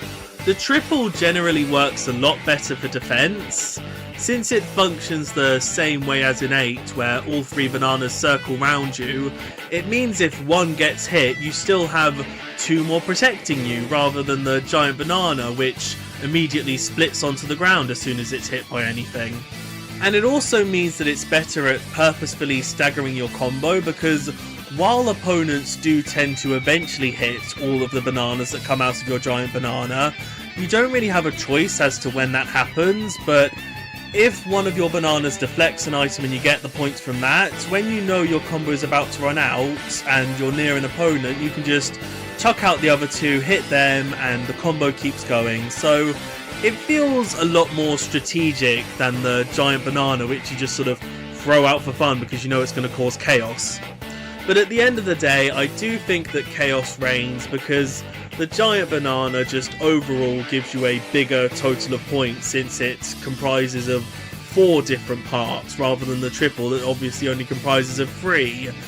And since it does have to be a one-tap item, similarly to the double bob-ombs, which don't really have the sort of spread that you want them to, the triple bananas do come out a bit close to each other, so it is perfectly possible for an opponent to run into 2 at once, meaning that you only get credit for the one that they actually properly slipped up on. And also its frenzy is quite terrible.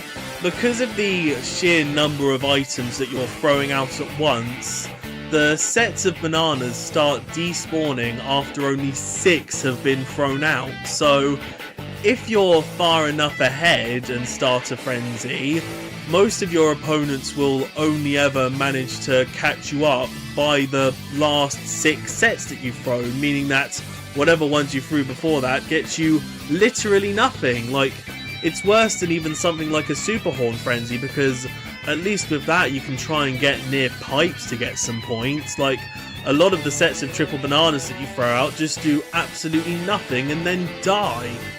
But anyway, let's get into the new characters, starting with Red Koopa Free Running, another simple yet effective super rarity costume for a beloved little guy. Like, I don't even think this needed to be dragged and dropped in from Odyssey. They literally just modelled a backwards cap onto the normal Koopa Trooper and called it a day. But, you know, it's an actual reference to a real thing in Mario, so why not go for it? It's more interesting than just normal shell recolours for Koopa Trooper. And I really like that they added in the red roving racer first, just to make sure it's properly distinct from the Koopa Trooper that we already have. Although, to be fair, textures for the green roving racer were found in the game starting in this tour, so it's nice to know that the other members of the gang are coming down the pipeline as well. And of course, the fire flower makes total sense because red. So moving on to the high ends, we have Daisy Holiday Cheer, another lovely red look. This costume just does a really good job of feeling festive without needing to be too specific. Like, this could have been a Mrs. Claus look, but no, it's just the sort of thing you'd wear to a cozy Christmas party, maybe. And I really like that Daisy got this costume, not just because she's the only princess to not have one yet, but also because her orange hair matches really well with the red hat, so yeah, it's all lovely. And Lucky 7 makes sense not just because of the red connection, but also because, as you can see, a sort of theme with her is that she's carrying around gifts, and, you know, the Lucky 7 could represent an eclectic assortment of gifts that she's lugging about. Waluigi Bus Driver is certainly a quirky choice for a city-themed costume. Like, yeah, there's plenty of buses in London, but I'm not sure how many of them contain drivers covered in tartan like this, but it's still a fun look regardless of its context. And also, Waluigi getting a costume before Wario is an odd show of preference. Like, what is this, Mario Tennis Advance Tour? And also, Triple Banana is a weird choice for a special item. Like, I'm sure plenty of bus drivers enjoy bananas as a snack, and I can't really think of any items that would be more appropriate without having an even vaguer connection, but still, if this was the reason that Triple Banana was introduced to the game, I'm quite stunned. On to the carts, and first up is the birthday girl Rosalina, a satisfyingly inevitable recolor back from 7. I am kind of surprised they didn't go for the birthday girl Daisy, considering that she is a bit of a focus this tour, but you know, this one does have a sort of royal blue look to it that fits with London. On to the supers, we have the Parawing, back from Double Dash, and while this is clearly meant to just tie in with Red Koopa Free Running in general, it is kind of a soft confirmation that we're really just never getting Paratrooper in this game. And straight onto the high ends, we have the Ribbon Rider, which is basically just a zhuzhed up recolor of the birthday girl with a star stamped on the top, but what I like about it is that it very much feels like the birthday girl Daisy Holiday Cheer, you know? If she was for some reason a character in 7, this would have been the exact look her birthday girl had, so yeah, I really like it for that. The Double Decker is this tour's inevitable Mario Kartified real-world vehicle, and I do like the concept of this one, where you're sort of sat in the open top deck of a touring double-decker bus that goes around London, but with the way that the entirety of the bus is carved out for you to sit in, it does kind of look like you're driving around in a toy bus, at least compared to like the Yellow Taxi and the Quickshaw, where it felt like you were just driving in cartoonified versions of those exact vehicles. The Swift Jack is an amazing recolor, to me at least, because it has the exact same like paint, shape, patterns as the Wild Wing. It's just, if you paint them with the right colours, it looks strikingly similar to a Union Jack, and it's clear that at least one person on the development team noticed that and just went for it, and I think it came out amazing and looks way more interesting than even the original Wild Wing. The Red V-Dasher, on the other hand, I don't quite like as much. Like, it's literally just an inversion of the normal V-Dasher colours with blue tailpipes to give it more of a British feel. It's just something about this colour scheme just doesn't feel quite as slick, and therefore kind of feels like it misses the point of the V-Dasher, sadly.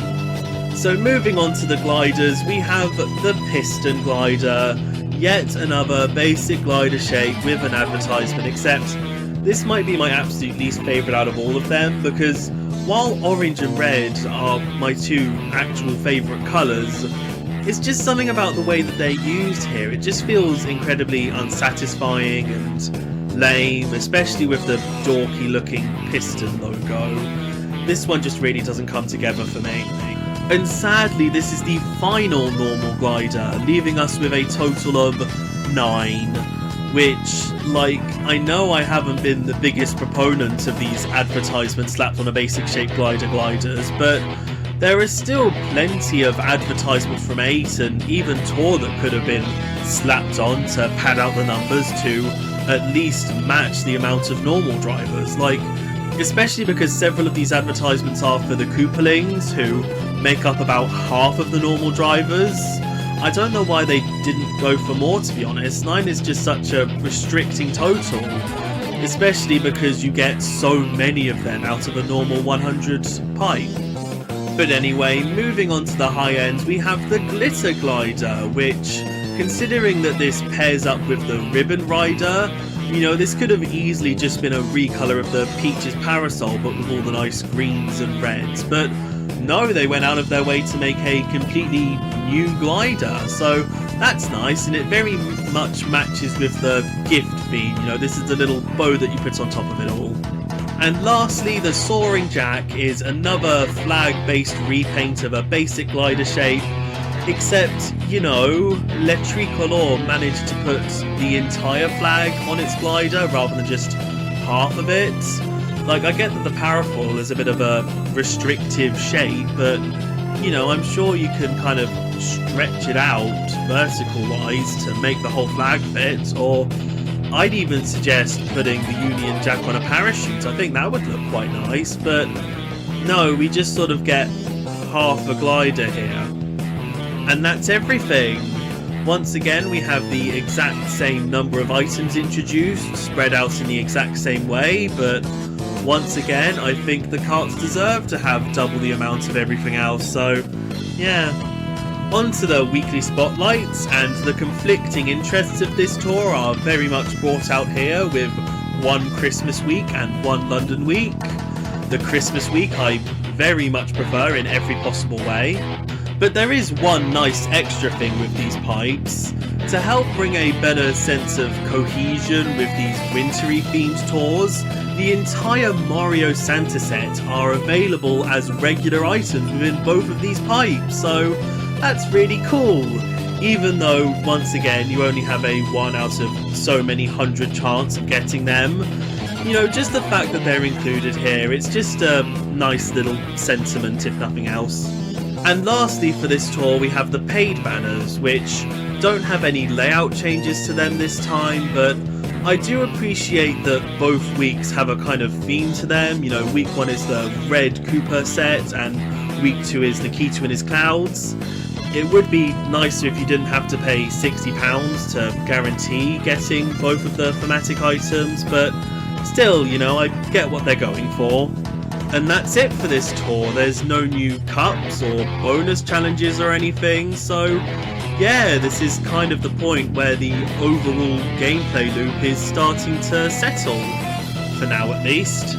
So yeah, let's depart from London and go on a holiday tour, which, like, when holiday is used in its actual context here to reference the Christmas period, because, you know, this tour does run over Christmas Day, it sort of feels like it could quite easily just be a synonym for winter, like the winter tour that we just had a month ago, but I think the overall vibes between the winter and holiday tour are different enough to justify them being so relatively close together, in my opinion. Because this tour much more represents the kind of party aspects to the holiday period, whereas the winter tour was more about the cozy and homely aspects of it.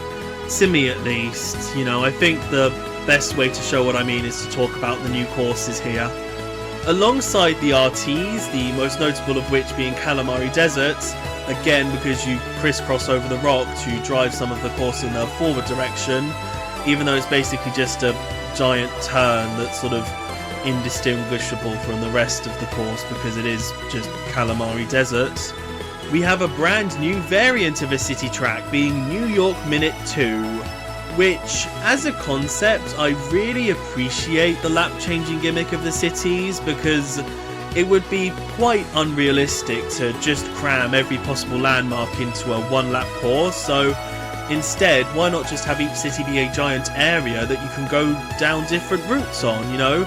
It's a perfectly reasonable way to have the city courses while still making them feel somewhat grounded.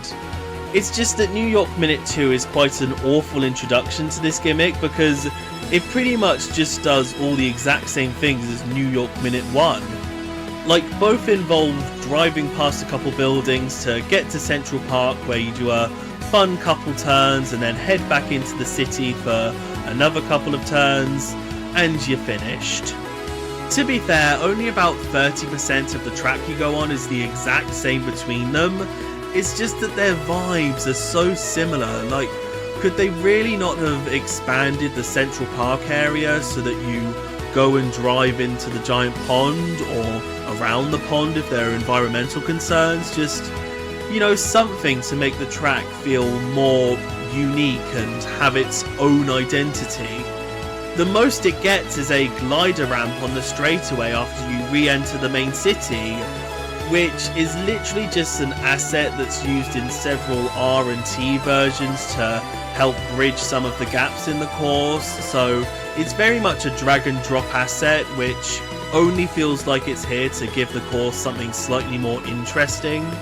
So yeah, this is a very nothing course in the grand scheme of things, but to be fair, this game does already have SNES Mario Circuits 1, 2 and 3, so it's clearly a case of the more the merrier with the track selection here, and in that case it is perfectly harmless, and you know, it could give more characters an opportunity to have a top shelf variant in New York. So yeah, as a Mario Kart course it's quite awful, but as a Mario Kart Tour course it's objectively fine.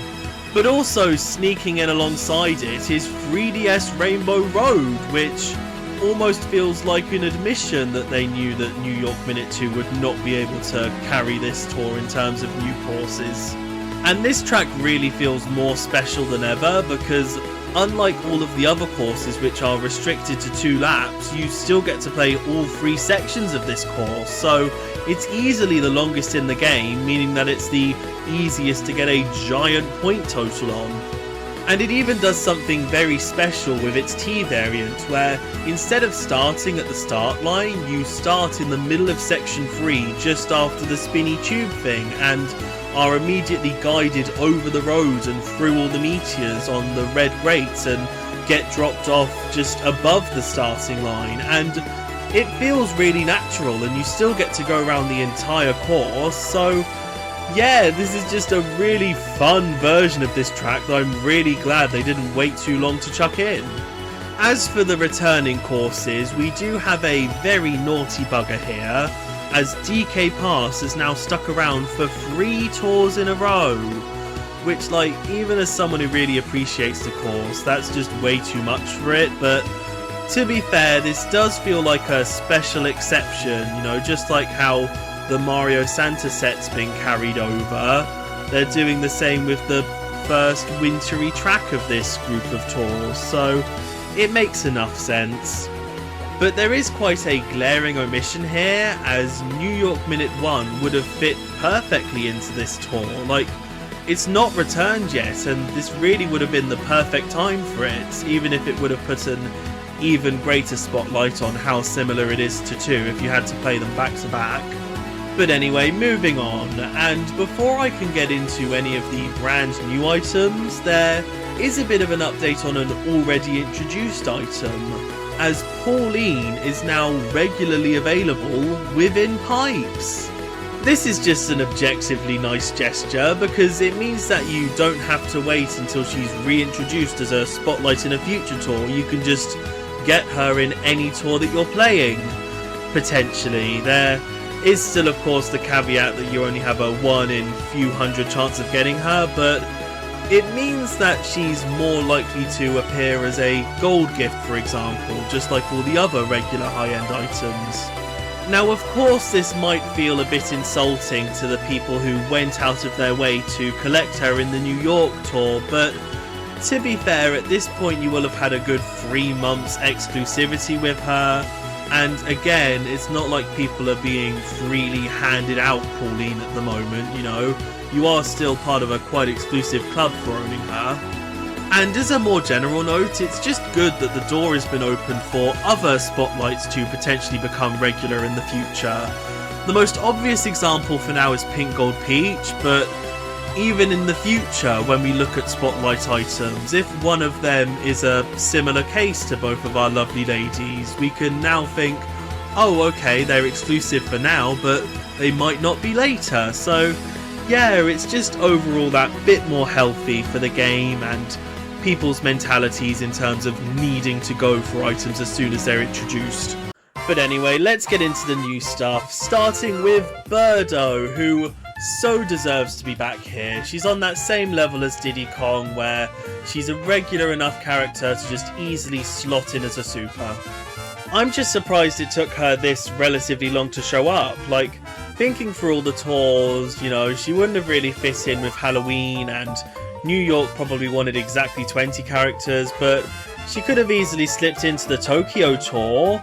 Or, you know, there's been a trend with the past 4 tours to introduce a singular super character who's clearly going to be just one of several colours introduced throughout the game's life. So she could have easily been a part of the Paris tour and swapped with Pit Crew Toad. But she's here now, and that's all that really matters. You know, she was clearly intended to be introduced early on in the game, so the developers clearly care about her at least a fraction as much as I do. And she also technically brings in a brand new special item with the Birdo's egg, which, just like in Double Dash, functions the exact same as the Yoshi's egg, so it's not really worth going into that in depth, but it is a better reference than the version in Double Dash, because that version had pink spots, presumably to match the Yoshi's egg's green spots, but this one is plain white to match the eggs that she shot out during Mario Bros 2, so yeah, nice little attention to detail. On to the high ends, we have Yoshi Reindeer, another lovely little Christmas-themed costume. Although unlike Daisy Holiday Cheer, I don't think this one is new and unique for Tour exactly, because there is art within various Nintendo holiday gift guides depicting this exact look for Yoshi, but, you know, if it was available to chuck in here, why not go for it? I do kind of wish that it was maybe a different coloured Yoshi, you know, maybe red, orange or yellow might have fit the antlers, boots and red nose a bit more, but still, it's a very endearing look overall. And while Dash Ring would have been a much better fit for a special item, you know, there's only so many Yoshis that can possibly be added to this game, and since he's the only appropriate carrier of the Yoshi's egg, I can let it slide. Pauline Party Time is an utterly gorgeous costume with so many little details that I don't think were needed individually, but when put all together just make it feel like something incredibly special.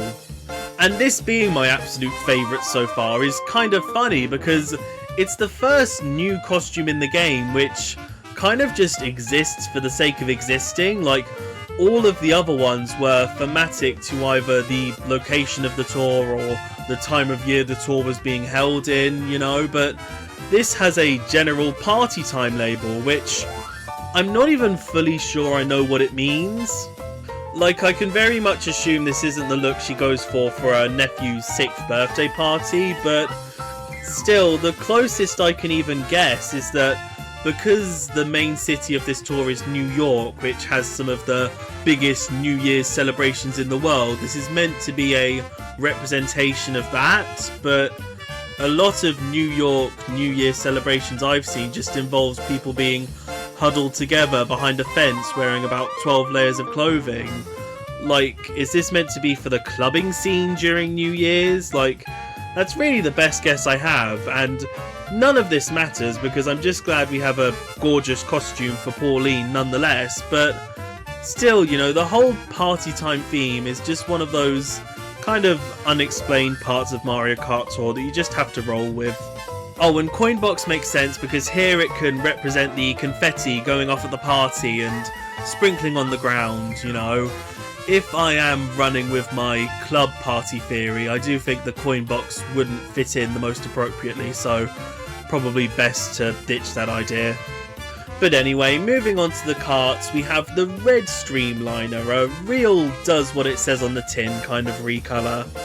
The Turbo Birdo is back from Double Dash, you know, kind of inevitable to come in with the girly. Onto the high ends, we have the Jingle Bells, the exact kind of idea I had for a sleigh cart when talking about Mario Santa earlier, but, you know, better late than never. The Platinum Taxi is an obvious recolor of the Yellow Taxi, which I don't really think looks quite as nice as the original, but, you know, if the Yellow Taxi was for the general New York themes of Pauline, this taxi very much fits the glamorous New York theme of Pauline Party Time. The Bruiser is another banger brought back from 7, given the high-end classification that it very much deserves. Onto the gliders, we have the Pink Flower Glider, a lovely little recolor for a very deserving glider that's meant to sort of round out the overall Birdo set, and I think it does a great job of that. Onto the high end, we have the Gift Glider, which is a very simple concept for a new glider, but it's executed incredibly well. You know, treating gift boxes like balloons is a very Mario Kart thing to do. Although I will say it reusing the green and red colour scheme from the Daisy Holiday Cheer set doesn't really feel like it works quite as well here, because when I think gifts I think pure garish vibrance, and I don't really get that from these. These just have a bit too much dignity, I suppose. And finally, the New Year's 2020 is a big blaring advertisement for the next calendar year, which I just find incredibly camp. You know, this is basically just an inflatable neon sign, and I just adore it for that. And that's everything. We have pretty much the same numbers as the past few tours, but we are down one cart. Specifically, there's no brand new high-end gold gift, but I think that's made up for by the fact that the Yellow Taxi and Fair Flyer are gold gifts within this tour, which is just a lovely gesture in several ways. You know, it's a cute thematic little Christmas gift for gold pass players, and again, it opens the door for items that haven't been made regular to appear elsewhere as premiumly available items rather than just being stuck into another pipe. And speaking of pipes, the weekly spotlights have once again been split between Christmassy items and New York New Year party type items. And also both the Mario Santa set and Daisy Holiday Cheer set are available here as regular items, so that's nice to make the pipes more Christmassy than ever. On to the paid banners, and as you can see there are a couple new developments. Firstly, with the Turbo Birdo pack, instead of getting free Kart Boost tickets alongside the main item, you instead get an extra item with the Pink Flower Glider, which still doesn't make the pack worth £40, but you know, an entire glider is definitely worth more than free Kart Boost tickets. And also we have a brand new type of value pack, which will come to be known as a commemorative pack, but for now this one is just called the New Year's 2020 pack, where for £2 you get the brand new Spotlight Glider, the New Year's 2020, and 5 rubies, which is the first paid banner that I can truly say is worth buying. Obviously only in the context of you already being a Gold Pass player who's willing to spend this kind of extra money, but still, you know, it's nice for one of these to finally be worth something. But moving on, and we have a brand new type of bonus challenge with the combo attack, where you're just dropped onto the T variant of a course and have to try and keep up a combo for as long as possible, which is never normally that hard, you know, because there's no opponents buggering you over with red shells. Like, as long as you're just properly drifting between all of the trick ramps, you'll normally end up fine. Especially because you have like a maxed out combo timer that I'm pretty sure is longer than the timer given to you by a max level high-end glider. So I think this type of challenge is meant to teach you the best ways to keep up a combo, but it's not exactly done in the most realistic of scenarios. But you know, it's still... Getting on to the next tour, we have the New Year's tour, which I thought the whole New Year's thing was kind of covered by the holiday tour. Like, Christmas and New Year are normally put together as one giant holiday, and also we had an entire glider based around the upcoming New Year, but still, as you'll see, this tour very much does have reason to exist as its own thing. Firstly, instead of the Christmas trees that have appeared in the past 3 tours, we instead get Karumatsu, traditional Japanese New Year's good luck charms, which is a really nice touch. You know, they provide the exact same benefits as the Christmas trees, so they're pretty much just a palette swap, but still, I really like how they look. They're somewhat more attractive to hit, you know, they look more like targets in a nice way. Another fun change is that the 10-day login bonus has had all of its rewards swapped out for 5 rubies, meaning that you basically get given 50 rubies for free, an entire 10 pool, so, you know, that's nice and relatively generous. And that is the general tone of this tour. You know, this is one of those big free handout themed events that a lot of mobile games have. You know, it's nothing too surprising. So yeah, let's get on to the new courses. The big new star here is Tokyo Blur 2, which is once again a case of a Tokyo Blur course being added straight after a New York course, so that's a nice bit of consistency, you know. I can't wait for SNES Ghost Valley 2 in the next tour. And overall, I do think this does a better job of being a sequel track compared to New York Minute 2, you know. It still has about half of the exact same course as Tokyo Blur 1, but the different places that you go here feel a lot more distinct.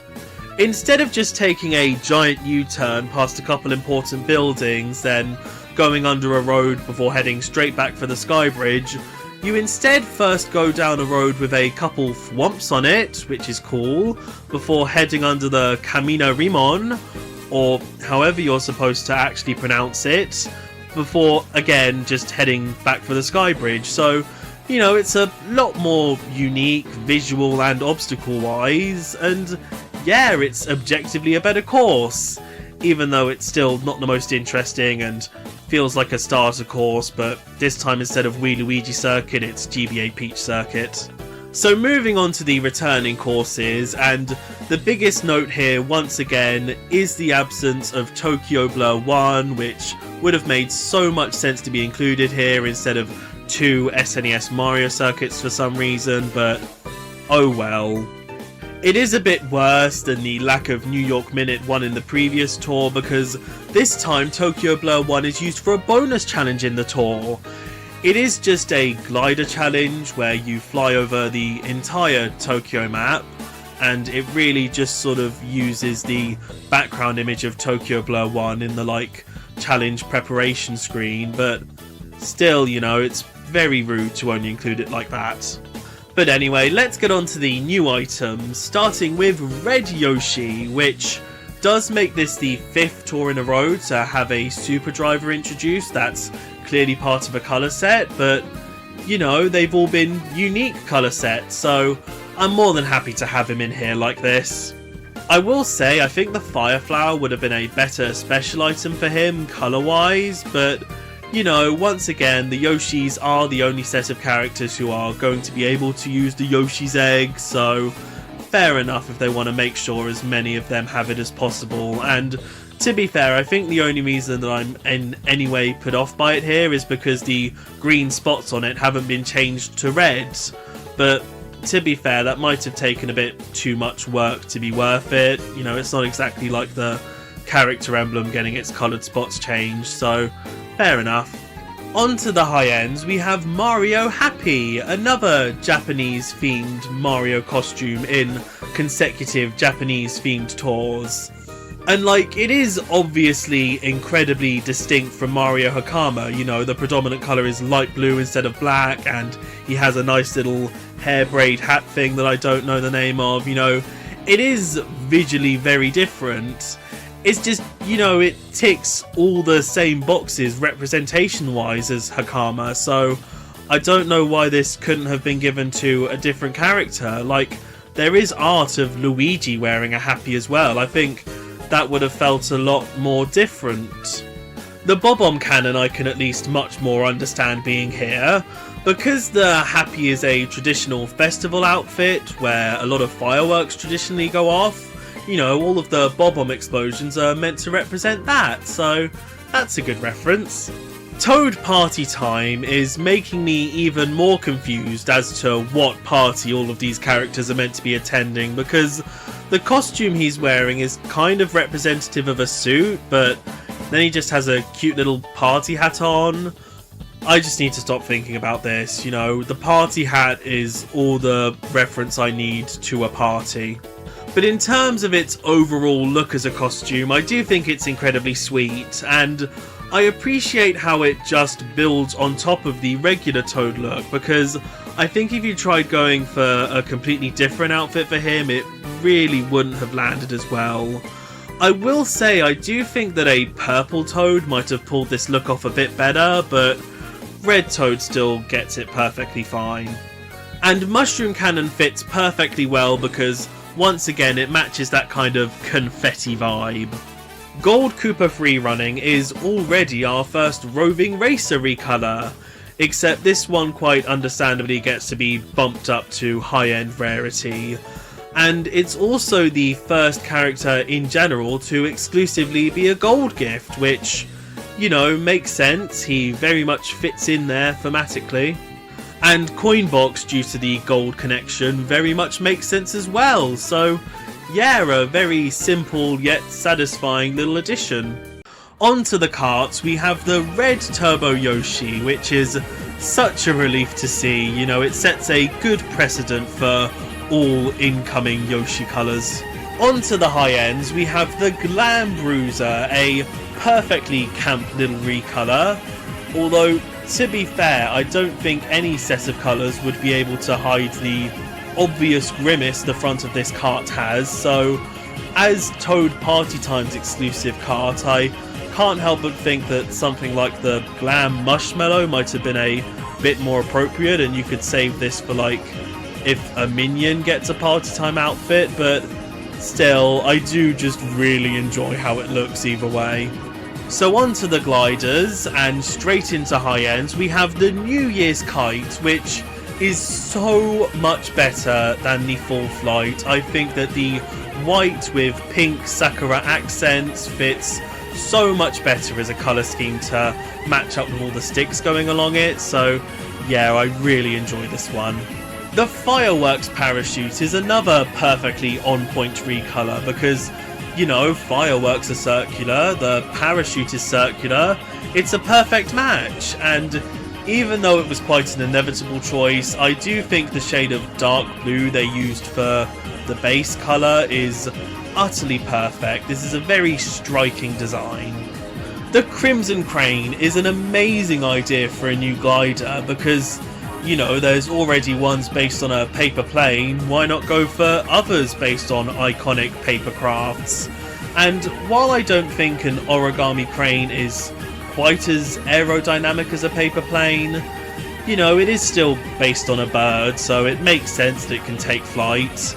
And while the shade of crimson isn't my favourite in the world, you know, it does mean that this glider can have an alliterative title, and considering how plain it is a good canvas to make more interesting recolours in the future.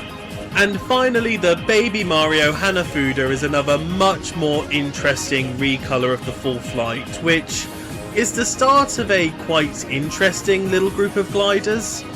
Basically, one tour each month this year contains a Hanafuda glider based on that month as a gold gift, and you know, that's a very nice little theme to put on a set of gliders like this, and they're even put underneath the villain gliders as their own kind of individual section.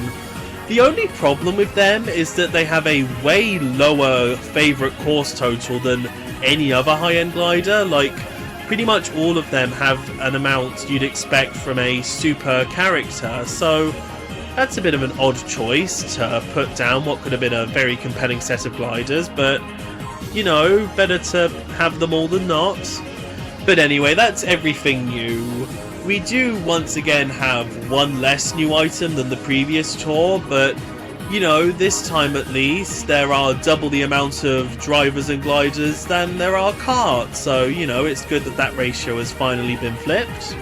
On to the weekly spotlights, and as you can tell, we have our first returning spotlight with the Quickshaw, which does of course make perfect sense to be brought back like this, except as you can probably tell, these aren't exactly standard weekly pipes. As part of the effort to make this tour as relatively generous as possible, the regular high-end pool has been replaced with the spotlight sets for Pauline, Mario Hakama, Peach Kimono, Mario Musician, King Boo Luigi's Mansion, Rosalina Halloween, and Pauline Party Time in both pipes.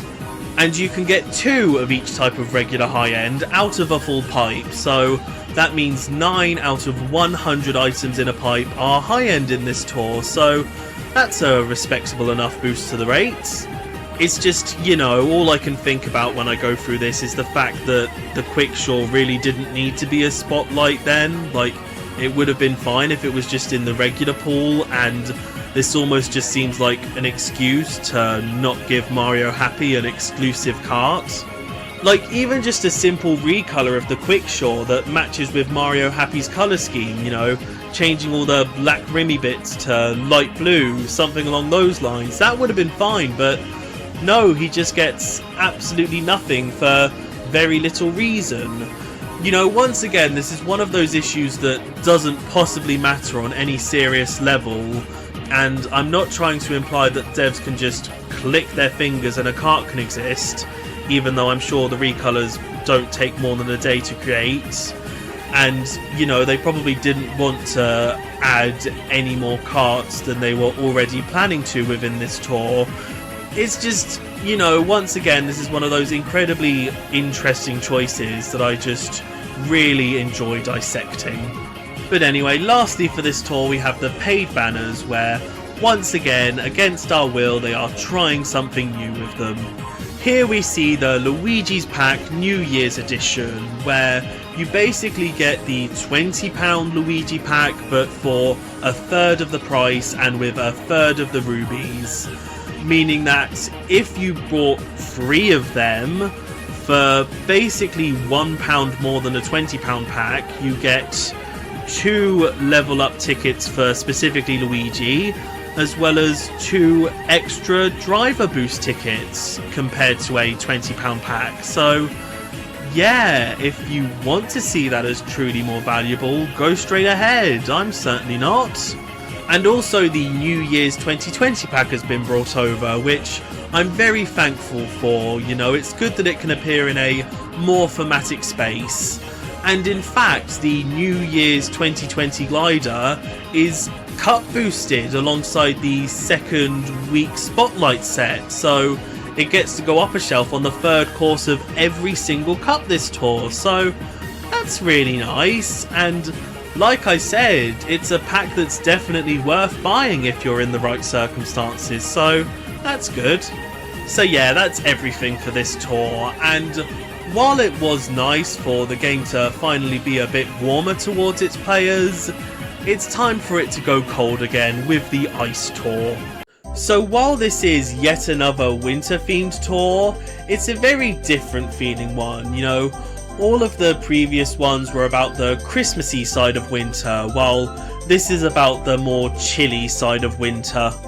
Like, one of my most prominent memories of keeping up with this game before I started playing it was waking up on the morning that this tour started absolutely freezing, and it was a lovely, bitter, frosty morning, and then I got to log onto my laptop and check out all the new stuff added to this game. You know, it's a surprisingly cozy and fond memory that, you know, just sort of exemplifies the vibes that this tour is going for. But they're probably better shown off by the new courses introduced here, both of which being very deserving to be brought back ice-themed retros. Vanilla Lake 1 is this game's first truly new first-time retro, and I think it plays really well here. You know, it still has the rather annoying snow blocks from the SNES version, but to be fair, here you do get some bonus points just for bouncing off of them, so you know, it can be a bit of a choice if you're far enough in first place and there's a couple slightly off to the side, if it's worth veering into them to keep your combo up.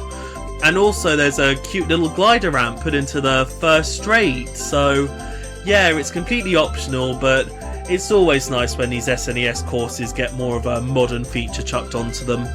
And the exact same praise goes to Frappe Snowland, where all of the previously annoying snowmen now give you points, and there's a little off-road glider ramp just before you go into the cave. So yeah, top that off with the RT version of the only other snow course in the game, DK Pass, and this is a perfectly lovely winter warmer of a new course selection. On to the returning courses, and just like with the winter tour, we have some of the most unthematic choices possible. Like, the only reason I can think for these to be included are so that all of the people in the southern hemisphere who are currently going through summer don't feel left out.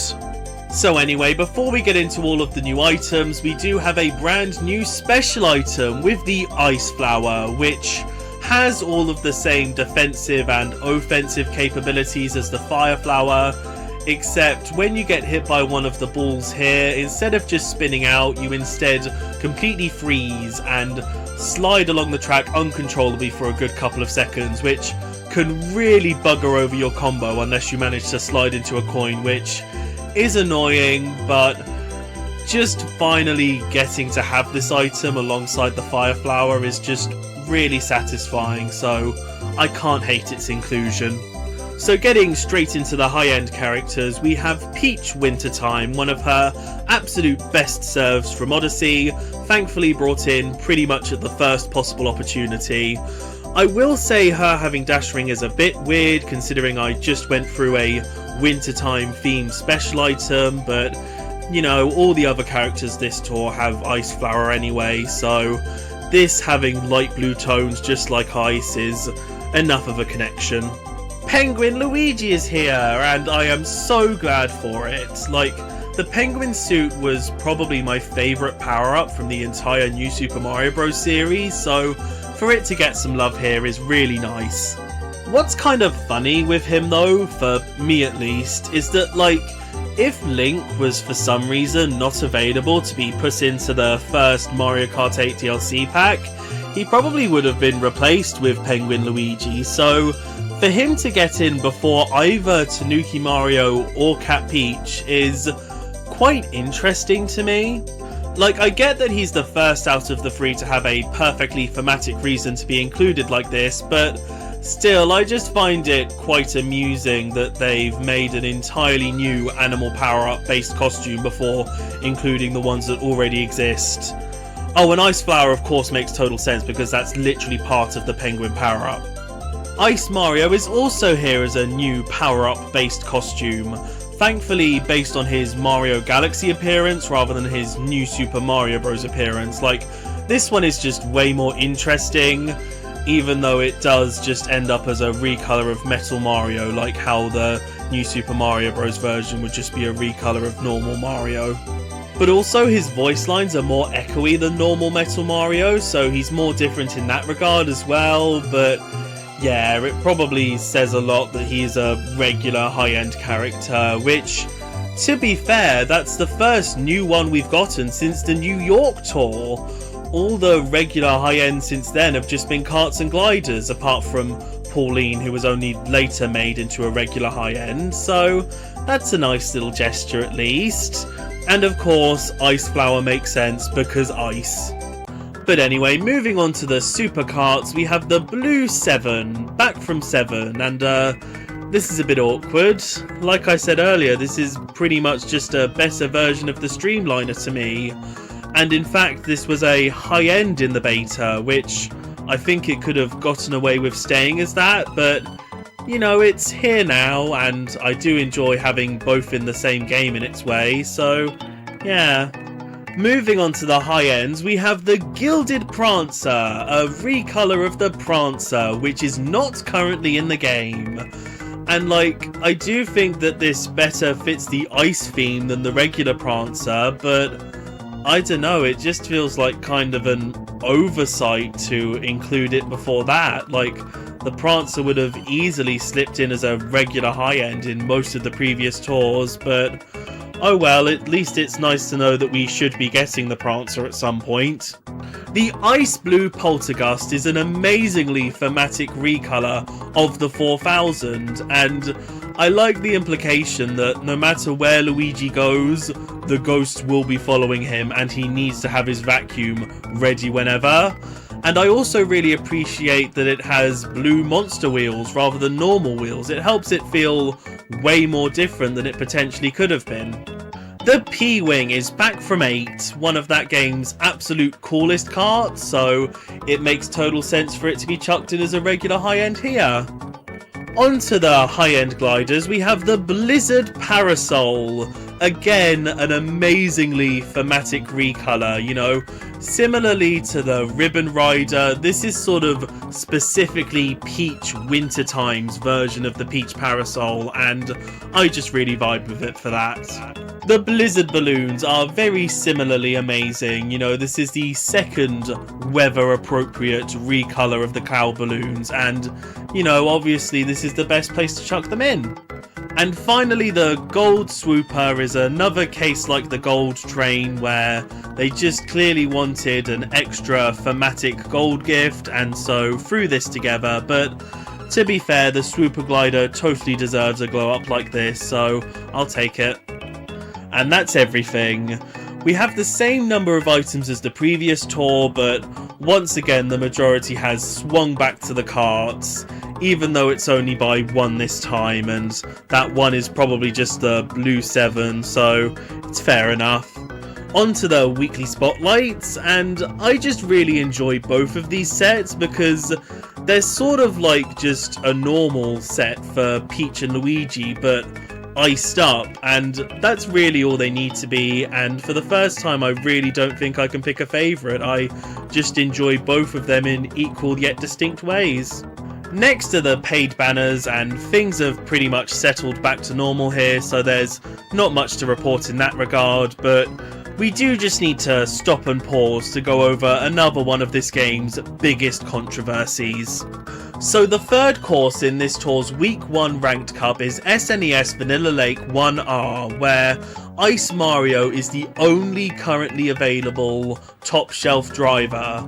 And while yes, he was introduced as a regular high-end straight away, you still only have a 1 in few hundred, never guaranteed chance of pulling him from a pipe. So the only guaranteed way that you can get him within this tour is to just straight up pay £40. Like, this is the objectively closest this game ever gets to being straight up pay to win, and I don't even think it was intentional, because I assume the devs only get a few minutes to decide what's going to be a top shelf item on each course, and they were just like, right, he's a regular high end, that'll be fine, let's move on. And then someone else decides what the ranked cups are going to be, and they unfortunately put Vanilla Lake 1R where it was.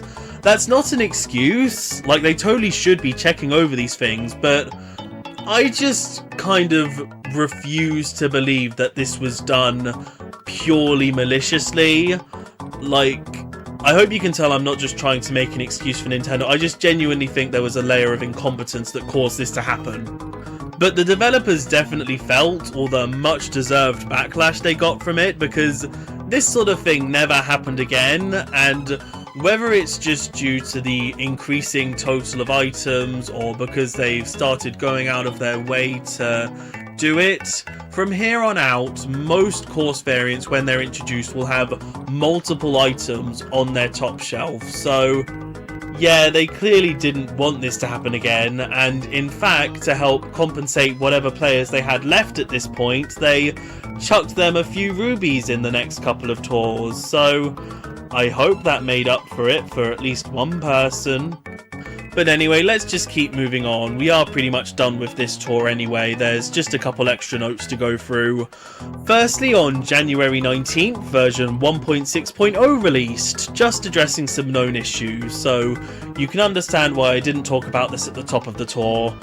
And also, the signature carts and gliders that come with each cup have just been removed. The only carts and gliders that get boosted now are the ones in the Spotlight sets, which is a real shame. Like, I can imagine it was probably something to do with the fact that the carts and gliders weren't getting as many top shelf spots as was hoping for, considering that they generally have lower favourite course totals than the characters they're associated with. But still, you know, it's just a nice little thing for players starting out and who only have some of the normal and super items to be able to see them get slightly boosted within certain courses. So yeah, it's a bit of a needless cut, but I suppose as well because they've been including various previous Spotlight items as cut boosted, that whole system is probably starting to get too complicated, and within a year every single cut boosted cart and glider would probably be a previous Spotlight, and that would just be a nightmare to manage. So yeah, I don't know, it was probably worth cutting in some way, shape or form, but it's still a shame. But getting on to the next tour, and the developers really need to start showing how much they love their fans, so let's see how well they can do that with the Valentine's tour. But this one's already off to a bit of a shaky start, to be fair. I mean, it's the first seasonal tour to not actually run through its titular season. Like, at least the winter tour poked a few days into December. This one only runs until February 11th, but you know, if they only had this time to slot it in, it's a perfectly reasonable theme to base a tour around, so I can't blame them for going for it anyway. Straight into the new courses, and we have Paris Promenade 2, because, you know, City of Love. I see what they did there. Very nice, very nice. Unlike this overall course. Like, this does still have quite a few of the same features as Paris Promenade 1. Like, you still get to go underneath the Eiffel Tower with some Goombas, and now there's even a little secret grass cut you can take, and you still go past a giant piranha plant, which this time is in the middle of the road rather than the corner, so it's much more of an active obstacle. It's just that basically, instead of having a fun glider section over some fountains looking straight at the Eiffel Tower, In this course, you instead go through a small part of the Louvre before just sort of heading through a back road with some pretty buildings on it, and then you're back at the start. So yeah, I just find it overall a good chunk less engaging than the first variant, but still it's a much better overall course compared to the other Second City variants we've seen so far. Moving on to the returning courses, and once again there is no Paris 1, but what can I do at this point, you know? At least we have SNES Choco Island 2 because, you know, chocolate is the food of love or whatever. So on to the new items, and starting with the super characters, we have Pink Shy Guy, a very lovely thematic choice for this tour's super recolor. You know, of course, Heart makes perfect sense as a special item and everything. It's just one thing that I very vividly remember about this tour is that in its preview image, we sort of saw like the starting line for Paris 2, and on the sideline was a pink Yoshi, which I saw a lot of people think was going to be this tour's super recolor instead, because, you know, he stood right there, but it's like, no, he's just one of the bystanders. It really wasn't hinting at anything, and it makes me even more glad that we got Pink Shy Guy instead to prove those people wrong. On to the high ends, we have Baby Peach Cherub, a perfectly thematic costume, like the first thing I think of with Valentine's in terms of people rather than commercialism is, you know, the little Cupid with his bow and arrow, so I'm so glad they went for that. It's just, as a costume for Baby Peach, while I do really appreciate all the little touches like the wings and the shoes, I just think I prefer her regular look slightly more, just because pink is her colour more than white, but still, like I said, I love this costume as a costume, and of course Heart is the only possible choice for a special item once again. Already onto the normal carts, we have the green kiddie cart. Right, we haven't gotten a normal cart in a good bit now, and pretty much all of them since the Halloween tour have just been gold gift exclusive recolors, so to suddenly get a wholly new regular cart based on Luigi, who's not really relevant this tour, is a bit odd, but you know, I really enjoy this cart anyway, so I'll take it. You know, it's pretty much just a little bumper cart with a cute theming, like how can you not love it? And skipping straight onto high ends, we have the Apple Cart, another amazing food-based vehicle with plenty of opportunity for recolors in the future. And I really appreciate the use of the wood wheels from 7 because it gives it a kind of fairy tale vibe that feels very much appropriate. And I really appreciate this as Baby Peach Cherub's cart specifically because, you know, she's got the bow and arrow and there's that whole, you know, shooting an apple off people's head trust thing. So it all just feels very right. And already onto the high-end gliders, we have the Sweetheart Glider, a different seasonal take on the gift glider that I prefer a good bit more. Like, this one kind of represents chocolate boxes, which I really enjoy, and just in general I find this to be a more fetching colour scheme for it. And finally we have the Heart Balloons, another amazing seasonal glider. And like, they could have gotten away with just having the one heart balloon and this would have been fine, but no, we get the whole bunch, which I really appreciate because its look kind of resembles those scenes in rom-coms where the guy brings his love interest a giant bunch of balloons, and I really appreciate it for that, especially with its gorgeous purple and red colour scheme. This one's a real winner, and it's made even better because it's a regular item, which is a bit of a surprise. Like, this is definitely specifically themed to Valentine's, so for it to be available whenever is just a lovely little treat. And that's already everything. We've dropped from 10 new items to only 6, but there are a couple good reasons for that here. Like, firstly, there's probably no new gold gifts because the macaron and strawberry crepe get to be gold gifts this tour, so that's perfectly fair. And the other main reason lies in this tour's spotlights. For the first time, we have a weekly pipe where all of the spotlights are from previous tours, these being both of the drivers from the Paris tour, except they don't come with their karts and gliders as spotlights as well. There are thankfully some mechanisms to help make this pipe feel a bit less stingy, like it contains 2 regular high-end karts and gliders, so you get a total of 7 high-ends from the pipe rather than week 1 where you can only get 6. And within the regular high-end pool are Peach Vacation and Shy Guy Pastry Chef's signature karts and gliders, so you know, once again, you only have a 1 in few hundred chance of getting them. And like I literally just said, the macaron and strawberry crepe are given out as gold gifts in this tour, so that makes both of them feel a bit more hollow here. But still, you know, it's a quite interesting different take on the weekly pipe, and in a way, this kind of feels like the beta version of a weekly pipe where the spotlights are entirely from previous tours. So they're just sort of testing the waters and seeing how they can work in the most efficient way. For them at least, you know, not for the players of course.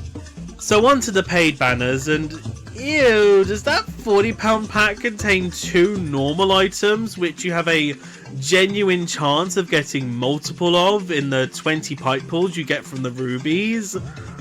Oh god, that's horrible.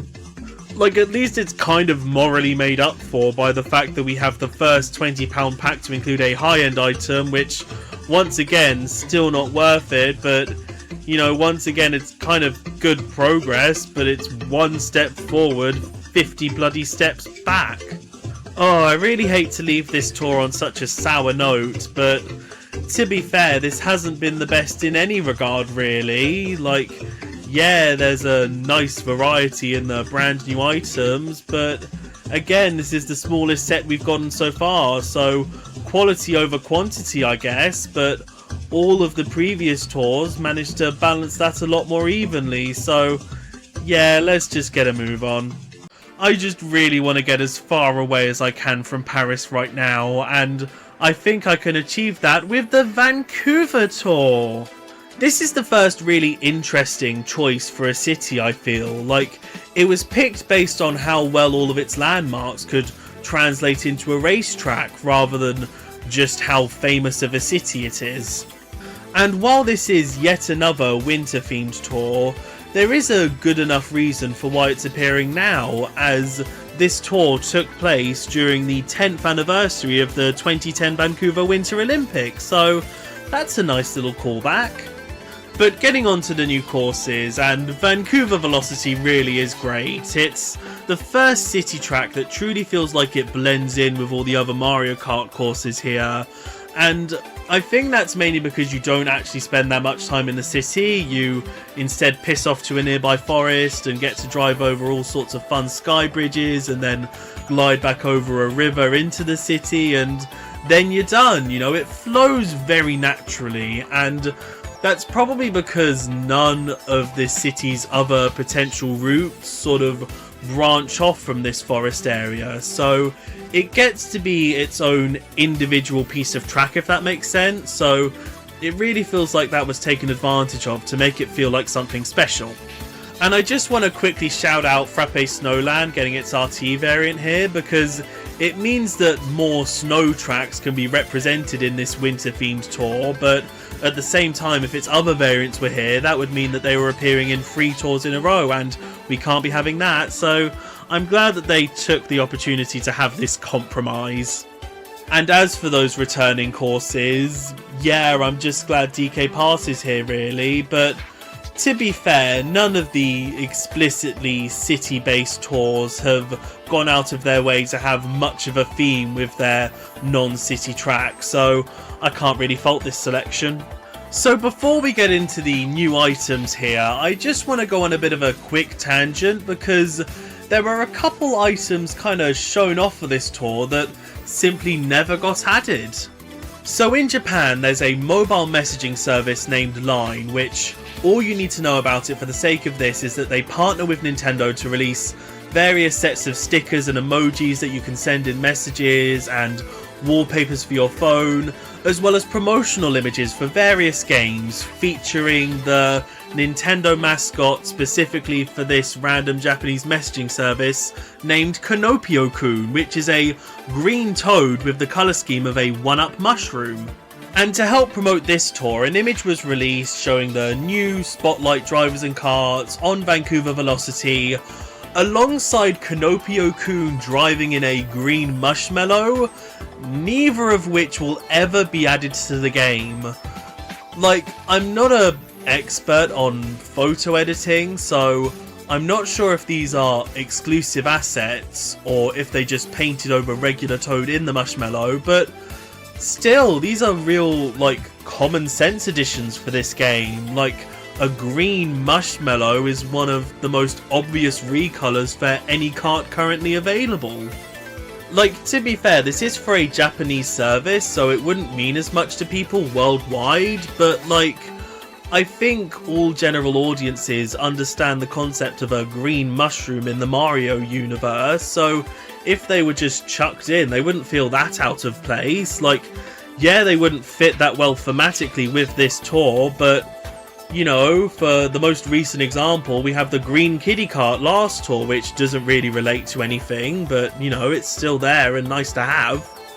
And of course, the game isn't ruined because neither of these items are in it. They just would have been nice extra things to have, and if they didn't want to just chuck them in as regular items, they could have had them be My Nintendo rewards, just like Toad in Super Mario Run, which brings me to another slight tangent, the fact that this game never got any My Nintendo rewards, which, like, yeah, no game is obligated to have them, and considering how specifically things are distributed and how they only have a certain favourite course total, I dread to think what kind of numbers any item exclusive to being a platinum coin reward would get, but still, it would have just been nice to even just buy 500 coins using 500 platinum points. I don't imagine that you'd be able to get any rubies at all using My Nintendo, considering that they are a proper gacha premium currency, but yeah, it just feels like another opportunity that was never taken. But getting into the real new items, starting with super characters, we have Birdo Light Blue, a thematic and utterly gorgeous first recolor for Madam.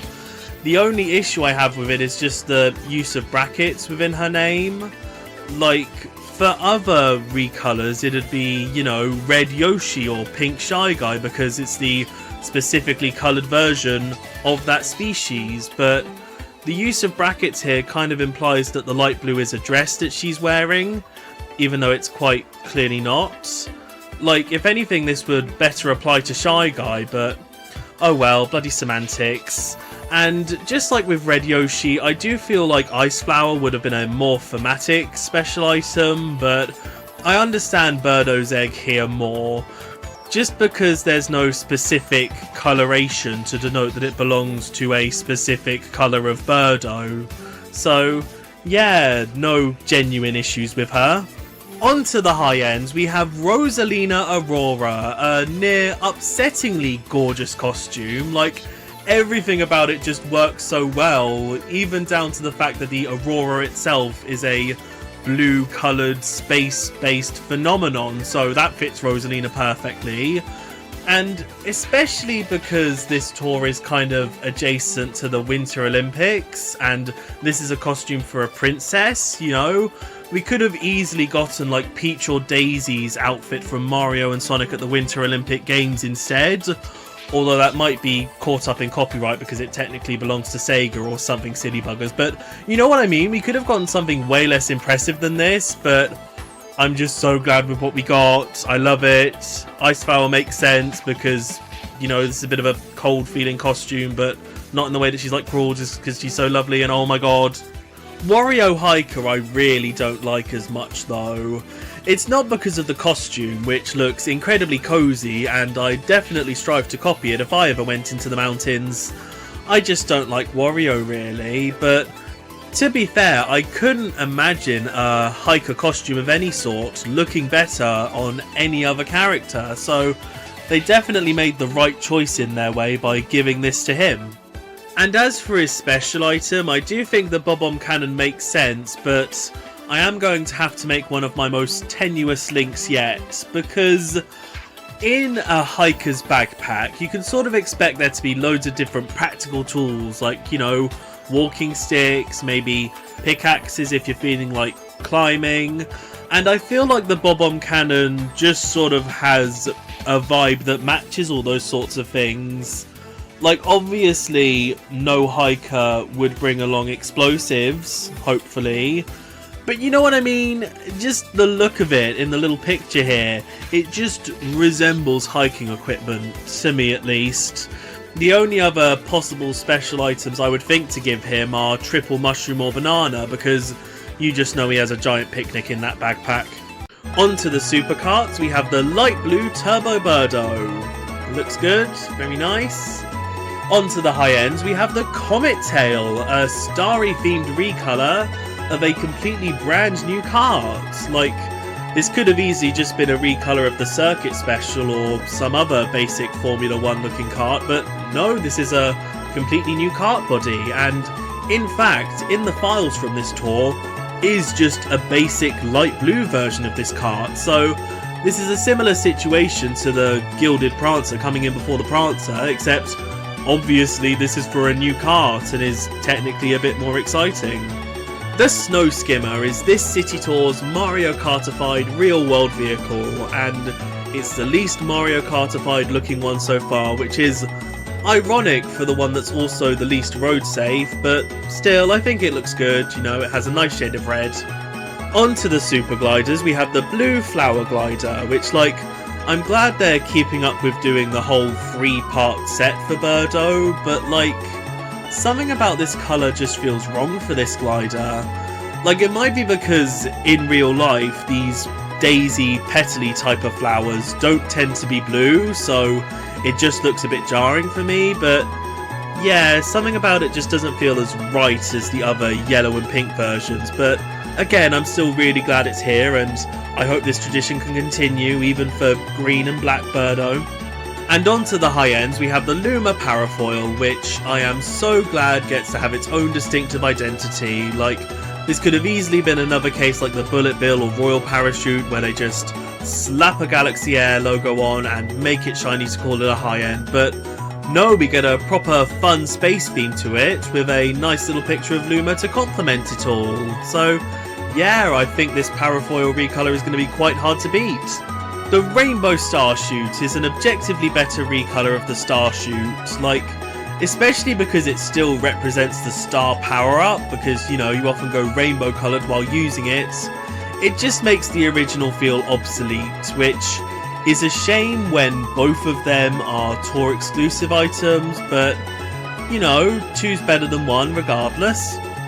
And finally, the Yoshi's Egg Hanafuda is the second Hanafuda themed glider, and has the honourable distinction of having the lowest course total out of any high end in the game. So yeah, that's great, but like, it's still a nice looking glider, so I'd be happy to flaunt it on all 7 of those courses.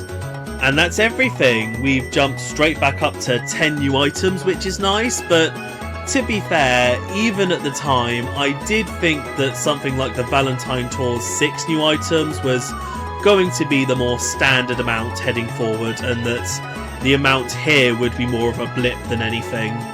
So on to the weekly spotlights, and yep, I definitely massively prefer week 1, but we do have something special going on with one of these items, because the Snow Skimmer is also being handed out as a gold gift within this tour, which, like, immediately sounds a bit pay to win-ish, but to be fair, you do have a guaranteed chance of getting the Snow Skimmer here at least. So the way that I kind of see it is that if you are interested in going for the general Wario set anyway, and you have a gold pass, it means that you can either stop once you have Wario Hiker and the Rainbow Starchute, or you can get all 3 and have an easy level up on the Snow Skimmer. So I think it's overall relatively harmless, and just in general, to give a brand new item that's a spotlight out this easily is good in general. And finally, for the paid banners, you know, thank God those normal items in the £40 pack were just a dream and it's back to normal now. So yeah, that's everything for this lovely little tour. Like, there's just something so special feeling about Vancouver that just elevates any tour that it's chucked into, and, you know, this is definitely no exception. But we do need to keep moving on, and I'd just like to do something slightly different when introducing this next tour by recreating my reaction to the preview images for it. Because this is another one of those major memories I have of keeping up with the game, which I'd just like to shove in here so that it can be as widely known as possible. So firstly we got this, and it's like, oh my god you guys, Mario and Luigi are finally going to be in this game, what a delight! But no really, Fire Mario and Ice Luigi are basic recolours, but still perfectly understandable to have hit. What are they supposed to be? And that was my first impression of the Mario Bros tour, but despite that I was still happy to see this tour exist. You know, it runs over Mario Bros Day, so it makes sense to have a tour fully focused around the Bros. But before we get to celebrating them, we do have an absolute whopper of an update to go through. On March 4th, version 2.0.0 released! I'll start with the relatively smaller things on this one. So, a brand new camera feature's been added to the game, where just after you finish a race before going to the results screen, a tiny camera icon appears at the bottom of the screen, and if you tap it, you can freely move the camera around your character by swiping on the screen. So, it's basically just useful for taking good pictures of your character celebrating after winning a race, but you know, it's a harmless little addition, why not chuck it in? Gameplay tweaks include experience points no longer being applied to maxed out items at the end of a race to help keep you from wasting your daily allowance, which is a quality of life feature that you really wouldn't think would have had to have been patched in half a year after the game's launch, but here we are. You can now have your driver do a little animation by tapping them before the countdown starts on a race, which is just the same animation they do when hitting someone with an item, but you know, this is a nice little feature to keep you from getting bored in the few seconds before a race starts. But slightly more importantly, the bob-omb based frenzies no longer have the bombs explode instantly after hitting the ground. Like, oh my god, that's such an improvement. I didn't think they'd actually go in and address that. It makes the bob-omb frenzies so much better now. That's great. In terms of UI improvements, there's now a little sign above your final score in a race showing if you got a non-stop combo from the rocket start to the final position scores, so that's a nice little thing of bragging rights. The level information and whether you can distribute tickets to the items that you've chosen is now displayed on the Ready to Race screen, so that's nice. Especially if you've been looking for an excuse to level up a specific item, this is the best prompt you're going to get. The Yay You Got It screen for collecting every single Grand Star from challenge cards and the like now no longer appears, which is good. It makes collecting them feel a lot more efficient. Even if the screen for when you've collected all the Grand Stars you need and they're being converted into coins also doesn't appear, but to be fair, you can just look at your coin total in the top and know that you've gotten more from there. The friends list now displays everyone's tiers. Opponents in ranked mode with no score now display 3 question marks instead of a 0. There's a warning for when you have 90 or less experience points left to be gained in a day. The confirmation screen for launching a pipe now features a large flashing confirm button, and 3 running Koopas now make a sound when they're selected. So yeah, loads of little changes that add up to make the game feel quite different. And lastly, on the results screen, an items level now lights up if it's a top shelf and has given you a bonus, and if you get a new high score on the course, the points total on the end will start flashing happily. So yeah, all very nice. But the massive new feature introduced is a full online multiplayer mode. Now, there were a couple betas for this in previous tours, specifically a Gold Pass exclusive beta in the first half of the Holiday Tour, and a free-for-all beta in the second half of the Ice Tour, but I didn't want to mention them back then because I feel like it would confuse the discussion of the mode I want to have right now. Like, I'd probably mention features then that I'd forget to talk about again now in the right way and all stuff like that. I'm sure you understand. So entering the mode, you get confronted with 3 different options. The standard races, which is available to everyone and is locked to 100cc with rotating daily rule sets, including having all characters use the default amount of item slots they have. So if you have a top shelf item, you still get 3 items. There's rule sets locked to either 2 or 1 item slots, no matter what character you pick, and the same but with teams.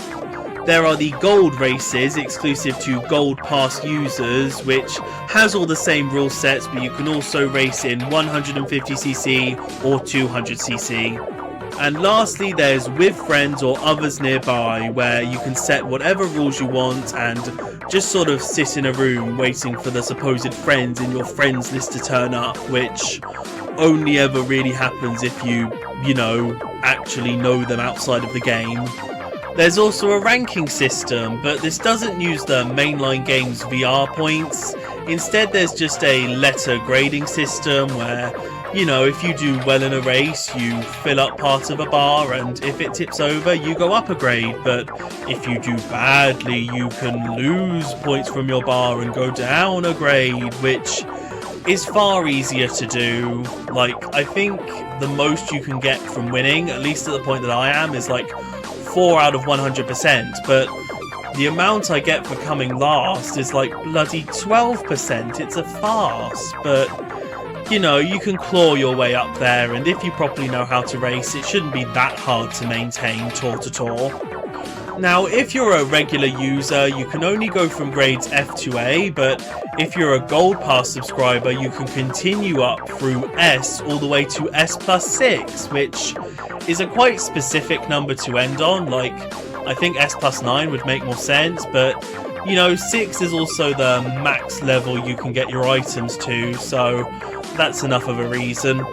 And the last main incentive for playing multiplayer is that a brand new permanent multiplayer challenges card has been added, where you're just asked to get up to grade A and play 30 multiplayer races, but also join 5 multiplayer races with friends, which in the near 3 years that I've been playing the game at this point, I've never gotten. Like, I've just not been able to coordinate any of my friends to want to play this game, let alone online with me. But I'm only missing out on a 30 ruby reward for completing the card, which, I'd probably spend as soon as I get it, so, it doesn't matter when I complete it, really. But in terms of how it actually feels to play online in this game, it's really not that good. There's lag in every possible way you can imagine, like disconnecting before, during, or after a race, or with the items. Someone will drive into one of yours, but they'll still race past you, but you'll still be defenseless for when a red shell inevitably buggers you. So yeah, it's really not the best feeling, and it's not helped by the fact that, again, you are harshly punished for either losing or disconnecting, and since it really feels out of your control a lot of the time, it's just not that satisfying to climb up the ranks, in my opinion at least. I'm sure plenty of people have less problems than me, and I know my internet connection isn't the best, so maybe it is just a me problem and I can still win a race on my own just fine. It's just, in general, there's not really that much of a skill ceiling with this game. Since, it kind of plays on rails, there's no mad, shroomless corner cuts to take or anything like that, so you just have to rely on item luck most of the time, and especially because frenzies are in play, which of course your opponents can get in this mode, you'll just suddenly fall to the back of the pack without much explanation, and it'll feel horrifying, and then everyone else but you will get a frenzy during the rest of the race, but then another time you'll get all 3 of your normal prescribed frenzies, and Yeah, it all just pretty much feels like luck, but even worse because you know there's actual other players involved, I think. But I do still think there are some silver linings and ways to get more fun out of the experience. Surprisingly, by playing the modes where you're restricted to either 2 or 1 item slots, like, that instantly removes frenzies, so they're not a problem.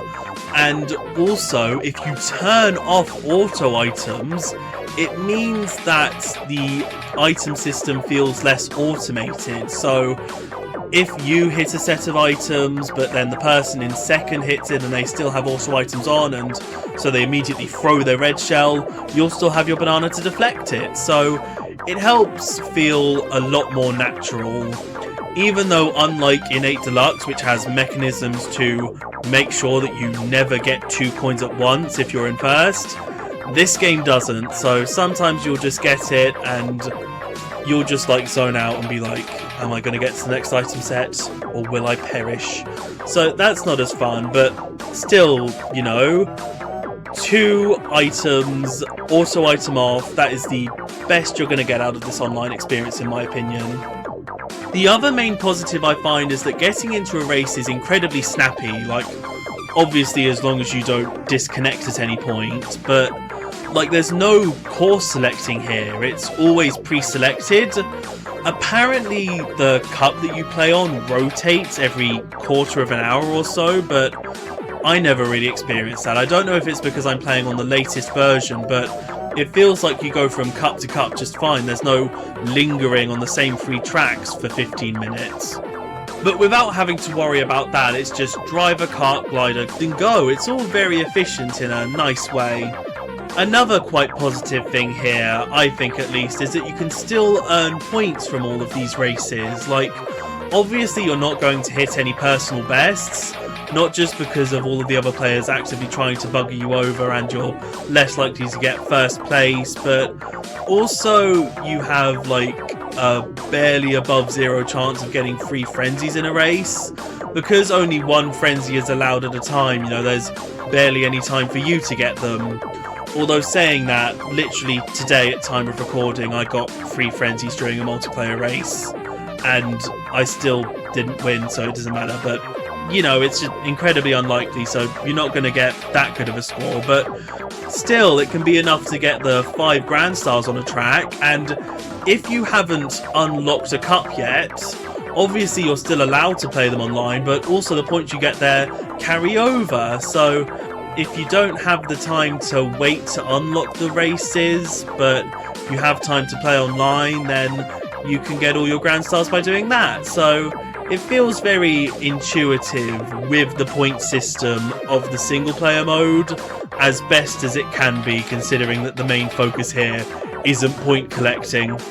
So yeah, as you can tell, multiplayer is very complex in this game, but it's here now and the game's better for it. Like, it's a pretty much mandatory inclusion in a Mario Kart game at this point, so I'm glad it's here, and I'm glad I don't have to talk about it this in-depth for a good while now. Like, I'm quite tuckered out of moaning on about it all. So yeah, online's very complicated in this game, but it's here now, and I think the game's better for it. Like, online's pretty much mandatory in Mario Kart at this point, so I'm glad they pulled it off in some form, and I'm sure plenty of people get a lot out of it and do play it daily, so I'm really happy for them.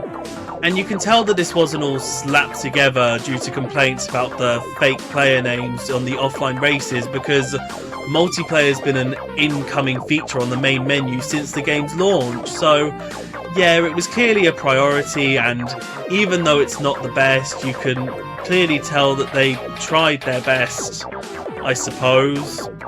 But getting back to more regular new additions, in terms of new courses, we have RMX Mario Circuit 1, the start of a brand new genre of course for this game. Basically, this takes the kind of tile set and environment thingies that they use to make the SNES Mario circuits in this game, and makes an entirely brand new SNES Mario circuit with it, which is such a cool concept in general, and I think it's executed really well here. Like, just the layout on its own is really fun, kind of being a more twisty version of Mario Circuit 2, the best SNES Mario Circuit as it is, but it goes one step beyond that by having 2 big jumps over the track at the end rather than just one, so that's how you know it's really better.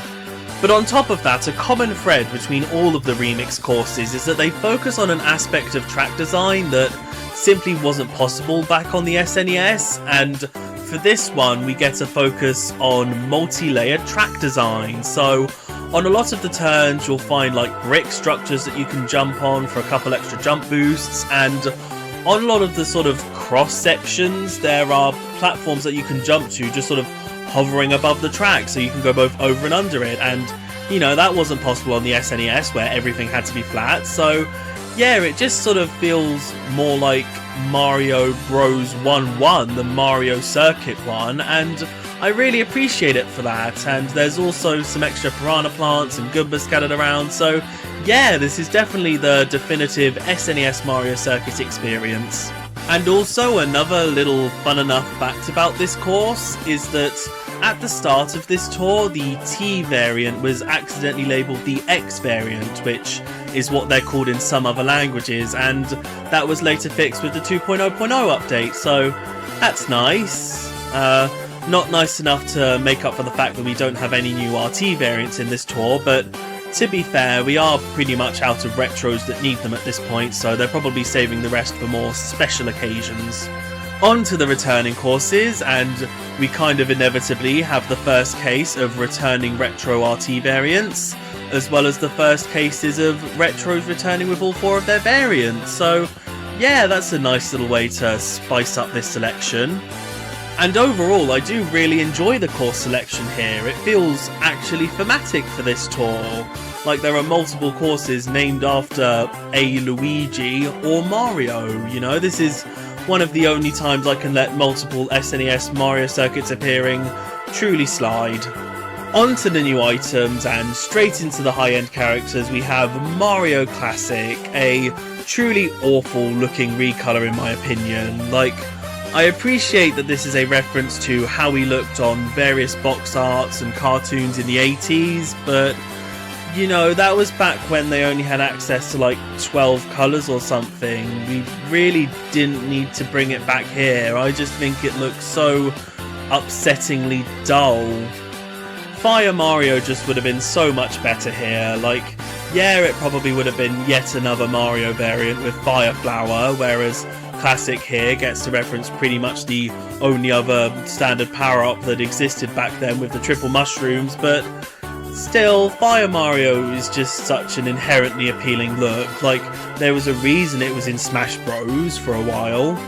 And Luigi Classic is even worse. Like, at least Mario had contrasting main colours. The greens and blues here just really blend together for me, and I utterly hate it, but at least he gets a good special item with the Lucky 7, even though I don't really know what it's supposed to be a reference to.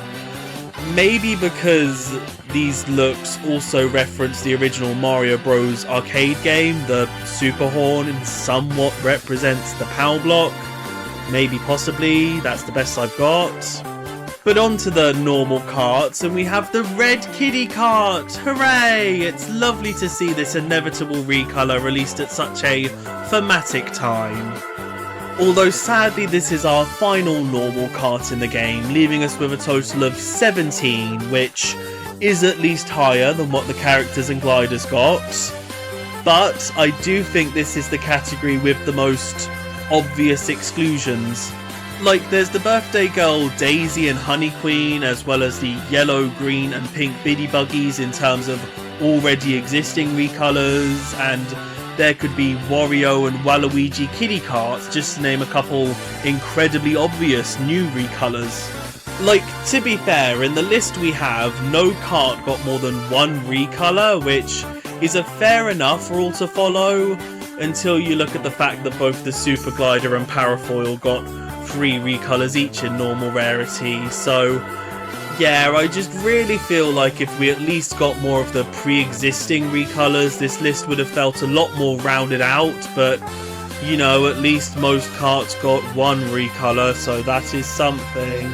Onto the Super Karts, we have the Super 1, a nice concept for a Blue 7 recolor, except for the fact that it clearly needed to use Mario Classic shade of red and is instantly brought down by it, but you know, I do really like all of its blue trimmings at least.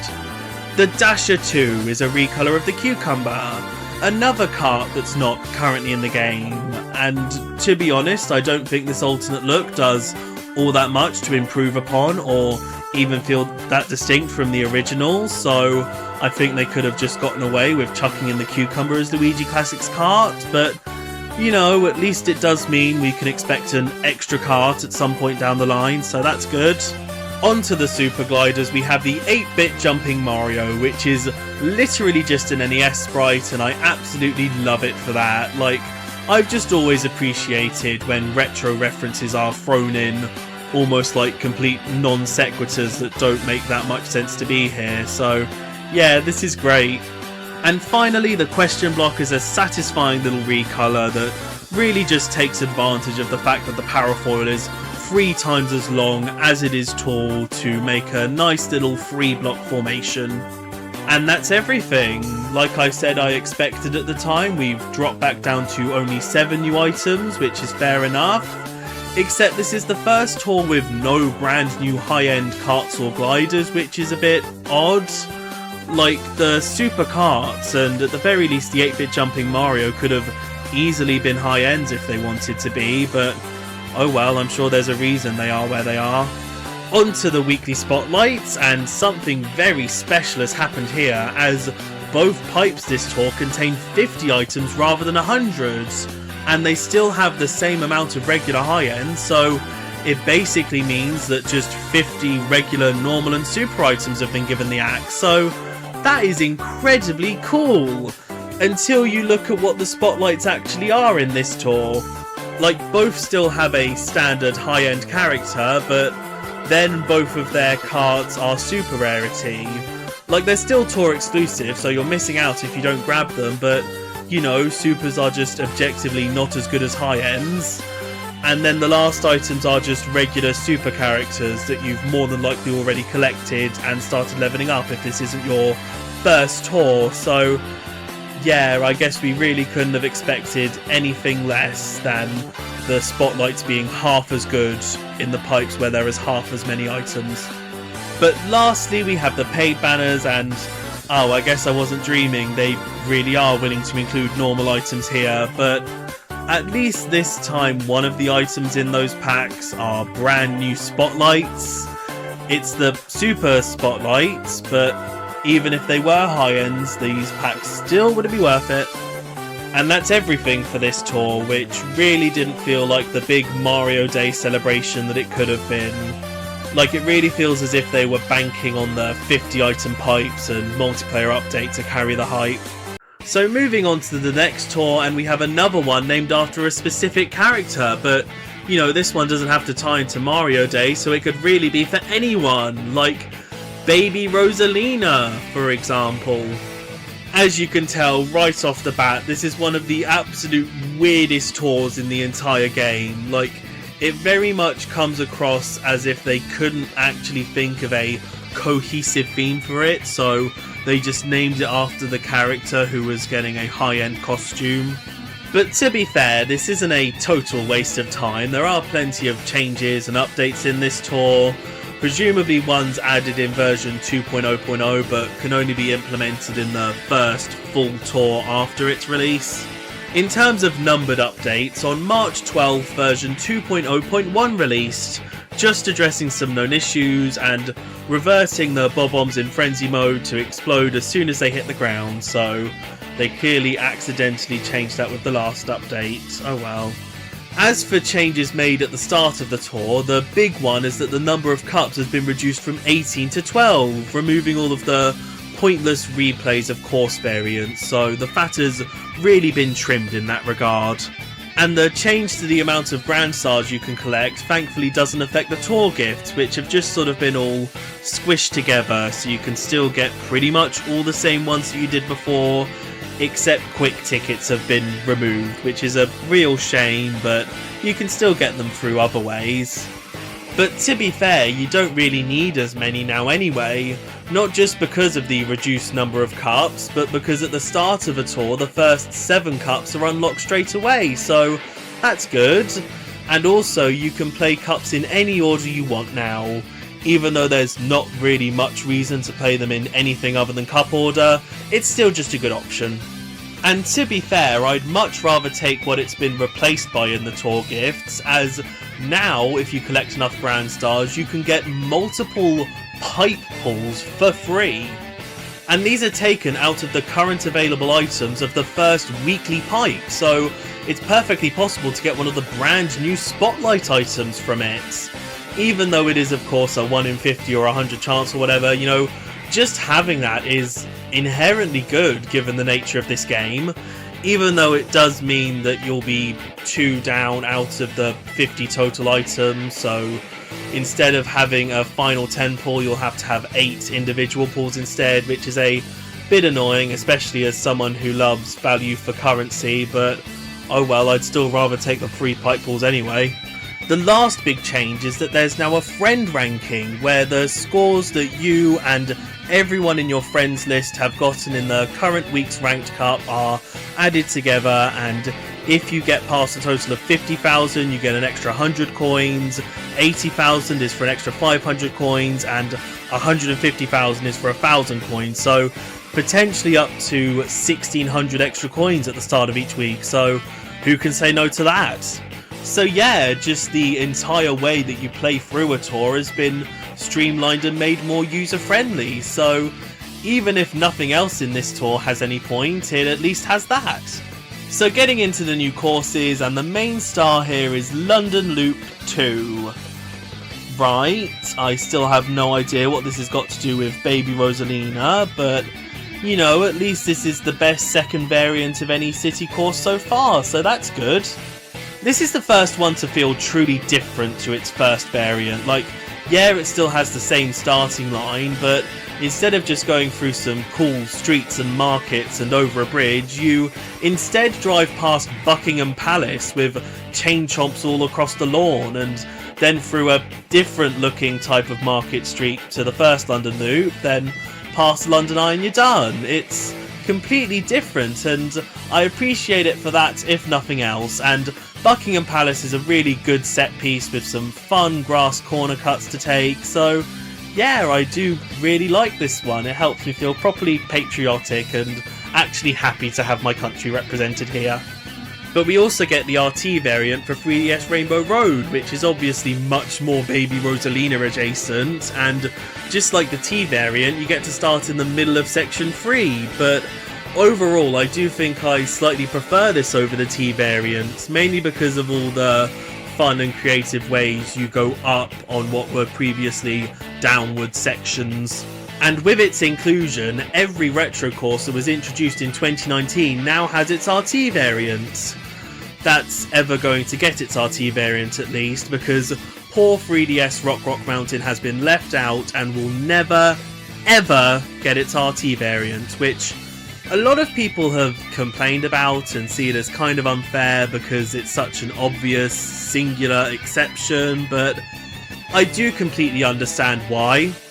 Because due to the fact that on its R variant, you can't exactly just slap a glider ramp onto the bottom of the mountain to fly all the way back up to the top, it instead uses a series of the red metal ramps that you jump between, and there's even a secret one to the side halfway up that does give you a glider ramp to use instead, so that's kind of RT-ish enough. But then to make the giant uphill mountain section feel more natural, because I'm pretty sure you just fly off anyway if you tried racing downwards and got hit by an item, they instead make you jump between giant red metal platforms anyway, which, again, very RT-ish, so yeah, I think all you could really possibly do to make an RT variant feel even slightly unique is add more little ramps to the ground and have you start just before going back up the mountain, just like how the T variant has you start at the glider section down the mountain. So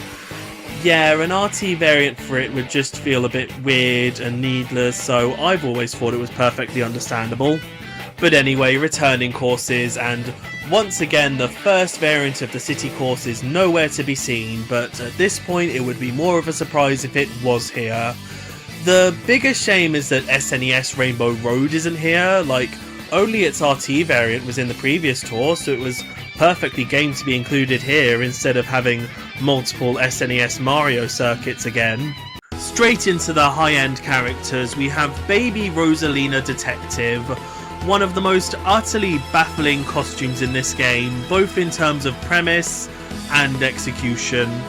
Like, the whole Sherlock Holmes look very much makes sense for London, to the point that they probably could have gotten away with calling this tour the Detective Tour or something. It's just the fact that it's a very random theme to chuck on Baby Rosalina of all characters. Like, with pretty much every other original costume so far, you could tell that the concept came before the character, but here I think the character came before the concept, because the best guess I have for why this all came into existence is that somebody saw adult Rosalina use her star wand for her witch outfit and was like, oh, what would Baby Rosalina do with that kind of star wand? She'd probably want to play pretend, and look, there's a giant hole in the top of it, like with a magnifying glass, and if we give her a magnifying glass she could play detective, and oh, wouldn't that be cute? And if that sort of story is how this came to happen, that's incredibly endearing. It's just still incredibly weird, and it's not helped by the fact that the costume is literally just a hat and cape chucked onto her regular look. Like, if the entire rest of her dress was made brown, I'd understand it, but no, it's just a couple little costume pieces. It's the first time that any brand new costume has been like that, and it just makes it look really cheap, unfortunately. I'm sorry that I'm harping on about it, I just find it such a fascinating overall choice for an outfit. But to be fair, I am quite glad that another unique character got this outfit. Like, if this was Mario Detective, I'd probably have nothing to say, because it would just be another costume for the pile for him. And Dash Ring, of course, makes sense because it matches up with the star-shaped magnifying glass and all. Onto the super carts, we have the T-Coupe, an utterly amazing idea for a cart. Like, it would be one thing if they just had you race in a teacup, like I'd probably get enough of a laugh out of that, but no, it's purposefully like lemon tea, and they fully go in on it with all like sugar cubes and lemon wheels and everything. I really appreciate it, and I'm quite surprised that it's not a high-end cart. It could easily be classified as that. And onto the super gliders, we have the Plaid Ribbon, a recolor of the Glitter Glider. Although, because this one's a rarity underneath it, I assume this was meant to be the original, but to be honest, I think this one has slightly more flair than the Glitter Glider. Like, yeah, that one has all the shininess on it to properly make it a high-end, I assume, but this one just has such a unique colour scheme, obviously having to follow the scheme of Baby Rosalina Detective, but just the little flashes of blue really help it to stand out, and with the star pattern as well, I think this one just feels a lot more unique than just a load of nice shades of green and red, you know? But anyway, that's already all the new items for this tour. We only got 3 this time, that just being a set for Baby Rosalina Detective, which is quite disappointing. I would have liked to have seen more English-themed items, but oh well, maybe they're being saved for later or something. So moving on to the weekly spotlights, and once again, both of these pipes only contain 50 items, but once again the spotlights have been absolutely kneecapped. At least the first pipe contains entirely new spotlights this time, even though both the Kart and Glider are only super rarity, despite the fact that they totally deserve to be high-end. It's probably just to make sure the pipe doesn't contain too many overly valuable items, which is lovely. But to be fair, I'd still probably go for the set, just for a laugh if nothing else, considering the odds. And the second pipe is just the Waluigi bus driver set, but with the Soaring Jack swapped out for the regular super character Rosalina, so that's just great. But you can still pick up the Soaring Jack in this tour through the gold gift, so that's good, and the double decker is even a gold gift as well, so yeah, there's pretty much no point to this pipe for anyone who's not a dedicated Waluigi fan who's only just started playing the game. And lastly, for the paid banners, once again we have a £40 pack with a normal item and a brand new Super Spotlight Kart. Still not worth going for, but at least there's a silver lining in that this is the last paid banner to ever contain a normal rarity item, so thank God for that. And that's it for this tour. Definitely the absolute weirdest yet, and it does introduce a concept that will become increasingly relevant as the years go by, and that's the idea of a filler tour, one designed just to pad out a couple weeks and absolutely nothing else. And I totally get that vibe here. Like, this seems like it was in this position just to introduce the changes to the cup totals and bring in London Loop 2, and you know, it succeeded with that. But there is one other thing that this tour managed to accomplish, and that's having a cleverly conceived teaser for the next tour. As if you look back at this tour's main artwork and zoom into the magnifying glass on Baby Rosalina Detective, you can see one Mr. Hammerbro in the reflection. And in fact, in the final Cups versus Mega Opponent Challenge, you race against Hammerbro. Like, wow, does that justify several of the themes in this tour in a unique way. And in fact, the next tour is straight up the Hammerbro tour. Like, it's not the only time an upcoming character is going to be teased in this exact way, but it's definitely the most unique example of it, and manages to make the previous tour one to fondly look back on, incredibly. But anyway, Hammerbro time! What a deserving little fella to slip into Mario Kart, especially as only the second fully brand new character.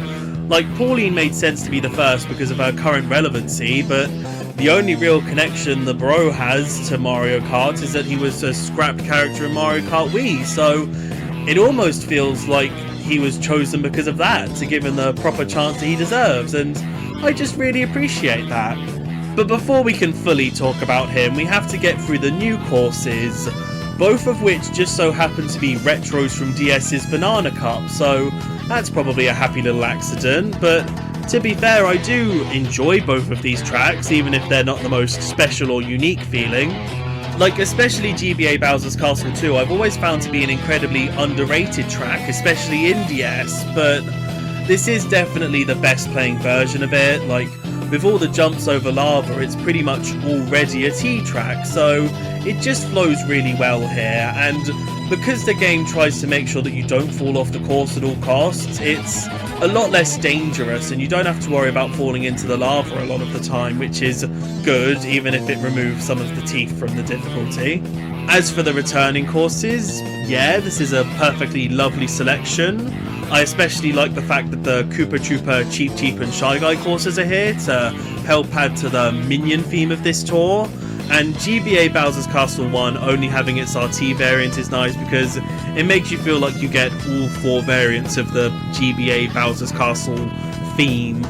So moving on to the items, and we have a brand new special item with the hammer. Like, wow, they actually went out of their way to make a new special item for the new special little guy. That's such a nice gesture.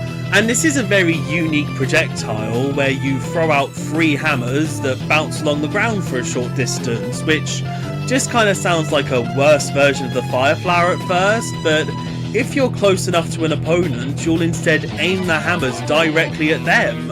And since they're thrown overhead, they can ignore bananas and just instantly guarantee you a hit. So yeah, it can feel a bit situational if you're not that close to anyone, but still, it's always worth chucking them out because you never know who's going to get hit in the crossfire, and that goes especially for the frenzy where you still throw 3 every single time. So yeah, this is a very nifty little projectile, even if it's not my favourite overall. But getting into the super characters, we have the man of the hour, Hammerbro, who I've already said pretty much all I need to at this point. All else I have to say is that it's really cool that he's a regular super item, so he's in the same mix of characters as Mario, Luigi, Peach, Yoshi and all the other basic castmates, which does mean that he doesn't get all the same perks as a high-end character, but Still, having him be this easily accessible is really cool for an entirely brand new character. And of course Hammer, because Hammer Bro, but he's not alone because he also brought with him Boomerang Bro, which is just a recolor, but it's another species of Hammer Bro, so chuck him in. And of course Boomerang makes sense because Boomerang Bro. But there's also Ice Bro, another recolor, and Ice Flower makes sense because Ice Bro. And there's also Fire Bro, another recolor, and Fire Flower makes sense because Fire Bro. Oh, this is just such a satisfying little set of characters to add. Like, as soon as I saw Hammer Bro in the Baby Rosalina tour, I was like, please say he's bringing the other bros with him. I will be so happy. And they actually did it, because, you know, it makes sense. Unlike the fact that this is the first tour to introduce no brand new cards. Oh, that's upsetting. Like, they didn't need to go out of their way to make anything that special. Just a dark blue recolor of the Koopa Dasher and a light blue recolor of the Power Wing would have been nice, but no, nothing. And moving on to the high-end gliders, we just get the Peach Hanafuda, the next in the inevitable Hanafuda set, so it's pretty much just here because of the monthly obligation. So pretty much the only real new characters are the bros, which is obviously a good enough set of new items to have, but still, it would have been nice to just get those couple little easy Kart recolors in the mix as well. But moving on to the weekly spotlights, and the pipes have, thankfully in my opinion, reverted to having 100 items in them, which is kind of a shame because these are terrible spotlight sets. Like, obviously it's good that you can get guaranteed access to the new and original characters, but again, they are all regular super characters, so within a few tours of regular Ruby usage, you're pretty much guaranteed to sweep them all up, so it does feel like quite a hollow gesture, but I do really appreciate the Rainy and Blizzard balloons as extra spotlights at least, especially since Fire and Ice Bro are quite elemental feeling. The clouds just sort of add to that vibe and I like it, but you know, it is quite a farce that there's absolutely nothing else spotlight-wise. Like, I can't think of any good previous spotlight carts that would fit in here. And to be fair, you do also get 2 regular high-end characters and carts in both of these pipes, but still, I feel like these would have worked much better as 50-item pipes, considering the standard that those ones were at, but oh well, at least you can ignore them if you want and save your rubies for another tour and try and get all the bros there. On to the paid banners, and I really enjoy the cohesive minion theming going on here. And while it has happened a couple times before, I do think that having a lot of the packs include tour exclusive items is kind of the best use for them. You know, even though the packs are still absolutely not worth it, like, at least it's items with some vague sense of value, which can probably be used to make people have an even bigger sense of FOMO since they couldn't get them last time. They can just grab them now, but still, this is the best route to take with these packs, like, objectively, I think. And lastly, we have some new cups, both for the New Boy and Ice Mario, who I'm only now kind of surprised didn't get his cup in the Ice Tour, but you know, this is the second best time to chuck it in because it means we can get multiple cups introduced at once, which is always fun. And that's everything for this tour. There weren't any real gameplay changes unlike the couple previous tours, but to be fair, this was basically just the tour to introduce Hammer Bro and a couple eclectic little retro tracks, and it definitely succeeded at that, so yeah, moving on, we have another character-based tour, this one being for Yoshi. And this makes total sense because this tour ran over Easter and, you know, Yoshi lays eggs just like Jesus did while he was on the cross or whatever. So yeah, this is the perfect Mario theme for an Easter time tour. So let's just jump straight into the new courses and oh, there's no actual brand new course, just new RT variants. This is the first time that that's happened, and it's totally understandable that that would happen at some point. You know, there are only so many courses to add, but I just don't really think this had to be the tour for that. Like, there are other Yoshi-themed tracks in the series that could have been brought over, like, just going off of what we know that they're willing to bring in DS and Wii originating courses, we could have had Yoshi Falls, which is one of my least favourite courses in the series, but still, it would have been harmless in this game, but we just don't get it. Just a couple fun new RT variants, and onto the returning courses, and at the very least the other Yoshi-themed track is here, so that's good. Even though I think it probably should have had its RT variant as well, and just sort of leave Calamari Desert out, since it is a bit only looking over there. Yeah, this is just quite an odd feeling course selection in my opinion. It's a bit deflating, you know, knowing that they're willing to skip over perfectly understandable tracks to add for seemingly no reason. But you know, there's always next year to include more tracks. So moving on to the new items, starting with super characters, we have Birdo Yellow, the third in our rainbow of lovely ladies, and I really appreciate her being here specifically to kind of reaffirm the special relationship between Yoshi and Birdo. And while it is kind of a shame that now she's the third Birdo in a row to have Birdo's egg, you know, once again, limited pool of characters with access to it, and there aren't exactly many yellow items in the game, so fair enough. On to the high ends, we have Yoshi Egg Hunt, a perfect thematic costume in my opinion. Like, it's literally just a couple little eggshell pieces on top of regular Yoshi, but it's just so adorable, I love it. I do think that white Yoshi might have worked a bit better with the eggshell design here, but to be fair, I do think that the green colouring on normal Yoshi does quite pop out here, at least more than with Reindeer Yoshi. Black Yoshi is also here. You know, it's good to get more of the lads piled in. Although it's quite interesting that he gets to be a high-end character. Like, I don't know what's so special about being monochromatic, and they were setting a standard of super recolors being of the same rarity, but still, you know, it's good that at least one of them's getting the high-end recognition that they deserve. And an extra little tidbit about him is that when he was first released, he was listed amongst the villain characters, which was quickly rectified, but, you know, all I'm going to say is that if they were introducing White Yoshi instead, I don't think this error would have been as likely to have occurred. On to the Super Karts, we have the yellow Turbo Birdo! Yay! Great, cool! The most notable thing about it is that when it was released, it got listed under the Hero Karts, but this never got corrected, which isn't a big thing, it's just slightly annoying to try and find in the big list.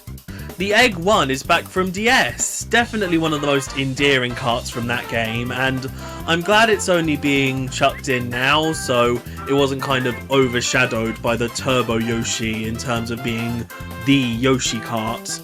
On to the high ends, we have the Bright Bunny, just a really fun, full-on Easter kart, which at first kind of looks like just sort of a grandification of the Egg 1, but no, this is a completely brand new model. Like, I would have just been happy if we got an Egg 1 recolored with Yoshi Egg Hunt's eggshell colours, but no, they went out of their way to create something new, and I'm so glad for it. On to the Super Gliders, we have the Eggshell Glider, just a really natural and obvious concept for a new glider. So obvious, in fact, that when the Yoshi Tour got announced, I kind of predicted in my own head that we would see this exact item be added, and yeah, that's just another one of my nice little memories of keeping up with the game. It is a bit of a shame that this is the only super rarity colouring of it though. Like, it definitely would have been overwhelming if every single upcoming Yoshi colour got a recolour of it, just like with the Turbo Yoshi, but you know, literally just a Birdo's Egg version would have been nice. And finally, for the high ends, we have the Bright Glider, which is literally just a Yoshi's Egg Hunt egg-based recolour of a newly introduced egg-based item. But to be fair, I don't think there are many other flourishes or extra accessories you could put on that wouldn't feel quite overwhelming in glider form, so this is perfectly good.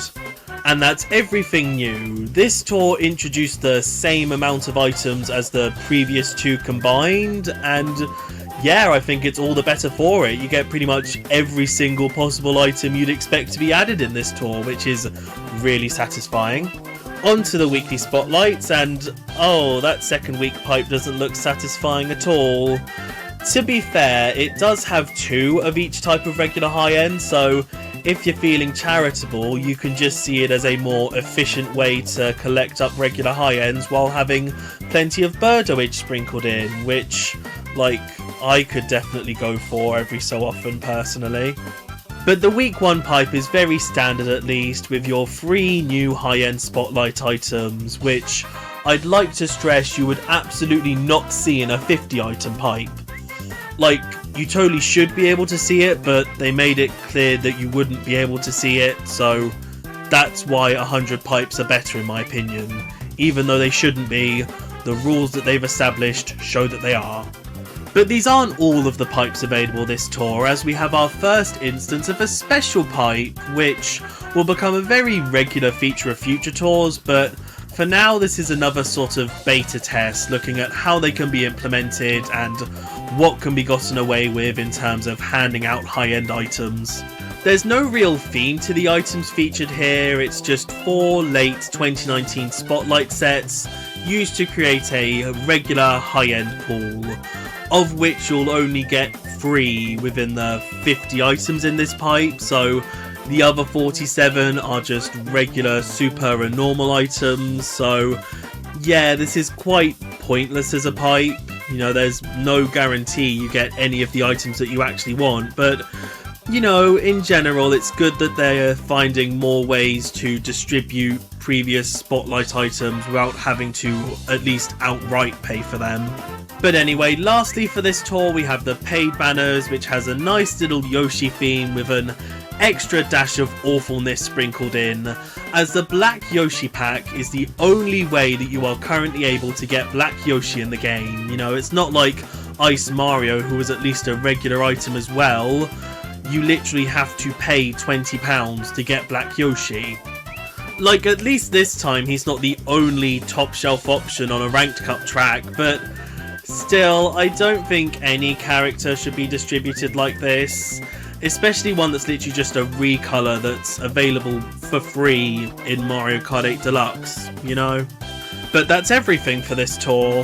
While I do enjoy all of the new items that it introduced, it also brought in a couple really bad new game design elements that are just rather off-putting, especially if they become more frequent. But moving on, we have the Trick Tour, an incredibly unique idea for a tour that can only really be shown off by looking at its courses, so let's speed through the new ones, which is once again just a couple new RT variants, but that's understandable when you see that all the returning courses are just the RT variants of pretty much every other retro track in the game thus far. This is a very fun way to make something unique out of what you already have. Like, the RT variants are definitely the most fun in the game, so it's good to have an entire tour centered around them, but you know, it would get stale if every tour was just trick variants, so it's nice that it can just be a one-off. It is a bit of a shame that none of the city courses turn up, considering that they automatically come with their RT variants, and we haven't seen all of them since their first appearances, but still, you know, having them all be retro courses does give it a unique enough vibe as a set of tracks. So moving on to the new high-end characters, we have Builder Mario, here to promote Super Mario Maker 2's second free update, which released just before this tour started, and I think he really fits here, you know, since all of the RT variants build on top of the original forms of courses. It just really works out. Just like him having Hammer, like, it almost feels like that item was introduced just for Hammer Bro and him. Builder Toad is also here to add to the Mario Maker theme, and I do really enjoy this choice specifically because it feels like a more quirkier pairing of Mario and Toad rather than Mario and Luigi. And I especially like him having Bob-omb Cannon as his special item because it feels like he's using one of the items that he'd normally pop on a course. Dry Bones Gold doesn't exactly fit with the Mario Maker theme, but You know, he's still a reference to one of the platforming games, specifically New Super Mario Bros. 2's Gold Ring, which turned every enemy on screen gold and you'd get more coins for defeating them. Except Dry Bones didn't actually appear on any levels with a gold ring, so this is technically an entirely new creation for this game, which is a bit curious. Like, they could have just gone for Gold Bro instead, and that would have been a direct reference, but oh well, it's still a great look, and Coinbox of course makes sense because gold. Moving on to the high-end karts, we have the Dozer Dasher, a really fun Mario Kartified real-world vehicle that makes perfect sense to be here. Although it is kind of technically a reskin of a different kart, because Wario had the Dragonfly back on DS, which was a red tractor, and you basically just sort of stick the dozery, shovelly bit on the front, and then you have this. But still, I'm pretty sure this is an entirely unique model, so it's not really relevant, I just felt like mentioning it.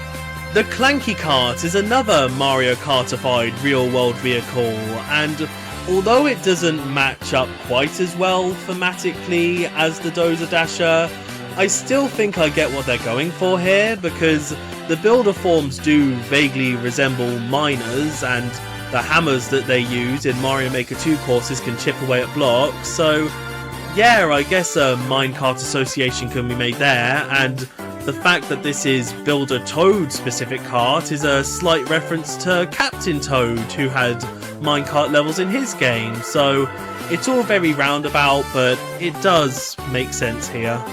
The Wild Black is an incredibly slick recolor of the Wild Wing. Like, I think this palette works better on this more cartoony version of the kart compared to the shinier Wii original, so it's good to know they're able to make the most out of what they have with this kart. The Kart Kart is a very endearing little recolor, obviously feeling quite different from the Muck 8 due to the use of roller wheels instead of slim ones, and I really think they help add to the look, you know, they sort of help make the downward fin looking bits look even more downward in their way.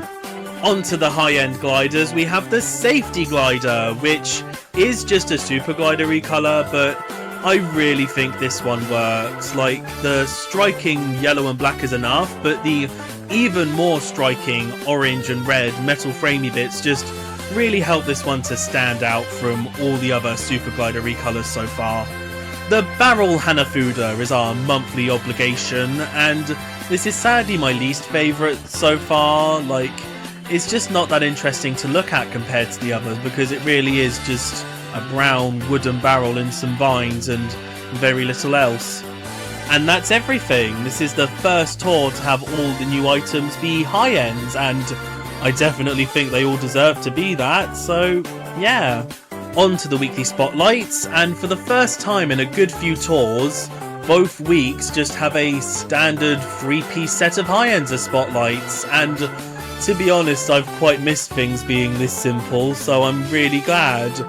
Although the week 2 glider being the star shoot is quite interesting, because like, it sort of feels as if they could have introduced a new glider for Builder Toad, even if it was just a blue themed recolor of the Safety Glider, but to be fair, the star shoot still makes sense, since, you know, Builder Toad can place stars on the courses that he builds in Mario Maker and all.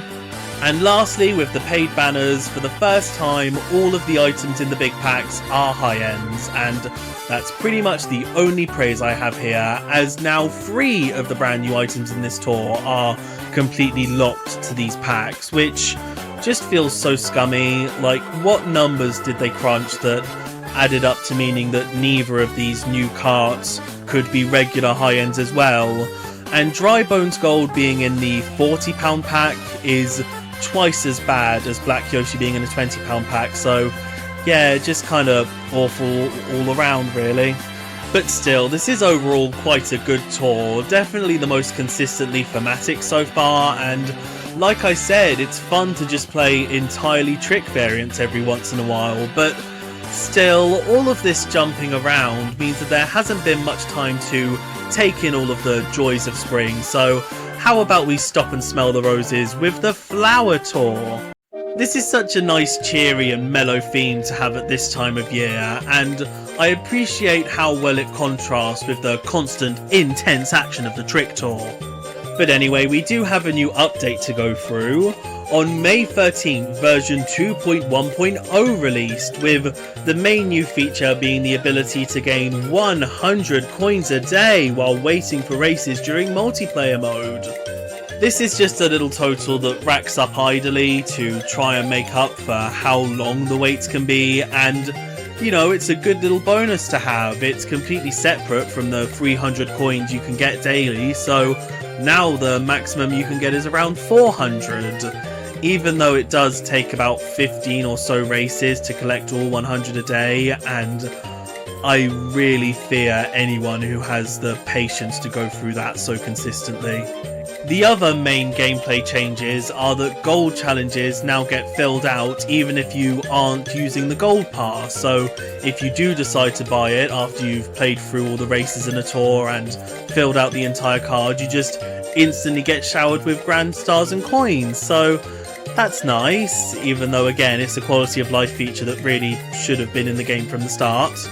And also, preparations have been made for various new modes and increases to level caps that I will get to as they are properly introduced.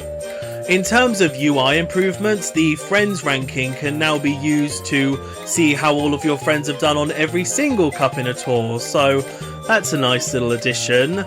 And also, exclusively for this tour, presumably both because of the update and because of the changes to friends rankings, instead of getting coins as rewards, you instead get 2 rubies for 50,000 points, 3 rubies for 80,000 points, and 5 rubies for 150,000 points, so up to 10 rubies a week. Get in there. But anyway, other improvements include already obtained items now showing their level progress in the Daily Select shop. The levels and points of all of your opponent's items are now shown in ranked mode, and there are now little sound effects for getting a non-stop combo and collecting all of the grand stars in a race. Once again, quality of life features that really could have been in earlier, but better late than never. But anyway, in terms of new courses, we have Remix Choco Island 1. Kinda surprisingly in here before SNES Choco Island 1, but oh well, this is much more compelling than that. This one's main focus is on verticality in terms of just sort of being able to stretch the roads upwards. Like, you have a lot of mounds and hills to jump over, so basically with all the brown colours this comes across as a more interesting layout for Excite Bike Arena, but still I quite like it and it plays well with the combo system. As for the returning courses, we get to witness another benefit of the Trick Tour, as this is the first one to feature no consecutively returning courses, so that's really refreshing. Obviously the repeated RTs are quite inevitable, but you know, the vast majority of tracks haven't been seen for at least 2 weeks, so that's just good. Anyway, on to the new items, and starting with the super characters, we have Monty Mole, another really deserving minion to get a playable slot here. Although this one's definitely more surprising than Hammer Bro, because like, to everyone's knowledge, Monty wasn't scrapped for any previous Mario Kart game, and he wasn't teased in the previous tour, so he was just sort of dropped in here, but I do still think he makes sense for this theme. Like, you know, he burrows underground in amongst all the roots of the flowers that he probably digs up and ruins, but still, you know, I see the connection. Unlike with his special item, like, I literally don't possibly know why he has Mushroom Cannon, apart from the fact that you can use mushrooms to make him bigger in Super Mario Maker. I definitely would have given him Hammer instead to kind of reference Rocky Wrench. On to the high ends, we have Daisy Fairy, a really lovely thematic look for the only character who deserved a costume in this tour. But still, I'm really glad they went all out with it. Like, the flower crown's really charming, and I really think the white and orange shades match really well here. And Heart is a perfect item to have because, you know, fairies are really loving and look out for people and whimsy and ooh. On to the super carts, we have the Birthday Girl Daisy. Right, I guess because it has orange mushroom wheels instead of rollers, it gets to be a super rarity rather than a normal. Fair enough, I suppose. On to the high ends, we have the Prancer! Finally! Like, this was definitely worth the wait. I don't know what happened when transferring it between 8 and this game, but the colours look a lot more vibrant here, and I think it looks a lot better for it. The Rose Queen is a simple but very effective pink-gold recolour of the Bumblebee. The Green Apple Cart is our first inevitable recolour of the Apple Cart, although quite weirdly this more interesting recolour gets to be a regular high-end, while the standard Apple Cart is still tour exclusive. And in fact it just gets to be a gold gift in this tour, so yeah, that's a bit odd, but can't complain about more regulars. On to the high-end gliders, we have the Daisy Glider, which is technically a new recolour of 8's Flower Glider, but this was also the normal look the Flower Glider had in 7, so I see it more as a reference to that, but either way, this is a perfect choice to include in this tour. The Pink Gold Paper Glider is far more than a simple but effective pink gold recolour of the Paper Glider, with all of the little squiggles and stars giving it a really royal personality that it definitely wouldn't have had without them. And finally, the Butterfly Sunset is another very obvious feeling new concept for a glider that just fits in perfectly here, and I really appreciate how its orange colour matches up with the general daisy theming that this tour has, especially because its name kind of gives away that this is probably a recolour of a standard butterfly glider, so yeah, I'm very glad they went with this one first. And that's everything. This is another really good set of 9 new items, but I do slightly prefer this lot to the ones introduced in the Trick Tour, just because I'm a real sucker for all the royal themed items. On to the weekly spotlights, and while there's nothing to say about week 1, there's quite a bit to dissect about week 2, where you get a brand new super spotlight, a returning tour exclusive cart that's a spotlight for the first time, and just a regular high-end glider that doesn't really feel like it matches with the other two. Like, I personally would have gone with the Rainbow Starchute in terms of previous spotlights, but even just the new Butterfly Sunset I think would have matched better than the Heart Balloons. But anyway, lastly with the paid banners, and at least we only have one new exclusive item locked to a pack this time, and it's not a character, so that's technically progress, but to be fair, I do really enjoy the pink gold theming of the first week's packs anyway, so that marginally makes up for it. And I get to enjoy them for longer anyway, because week 1 packs are finally available in week 2 as well now. Only took them 6 months to figure out that that might be a better way of doing things. But that's the Flower Tour, a really memorable one for me, through the combination of suddenly chucking in Monty Mole and just generally having such a sweet theme to it. But anyway, I've left these flowers to grow so much over the past few weeks, they've turned into a real jungle now. It is a bit weird to immediately have another plant-adjacent theme, but I do think this is a really fun bridge between spring and summer, considering that this tour ended on the 3rd of June.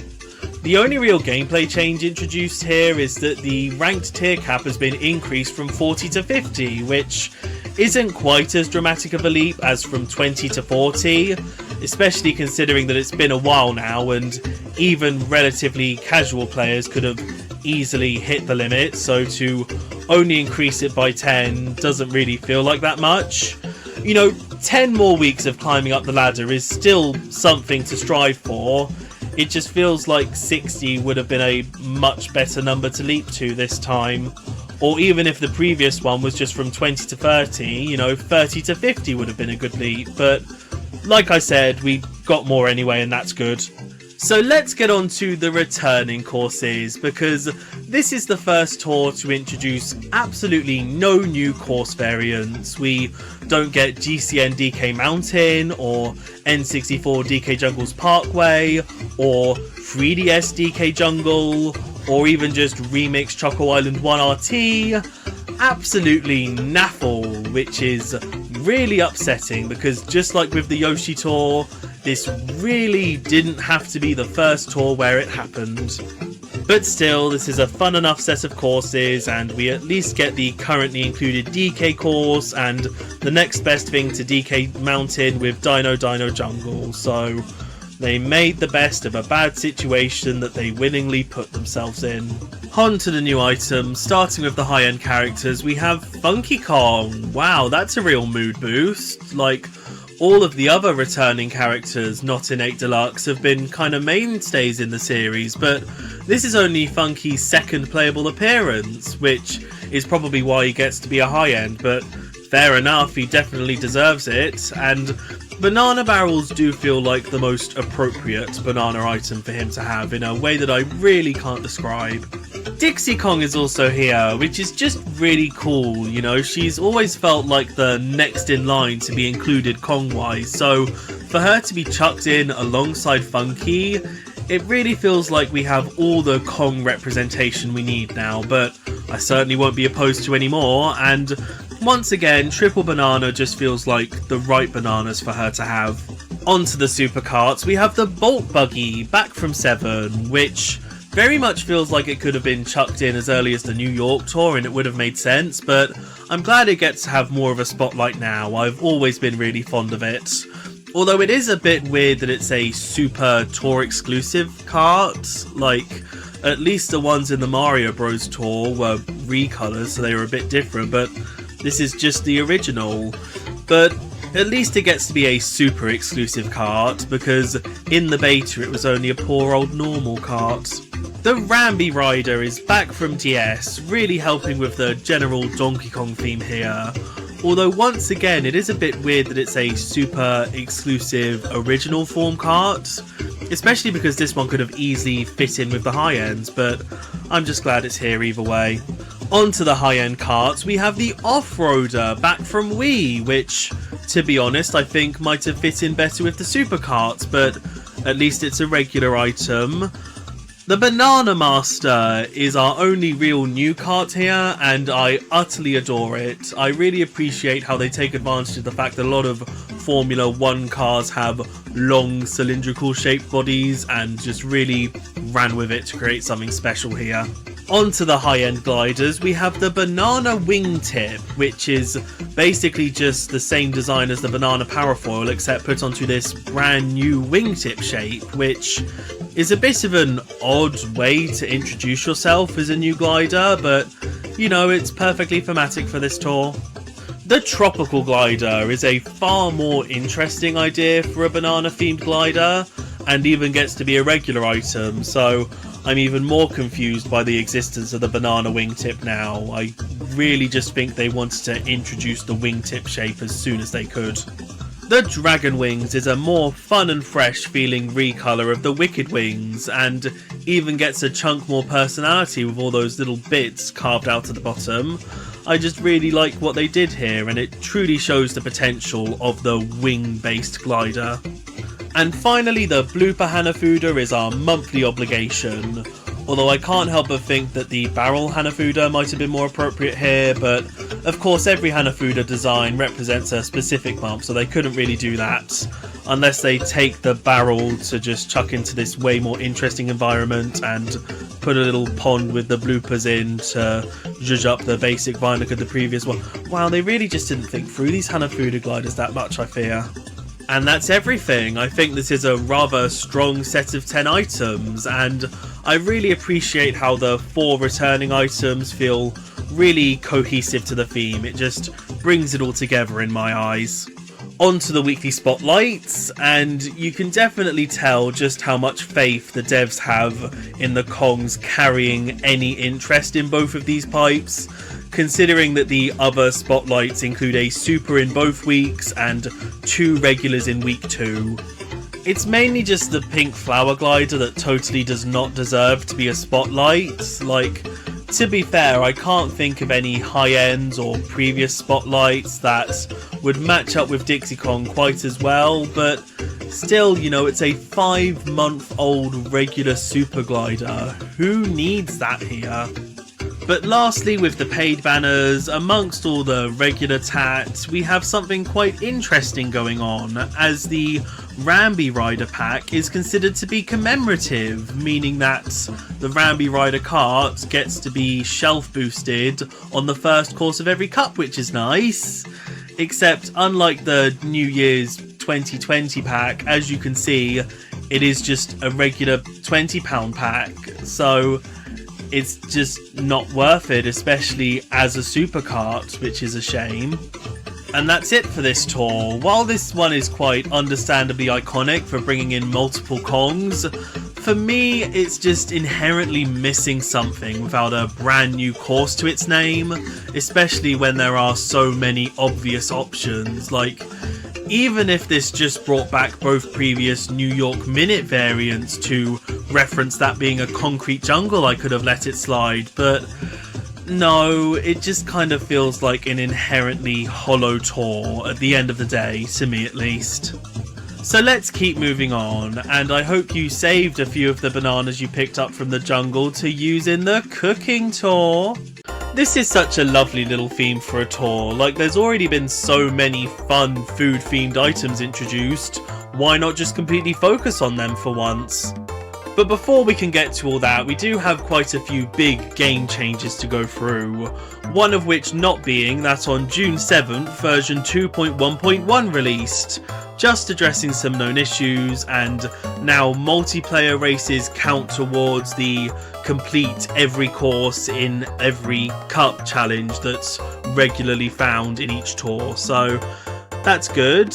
Once again, I don't know how that was overlooked before now.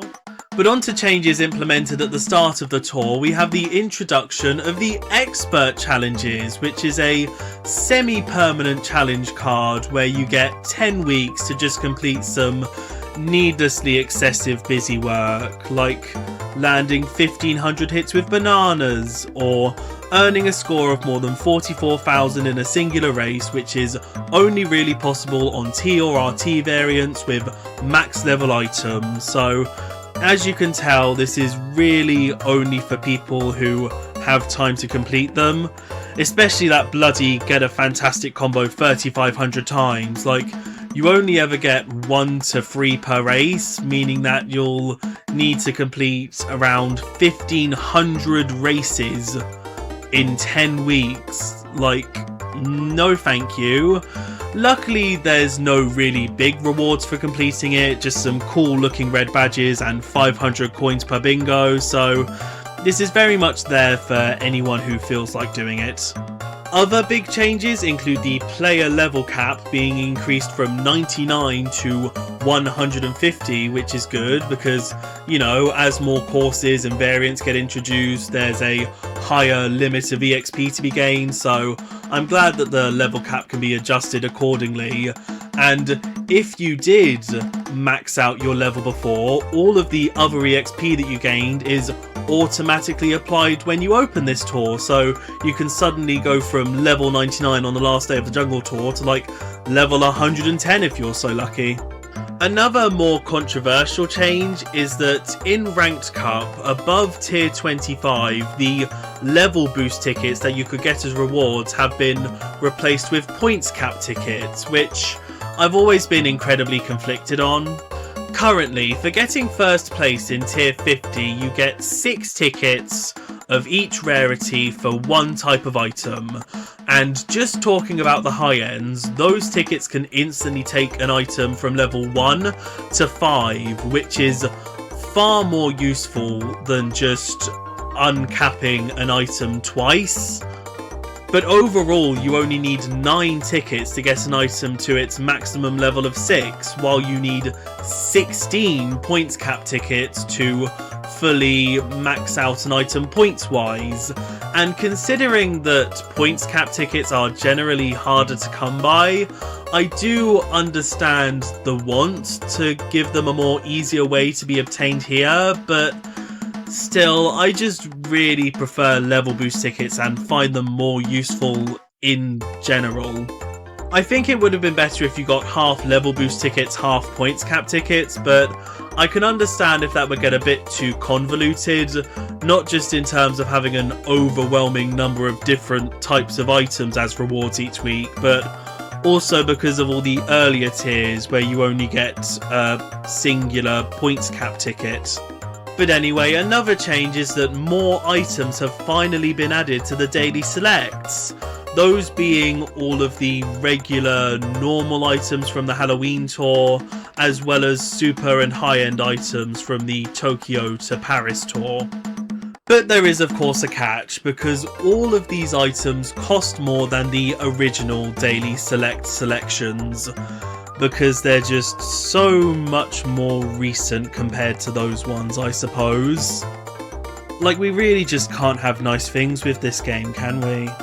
The only real reason I can think to basically denote this as an entirely separate group of items within the daily selects is that they're treated as an entirely separate group of items within the daily selects.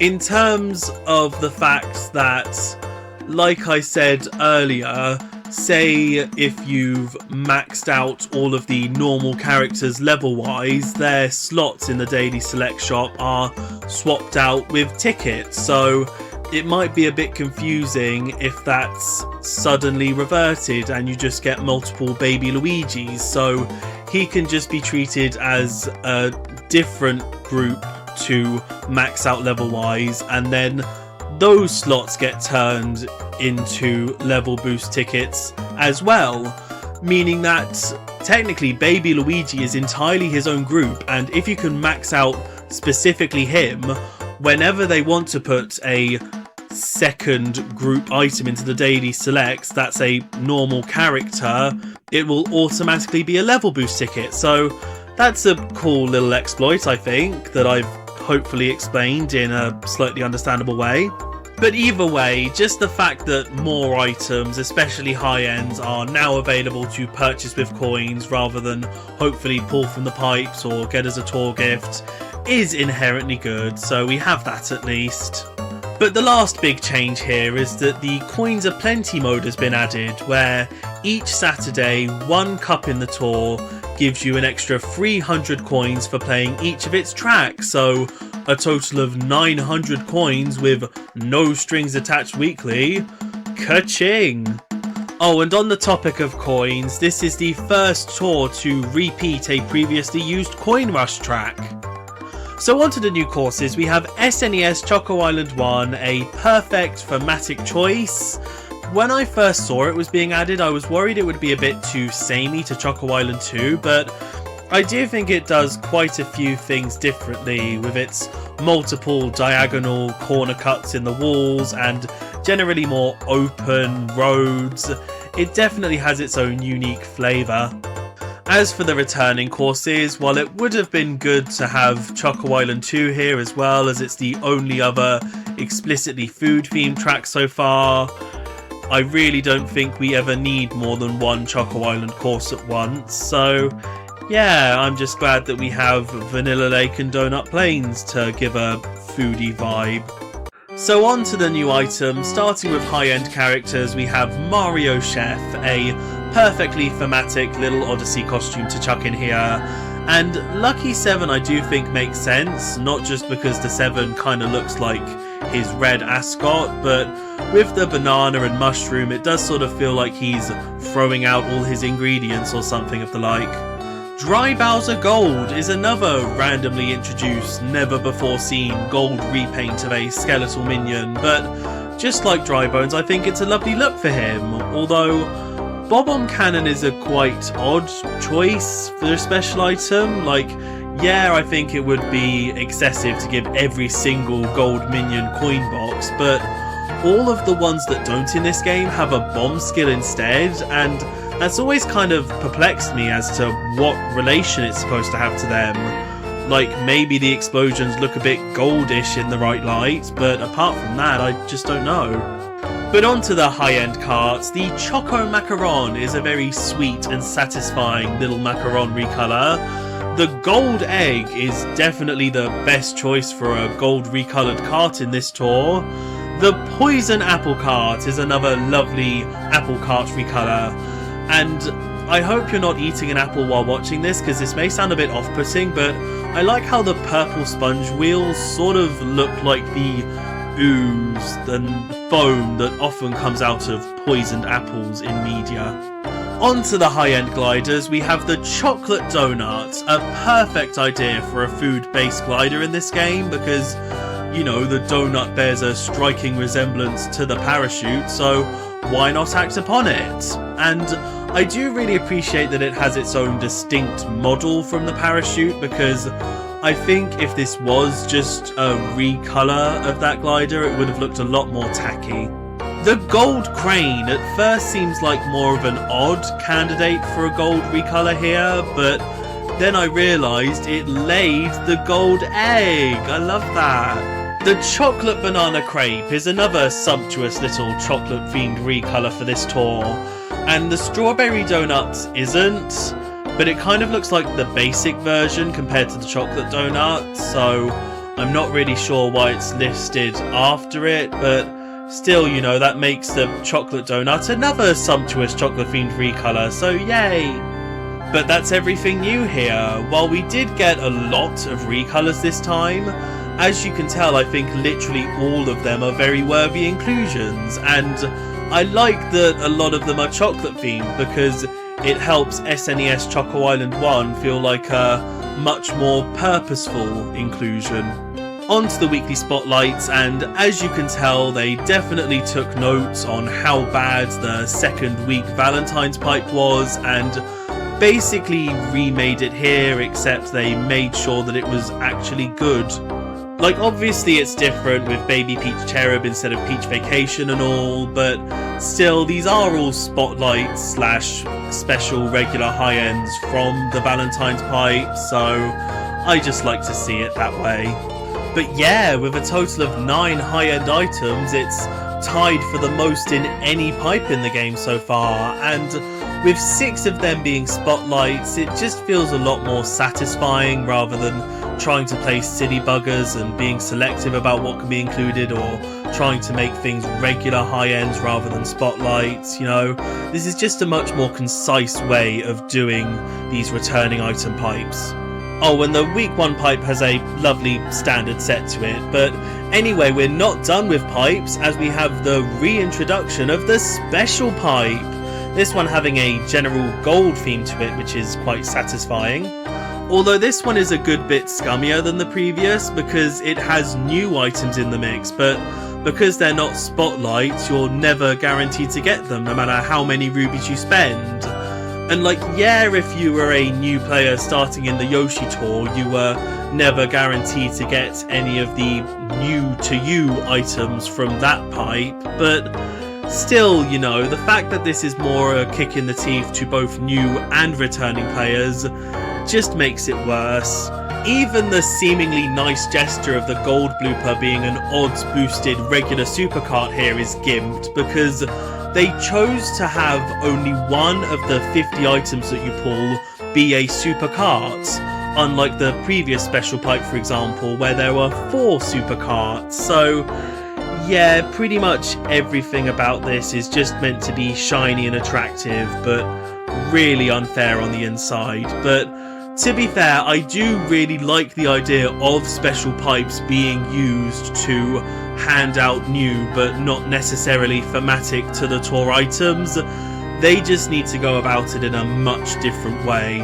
And lastly, with the paid banners, while there's nothing to really say about any individual ones this time, I haven't really had a chance before now to point out that from here on out, all of the £40 packs contain a character and a vehicle or glider, rather than just one item and 3 point boost tickets, which, you know, it's good progress because they have always been technically more valuable this way. And that's it for this tour. While this does seem to be another one where the theming and new content was meant to feel a bit more low-key so that the new gameplay changes could take more of a focus, I just absolutely love all of the new content introduced here, and it sticks out to me more when I think about this tour than the player level cap increasing. So let's keep moving on, and I do hope you have some leftovers, specifically peaches, for the Peach Tour. I do love making segues. Now, it may seem a bit weird to suddenly have another tour named after a specific character, but even when this released, I understood what they were going for. Because this was June 2020, I was very much playing Animal Crossing New Horizons, and in that game, as well as Real World Japan, June is wedding season.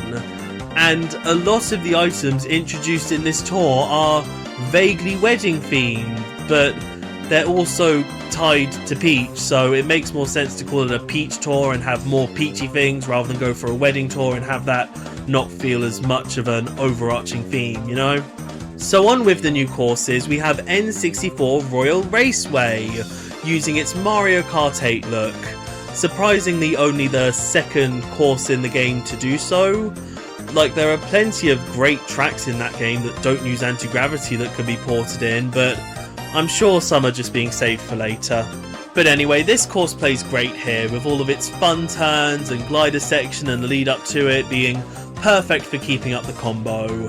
It is a bit of a shame that they didn't do something cute with the T version, where you use a load of red metal ramps to at least drive over the Peach's castle to reference that classic N64 Easter egg, but still, this course is just a perfect fit for this game. As for the returning courses, I mean, there aren't any other Peach tracks in the game yet, so I can't really blame it for being this eclectic. So on to the new items, we only have one high-end character with Peach Wedding, and like I implied, this is a perfect Peach costume for this specific Peach Tour. And I really like Triple Mushroom as a special item, because when you're about to use them and they're hanging behind your cart, they kind of look like a bouquet of mushrooms, and that's a fun wedding reference in my eyes. So on to the high-end carts. The Sweet Day Tripper is a really lovely, extra girly girl themed recolor of the Day Tripper. The Red Taxi is a really lovely, girly girl themed recolor of the Yellow Taxi. The Pink Wing is a really lovely, girly girl themed recolor of the P-Wing. The Happy Ride is a really lovely, girly girl themed recolor of the Ghost Ride, and I really love the extra little flowers on it to really make it feel as different from the Ghost Ride as it possibly can be. On to the high-end gliders. The Silver Bells is the first new glider that to me just feels like a regular object held up with some bits of string, but I do like how the metal bits on the side kind of resemble wings, so it still has some sense of aerodynamicness to it. The silver and gold hearts are an amazing recolor of the heart balloons to me. Like, this doesn't just feel like it got the gold repaint for the sake of having a gold item, because to me the colour scheme sort of resembles the balloons that you'd often see at a wedding reception, so it's very on theme in that regard. And finally, the Cape Mario Hanafuda is our monthly obligation, but I do really like this one being here specifically because Mario flying through a field of pretty flowers feels like the sort of fantasy you'd expect Peach to have, so I'm glad that can be represented here. And that's everything. Once again, the majority of items here are recolors, and while I don't enjoy them as much as the ones from the previous tour, I still think it's a very well-rounded bunch. On to the weekly spotlights, and once again we have a standard set in week 1 and a load of returning items in week 2. I do think I slightly prefer the layout here compared to week 2 of the previous tour, even though there's one less high-end overall. The extra character more than makes up for it. And as for the special pipe, this is way more interesting than the previous tours, and just in general feels way more special. With such a limited item pool, you're pretty much guaranteed to get every single super and normal kart scene here, and the fact that several tour exclusives are sprinkled in is a good way to catch up for new players. It is a shame that once again there's no spotlight, so you're never guaranteed to get the new Red Taxi, but considering that all 3 high-ends are karts and there are 3 high-end karts, it at least feels like you get a fair shake at getting the Red Taxi, you know? It's not completely justifiable as a pipe or gacha mechanic or whatever, but you know what I mean? At least you have a proper chance at getting the red taxi within your first 30 pulls. Next, with the paid banners, we finally have a new commemorative pack. The main difference between this and the New Year's 2020 pack is that that one was £2 and you got 5 rubies with the new item, while this is £4 and you get no rubies with it. So yeah, definitely not as much value, but still, I'm personally happy to pay £4 for a fun and exclusive Kart. Obviously, this is only a recommended purchase for Gold Pass players once again, but it's still miles more value for the £20 packs. Like, thinking about it laterally or whatever, I do not think that 1 point boost ticket and 45 rubies is worth £16 extra. And lastly, we have a brand new cup for Pink Gold Peach, which is interesting because she's not a regular item yet, but I suppose it's still a good gesture because since she's a spotlight in week 2, it means that the third course in her cup gets her boosted all the way to the top shelf from the bottom, so I think that's a good enough reason to chuck it in here. And that's it for this tour. I definitely think this one is a sweet little occasion, and just in general, I think it's good for fans of each character to see their favourites get some time in the spotlight like this, and be able to collect loads of different items themed around them. But moving on, next up is the Marine Tour, a very lovely summery theme to go for, especially because it's the last meteorological season left to be covered at this point. So getting straight into the new courses, we have SNES Koopa Troopa Beach 2, an alright enough SNES course, but obviously it makes total sense to be included here. I will say though, this really isn't the most fun course we've gotten so far, mainly because its layout is just a big flat squarey circle with no little bumps like Choco Island 2, or easy to get points off hazards like the ice cubes in Vanilla Lake 1. All you have here is a couple Cheep Cheeps in the water section, but they're quite out of the way, and considering that all of the little holes that previously would put you out of bounds are now just off-road, you're slowing yourself down to get to them most of the time, so it's more worth just speeding through that section and trying to keep up your combo by getting a mini turbo on the turn. So yeah, this is one that's only really made palatable with its T variant, sadly.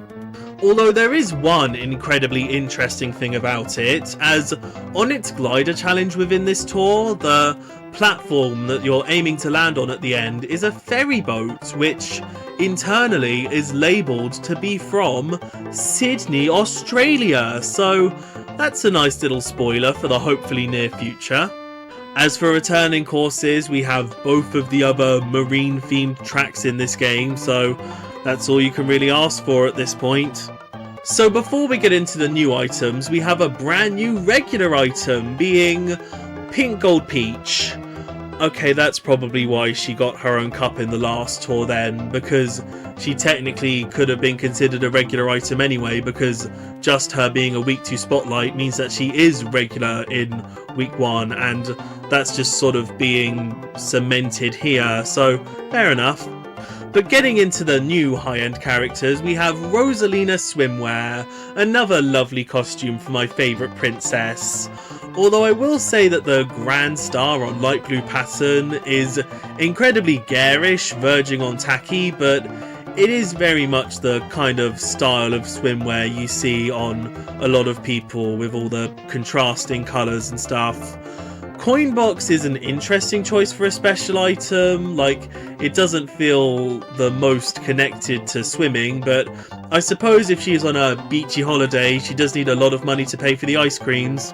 Mario Swimwear is also here, another very safe costume choice from Odyssey, but Dash Ring feels like an incredibly satisfying item for it because, you know, he can swim about like a dolphin and dolphins jump through rings.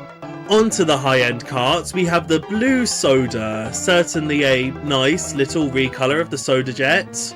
Although the original already had quite a lot of bluish tones, so it really feels like the biggest change here is with the wheels, which is never the greatest compliment to give to any recolor. The cheap snorkel is a remodel of the Jeep Charger, where the only real differences are the wheels and the fact that it's now wearing scuba gear, which it shouldn't really need if it's a fish, but that just makes it all the more lovable to me. And it even gets a gold variant straight away. And so does the original Jeep Charger. I mean, fair enough, it is the only real fish-themed kart, so you might as well give it all the love you can here. Onto the high-end gliders, we have the Manta Glider, the perfect choice for a fish-themed glider with its wingy thing sticking out. It just looks very aerodynamic, although I will say it is a bit of a shame that they went for the more generic look that's kind of like the one from Mario 64.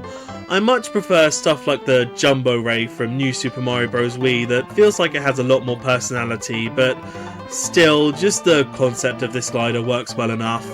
And finally, the Blooper Wingtip is our second variant of this glider, and once again, it's just kind of a basic paint job that could have really gone on any shape of glider, but I do definitely prefer this one to the banana variant. I appreciate how all the bloopers are different shapes and pointing in different directions, you know, they're all doing their own thing on there.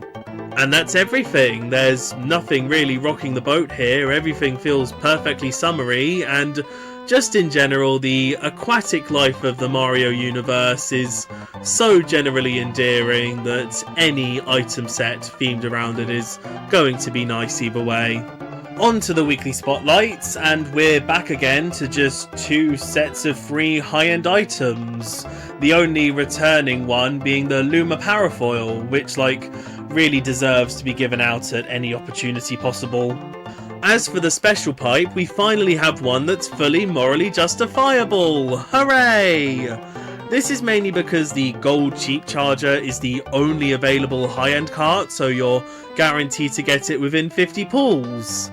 It is a bit of a shame that unlike the classic kart pipe, the items shown in the banner aren't the only ones available, but I think that's probably because these items are split across the 3 different available types, and because there's 50 items instead of 30, it probably would have been too hard to properly allocate the right amount of numbers. Especially Koopa Troopa being the only normal character, I don't think it would be very fair to get 20 of him. And lastly, with the paid banners, oh god, Ice Mario's in a £40 pack again, everybody hide! But seriously, I appreciate that the water theme has been extended onto ice as well. I always appreciate when games properly make that connection. And that's it for this tour. I really appreciate how it went out of its way to feel truly summery. Even though, just like with winter, we can probably expect more summer-themed tours in the next couple of months, it's still good to have one just purely focused on it. So moving on, next up is the Exploration Tour, which very much does feel like a continuation of the previous tour. Even though this isn't specifically about marine exploration, it still feels connected.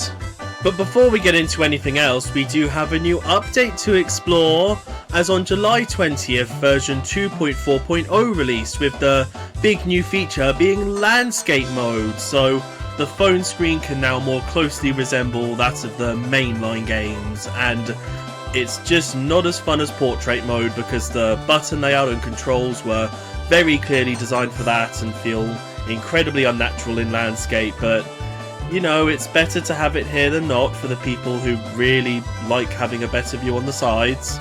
You can also now disable the drift/steering button, which I've never done personally. I don't really know why anyone would, but once again, more options.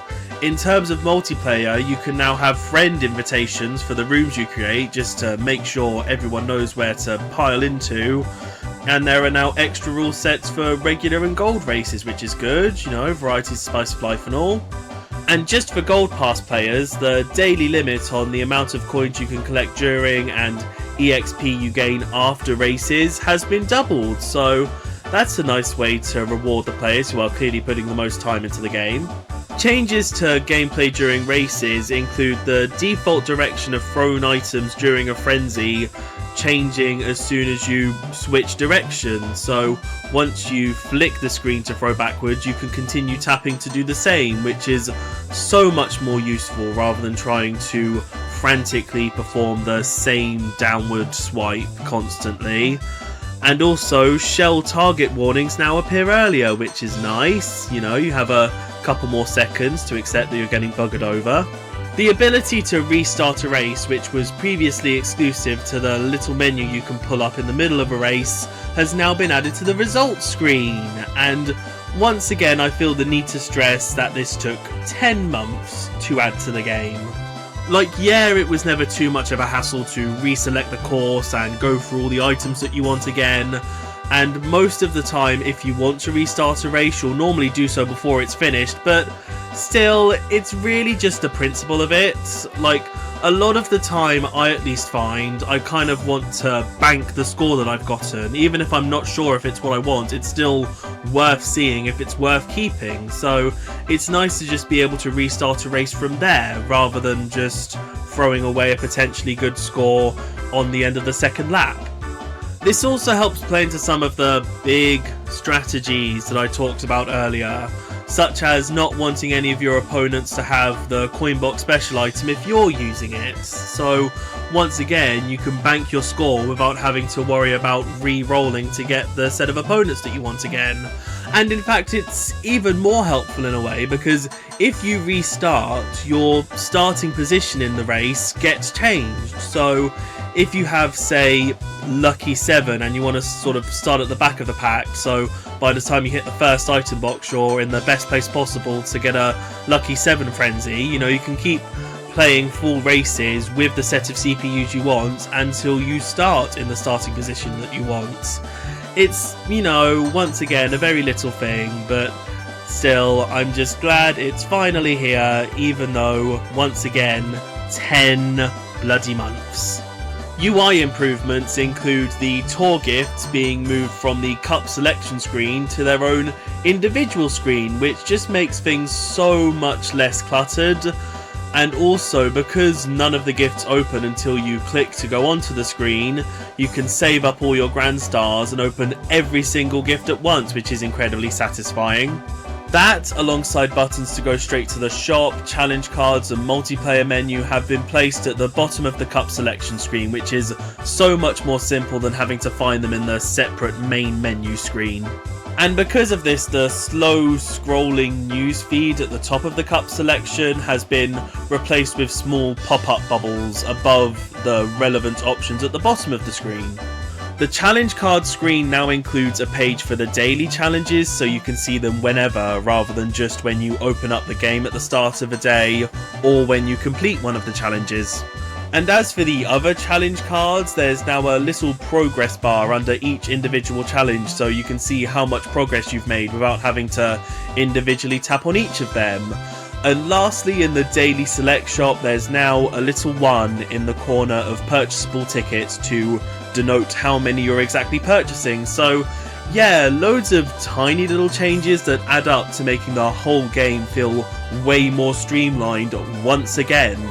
So on to the new courses. We have N64 Choco Mountain, which, unlike pretty much every other retro so far, which was just a port or basic recreation, this is a full-on remake, which I'm incredibly glad it got, because while I did enjoy its previous iterations, a lot of the course just sort of blended together for me up until the falling rock part. So for this to have fun new features like a glider section and underground cave, this is an incredible remake that's on par with a lot of stuff that you see in 8. As for the returning courses, oh dear, Royal Raceway's taking more than its fair share of consecutive appearances. And this really doesn't feel like the same case as DK Pass, where that felt thematic for all 3 of its consecutive tours, because this just really doesn't fit in with this theme at all, and would have made more sense to be literally anything else. So before we get into all the new items, we have a brand new regular item, being the Wildfire Flyer, which really would have made more sense to become regular alongside Pink Gold Peach, but You know, it's good to know that more random tour exclusive karts and gliders can become regular items alongside characters who really deserve it, so yeah. But on to the new high-end characters, we have Captain Toad, who is basically just a costume that perfectly fits in this tour thematically, but everyone knows that really he is a unique character from Toad, and look, he even gets his own unique emblem, so yeah, I'm really glad that we got a brand new character in this tour rather than just Mario in his Explorer outfit or something. And Hammer is the best choice for a special item because it's very evocative of the pickaxe used constantly in Treasure Tracker. Toadette Explorer is also here, rounding out the playable roster from Treasure Tracker. Although I don't like the use of brackets in her name because it makes it come across as if this is just an outfit that Toadette felt like wearing, rather than, in my eyes, Captain Toadette, again being a separate character to regular Toadette, although she is never technically referred to as that in Treasure Tracker, so it's probably something to do with that. And also Double Bob-omb feels like an appropriate special item, but I triple checked and there are no actual bombs in Treasure Tracker, so just like with her name it feels right, but really it's very wrong. On to the high-end karts, we have the Clackety Kart, a de-rusticated version of the Clanky Kart. Definitely one of the most natural feeling ideas for a recolor of any kart in the game so far, so I'm really glad they went with it, and it fits perfectly with the remake of Choco Mountain that has minecart rails in its cave section. And presumably because of that connection we also get the gold Clanky Kart included here as well. The Dark Buggy is a more serious feeling recolor of the Bolt Buggy, and while I prefer the original, I do still really appreciate the colour scheme here. The tasteful uses of red really help it stand out. The Koopa King is back from Double Dash. I really don't know why it's only being chucked in here and now, but it's always nice to get more retro karts. And lastly, our only new glider is the Treasure Map, another really cool paper-based glider. And that's everything new. I like that the majority of items here are explicitly themed around Captain Toad because it just makes it feel like there's a real focus on a different Mario spin-off series, and that's just a good vibe to have with a tour. On to the weekly spotlights, and once again we just have a good pair of 3-piece high-end sets with a couple very appropriate returning items sprinkled in to pad them out. As for the special pipe, this is way better than any of the previous ones because it finally has spotlight items, 3 of which being tour exclusive high-end characters, which is great. Like, you don't even really need the super spotlight characters as well, but I still appreciate having them because within the 50 items of this pipe, you'd get about 5 super characters anyway, so this basically just means that 4 of them are quite thematic to this pipe. And lastly, with the paid banners, there's nothing special happening here, but I do like the Dozer Dasher being brought back in this tour, alongside its fellow Trick Tour spotlight, the Clanky Kart. That's just a nice little meaningless thing. And that's it for this tour. Like I said, I just really appreciate how they managed to sneak in a Captain Toad theme to all this. But, you know, that's not the only thing that was snuck in here, as the opponent of the Final Cups vs Mega Challenge is Nabbit, teasing his upcoming appearance in the Wild West Tour. Not only is it fun to have another character teased then released in this way, but I appreciate that Nabbit fits both the Exploration and Wild West tour with his whole plundering bandit vibe. But anyway, we do have a few gameplay changes to go through that were added in 2.4.0 but could only be implemented here. Firstly, the free pipe launches that you get as tour gifts are now evenly split between the first and second week pipe, which is good because it gives you more of a chance to get all the different spotlights in the tour. But still, if there's only 2 free pipes, you'll only get 1 of each, so it's very unlikely that you'll get any spotlights at that rate. But an extra different free pipe launch has been added as well, where once you've finished every course and bonus challenge in the tour, you get shown a fun little outro movie where your 8 most used characters and carts while playing drive in auto mode for a bit, and it sort of pans between each of them and tells you some of the stats from the tour, and then you get a free gold pipe pull. It is only out of all the regular high ends, which if you've been playing for long enough you've probably collected all of them already, but still, being basically given a free high-end level boost ticket is definitely worth it anyway. A new type of shop has also been added called the event shop, where you can buy a limited amount of several different types of tickets, rubies, coins, as well as a vaguely thematic to the tour driver, kart and glider set. This is only available for the second half of the tour, and you can't just spend your coins here. Instead, you use the brand new event tokens, which are scattered amongst the course, replacing about half of the normal coins you find on the track, but they can also appear when you use the coin or coin box item. So yeah, they're giving out loads of useful items, including 15 rubies for free, as long as you're willing to go out and collect loads of event tokens, which, like, for me, on average, I get about 20 a race, and you need, if I've calculated it right, 1,025 tokens to collect everything in this tour shop, which is quite unrealistic, but to be fair, I think the way they were intending this to be used for now is that you just collect all the tokens you can and buy all that you can. You know, you're not intended to sweep absolutely everything, which does make it feel a bit more stingy than it could be, especially because this is only available in the second half of the tour, which is after when pretty much everyone would have just naturally played through the whole tour, all 36 courses, you know, hopefully get around 600 tokens from that, and then just ride out the rest on the Coins Aplenty or Ranked Cup playthroughs, you know? But still, free items are free items, and since you can buy whatever you want, you can prioritise whatever you want. And just in general, it's nice to have more of a reason to go back and play more of the games on days that you otherwise wouldn't.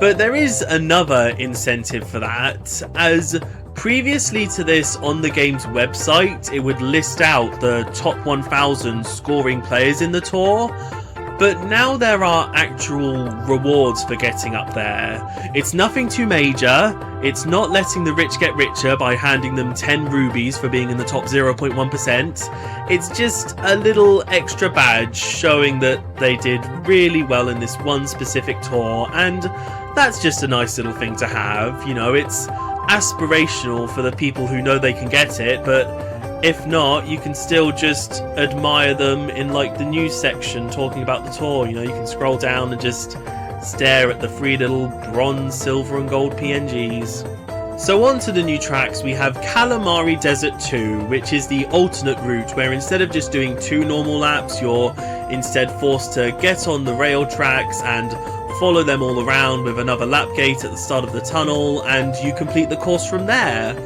And from the moment I saw it, I immediately fell in love. Like, yeah, this being an alternate course would absolutely not slide in the mainline game, but in this one, where we already have multiple routes for the city tracks and different variants of SNES tracks, you know, why not pull something nice and resourceful like this? And it helps that it's incredibly engaging to play on as well, obviously due to the fact that the train is a much more active hazard now. Because in the original variant, due to the fact that everyone has auto acceleration, to make sure that it wasn't unfair, you running into the train and flipping over and losing your combo, you instead just sort of bounce over it quite unnaturally, but you know, you get a jump boost off of it, so there's some points to be gained. And that carries over to this variant, except you can run head on at the train and fly over it for a jump boost, and then stick to the top of it and get another jump boost from there. And obviously, since the train interacts with the super horn, and when you're in a frenzy, you can run past it and get loads of points by hitting every single carriage at once with just one super horn. So yeah, I just love everything about this. As for the returning courses, we finally managed to shake off Royal Raceway. But apart from that, I'm glad that the original Calamari Desert at least gets its RT variant here. Like, I don't think it would have been too overwhelming if it even got all 4 of its variants, but still, I appreciate that the one we got is the one where you go over the tunnel that you go through into. So before we get into the new items, we do have another new regular item, being Monty Mole, who I'm still kind of surprised was ever a tour exclusive. Like, none of the bros were, so I don't know what changed in the 2 months before he was added, but you know, it only took him 3 months to become a regular, so not the worst wait in the world. But on to the new high-end characters, we have Wario Cowboy, who I have all the same pros and cons for as with Wario Hiker. Like, it's an amazing look that I would definitely wear if I was ever going to a Wild West themed event, and he does pull it off better than anyone else. Like, we could have just gotten Mario Cowboy from Odyssey here, and I don't think that would have been nearly as interesting, but I still just don't like Wario, sadly. Fire Flower is a good special item though. It kind of represents the gun on his belt and how that fires. Nabbit is also of course here, who I am always happy to see chucked into another game, like, especially because this was still a good couple years away from his playable return in Mario Wonder. It sort of felt like at this point he was starting to be forgotten, but this really gave him the start of the resurgence he needed, and who knows, even though he was snubbed for the Booster Course Pass in 8 Deluxe, he might just end up being playable in Mario Kart 9. And I really like Lucky 7 as a special item here, because it's like he's using all the different items he's snatched up in that big bag of his that he never lets go of in this game, and I find him even more endearing than ever for that.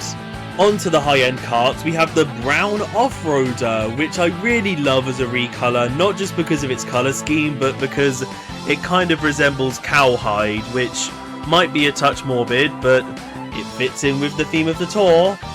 The Cact X is back from 7, another amazing kart from that game, brought back at the absolute perfect time. On to the high-end gliders, we have the Butterfly Wings, which, like I said, I just knew would be the original variant of the Butterfly Sunset, and despite me preferring orange as a colour, I do overall prefer this colour scheme for it. The greens and blues just sort of mesh better with the black outlines. The Nabbit Oil Paper Umbrella at first seems like a bit of an odd choice of glider shape to give a Nabbit theming to, but all of the colours on it just work so well, especially the little bit near the tip with the purple and orange flower. I just can't help but adore it. And lastly, we have the Bullet Bill Hanafuda, our monthly obligation, and this is another one that I just sadly don't really like. Like, I do enjoy the use of red on it, but apart from that it's all just black and white and vines again, and it's just not all that appealing. And that's everything. Once again, this is a lovely little set of items, but it is a bit of a shame that Nabbit didn't get a specific kart and Wario Cowboy didn't get a specific glider, because even just recolors running with each of their themes would have been really great to see. But moving on to the weekly spotlight, we can see that they did manage to make fair enough concessions, like the Rainbow Star Shoot is back from the Wario Hiker set, and the Carrot Cart is a cheeky little rabbit reference, which I appreciate.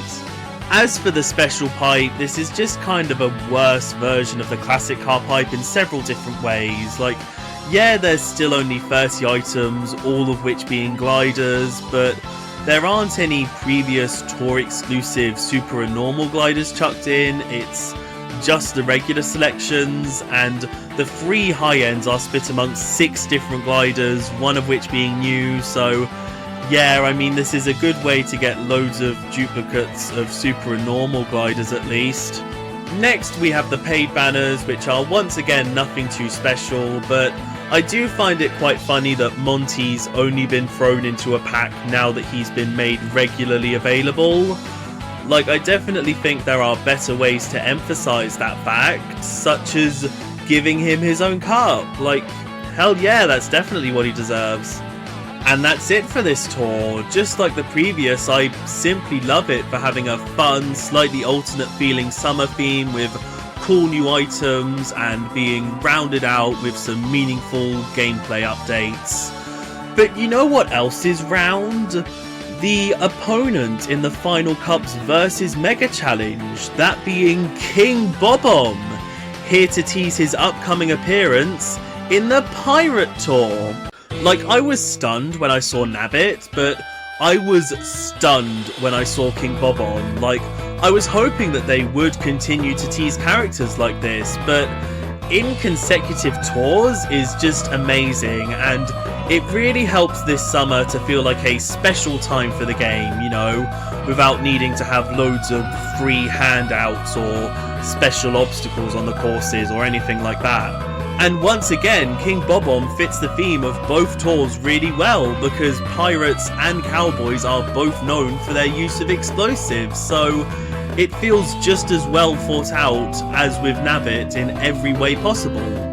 Now, there aren't any really big gameplay changes this time, but there is something quite different about the event shop, and it's not just the fact that some of its items have been changed. It's the fact that tokens can now only be gained through getting hits with shell items, which is really just not as fun as picking them up off the ground. Because like I said, I can get about 20 per race that way.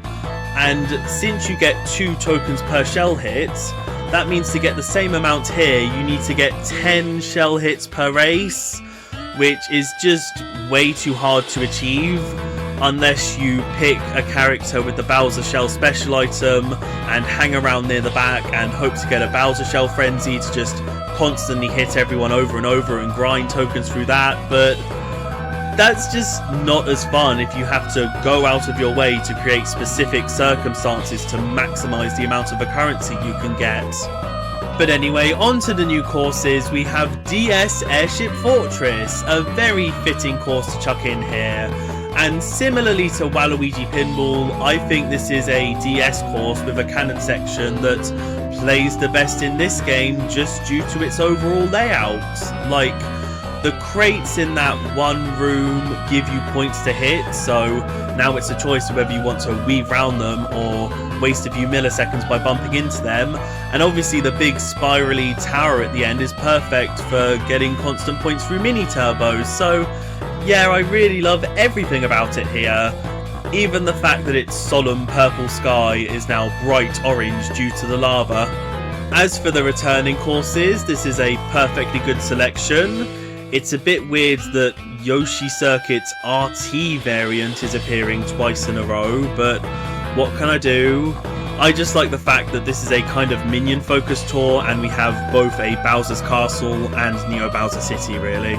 So we have sadly broken the chain of getting a newly christened regular item in each tour, but we do have a brand new special item being the Giga Bob-omb, which is kind of like a normal Bob-omb but with a much bigger explosion, and instead of just sticking to the ground, it keeps bouncing along for several seconds, sometimes kind of off the road rather than sticking to the middle of it, and then it goes off and you just have to hope people are caught in the crossfire. So it's basically just a far less reliable version of the Bob-omb in every way possible, but I do like its frenzy form at least, because you get to throw out so many that the gap between them bouncing along and exploding is much more negligible. But on to the new high-end characters, we have Bowser Jr. Pirate, a kinda simple but still really sweet little costume. Like, once again, we could have just gotten Mario Pirate in this slot, so I'm so glad they went with the alternative. And of course, Bob-omb Cannon makes perfect sense for a special item because those pirate ships do be having cannons. King Bob-omb is also of course here, who I am way more surprised to see getting a playable slot than Nabbit, because bless him, this is his first ever playable appearance in a Mario game. Like, every single other time he appears, including in Mario Kart, he's either a boss or just a kind of background element, so for him to suddenly get promoted like this in a spin-off Mario Kart game, like, good for him, and this more than likely led to him being playable in Mario Golf Super Rush, so he's just going up in the world at this point. And just like how Hammer Bro got to be the first character to use the hammer, I just really appreciate how he gets to be the first character to use the Giga Bomb. Onto the high-end carts, we have the Pirate Sushi Racer, which I do quite like. You know, it's nice that a slightly more obscure aquatic Mario creature gets a reference like this, and I really like how it has a set of big wheels and small wheels, and its design is good. It's just the fact that the venti bits on the front I sometimes confuse with the eyes, and that just kind of throws me off a bit in general. And once again, we get a Pirate Sushi Racer, but not a Sushi Racer. Let's see what they did there, I'm waiting now.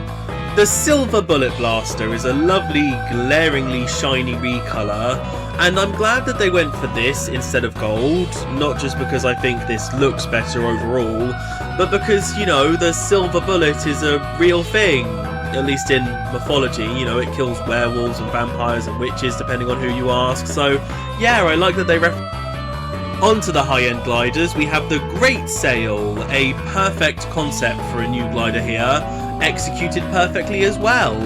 And finally we have the Boo Hanafuda, our monthly obligation, and while the overall design of it is a bit plain with just a nice big blob of black, red and white, I do kind of like how Boo looks like a giant blood moon in the sky.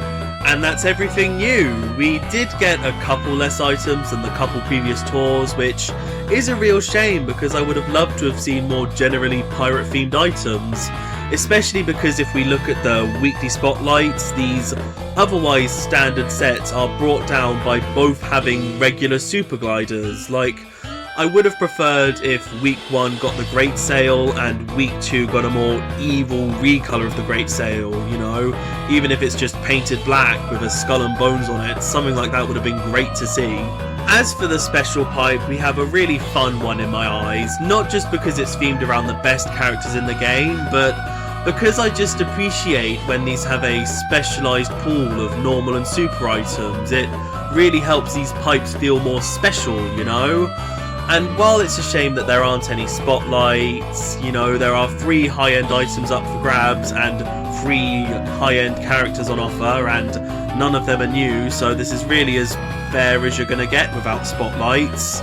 To be honest, the most unfair parts of all this in my eyes are that Koopa Troopa, Shy Guy and Monty Mole are nowhere to be seen despite being minions. And lastly, with the paid banners, there's nothing really special to say about any of them, but they do kind of succinctly sum up my overall thoughts for this tour, that it's just cool that they ran with the inherent connection between the villain Bowser using ships to get around and pirates to just make a really fun theme. Now sadly we didn't get another new character teased at the end of this tour, which is fair enough if there aren't any more that they want to include right now. And to be fair, I don't really know if there's a character that could be fully linked to both Pirates and the Summer Festival Tour. This just feels like a really fun way to wrap up this game's summer, considering that the tour ended on the 8th of September and all. Now we do have a couple little game updates to go through.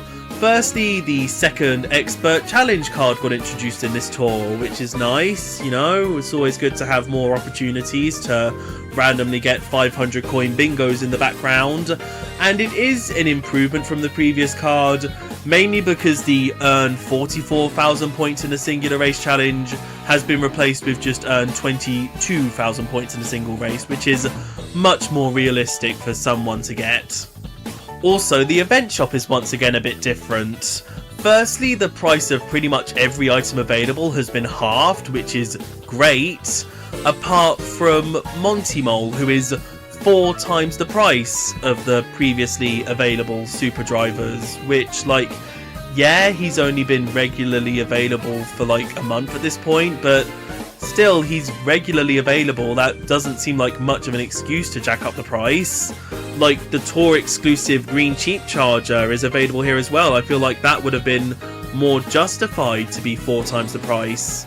And also the Bob-on Parafoil is here for free after being a bloody spotlight in the previous tour. Oh my god, what is going on with the items here?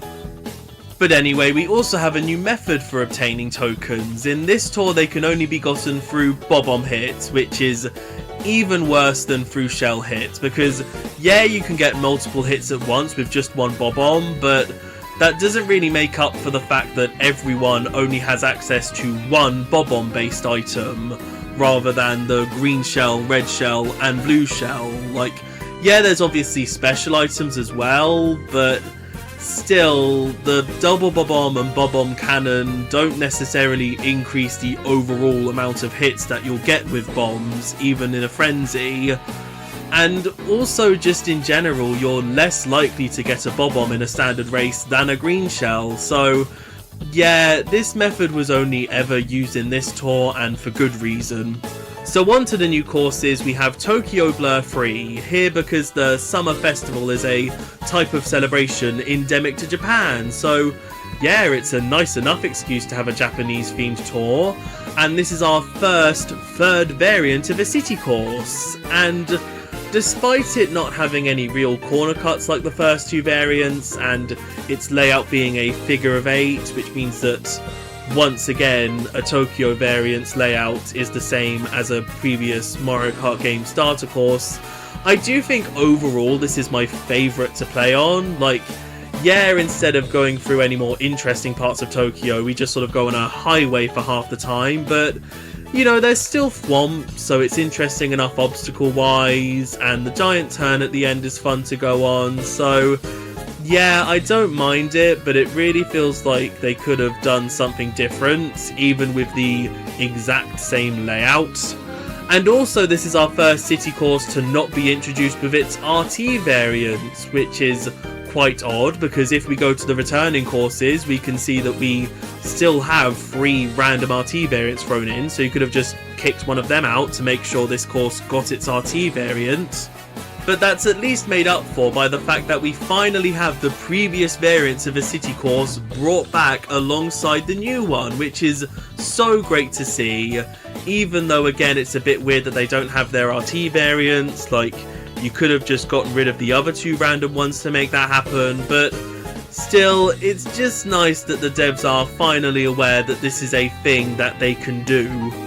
But on to the new items. Starting with high-end characters, we have Daisy Yukata, another amazing Japanese-themed costume. Like, all of the gradients of orange alone are enough for me to call this gorgeous, but they're complemented so well by the white flowers and blue waistband and cheap mask. Just, oh, there's nothing I would change about this. And I really like Fire Flower as a special item here. Like, it's surprisingly not one commonly associated with Daisy, despite both of them being flower themed and orange, but it just feels a lot more right to be on this costume compared to any of her other ones so far. Onto the high-end carts, we have the Festival Girl, another birthday girl recolor that I really like, just for going all out on feeling like a birthday girl Daisy Yukata. The Black Kabuki Dasher is, to my knowledge, our first recolor of a recolor, and I do prefer it to at least that original. Like, yeah, it has less variety in its colour palette, but it just overall looks so much slicker, which is what you want out of a B Dasher. The Head Honcho is just a recolor of the Day Tripper, but something about its colour palette just conveys such a different vibe to the quite dainty original. Like, I can much more easily imagine a menacing emperor going around in this compared to a happy-go-lucky princess in the basic form, and I just really enjoy carts that manage to achieve that sort of vibe shift. On to the high-end gliders. The Festival Wings are literally just a pair of traditional Japanese hand fans organised into a wing shape, and I really couldn't ask for anything more than that, especially with such a cool colour palette. And finally, the cheap masks, again, are literally just 3 cheap based masks organised into a slightly parachute looking shape, and I just utterly love them for that. The biggest fault with them is that this is the only appearance in game of a proper yellow cheap. And that's everything new here. Just like with the Tokyo and New Year's tour, we get an amazing set of Japanese themed items chucked in. Like, of course it would be nice to see even more, but I think we do have enough at this point. Like, just looking at the weekly spotlights, there's enough to overwhelm a pipe with them. The 9 spotlights in week 2 are by a good margin the most of any pipe in the game so far, which is nice to see they're willing to be more generous with them as time goes on, even if it's slightly cheapened by the fact that this is the first weekly pipe to contain no regular high ends. But to be fair, if it was a choice between 9 spotlights and 6 spotlights and 3 regulars, this is definitely the best option. The week 1 pipe is still of course perfectly respectable though, even if it's a bit of a shame that it uses the regular Crimson Crane rather than the also regular but at least brand new and much more fitting Cheap masks, or they even could have recreated the full Daisy Holiday cheer set and had a Yukata themed recolor of the ribbon glider as well, but hey, at least the regular glider is a high end this time. As for the special pipe, this is basically just a Kart based redo of the wing glider pipe, but with slightly less awful odds of getting the new Kart, as there are 5 high ends in the pool rather than 6. An extra oddity about it though is that the still tour exclusive Birthday Girl Rosalina is randomly chucked in here as a regular normal item, which just kind of seems like an oversight since they probably had to specifically pick out every normal and super Kart that they wanted to put in here and someone accidentally clicked yes on it, but still, you know, if you've not gotten it yet, here's your chance technically. But lastly, the paid banners once again have nothing special going on, but I will say this is the first time that I properly noticed that sometimes the characters in the £40 packs also have their cups appear as that week's ranked cup. So yeah, if you want, you can pay £40 to guarantee having a top shelf character in at least one of that week's ranked courses. So yeah, that's definitely not adding any extra value to them considering that they're regular items and not high ends, but still, they're at least trying some new ways to better advertise these packs. And that's it for this tour. I definitely think the standard's been set now for future returning city-themed tours, because this one just had such a great reason to bring in the city, finally brought back all the existing variants of the city, introduced fun new thematic items alongside giving you a good way to catch up on previous items. It just had everything you could ask for. But now it's time for our final tour of the year, the Super Mario Kart Tour. Now this one was announced in the Super Mario Bros 35th Anniversary Direct and more so ties in with the celebration surrounding that, but still I think this is a really good theme to wrap up the first year of the game with. And our first good sign of this tour being extra special is that the Coins Are Plenty event now permanently runs on both Saturdays and Tuesdays, so that's an extra free 900 coins a week, which is great. And also with the event shop, while the item prices have reverted back to normal, the method of collecting tokens has also reverted back to just picking them up off the ground, which makes things so much more easier.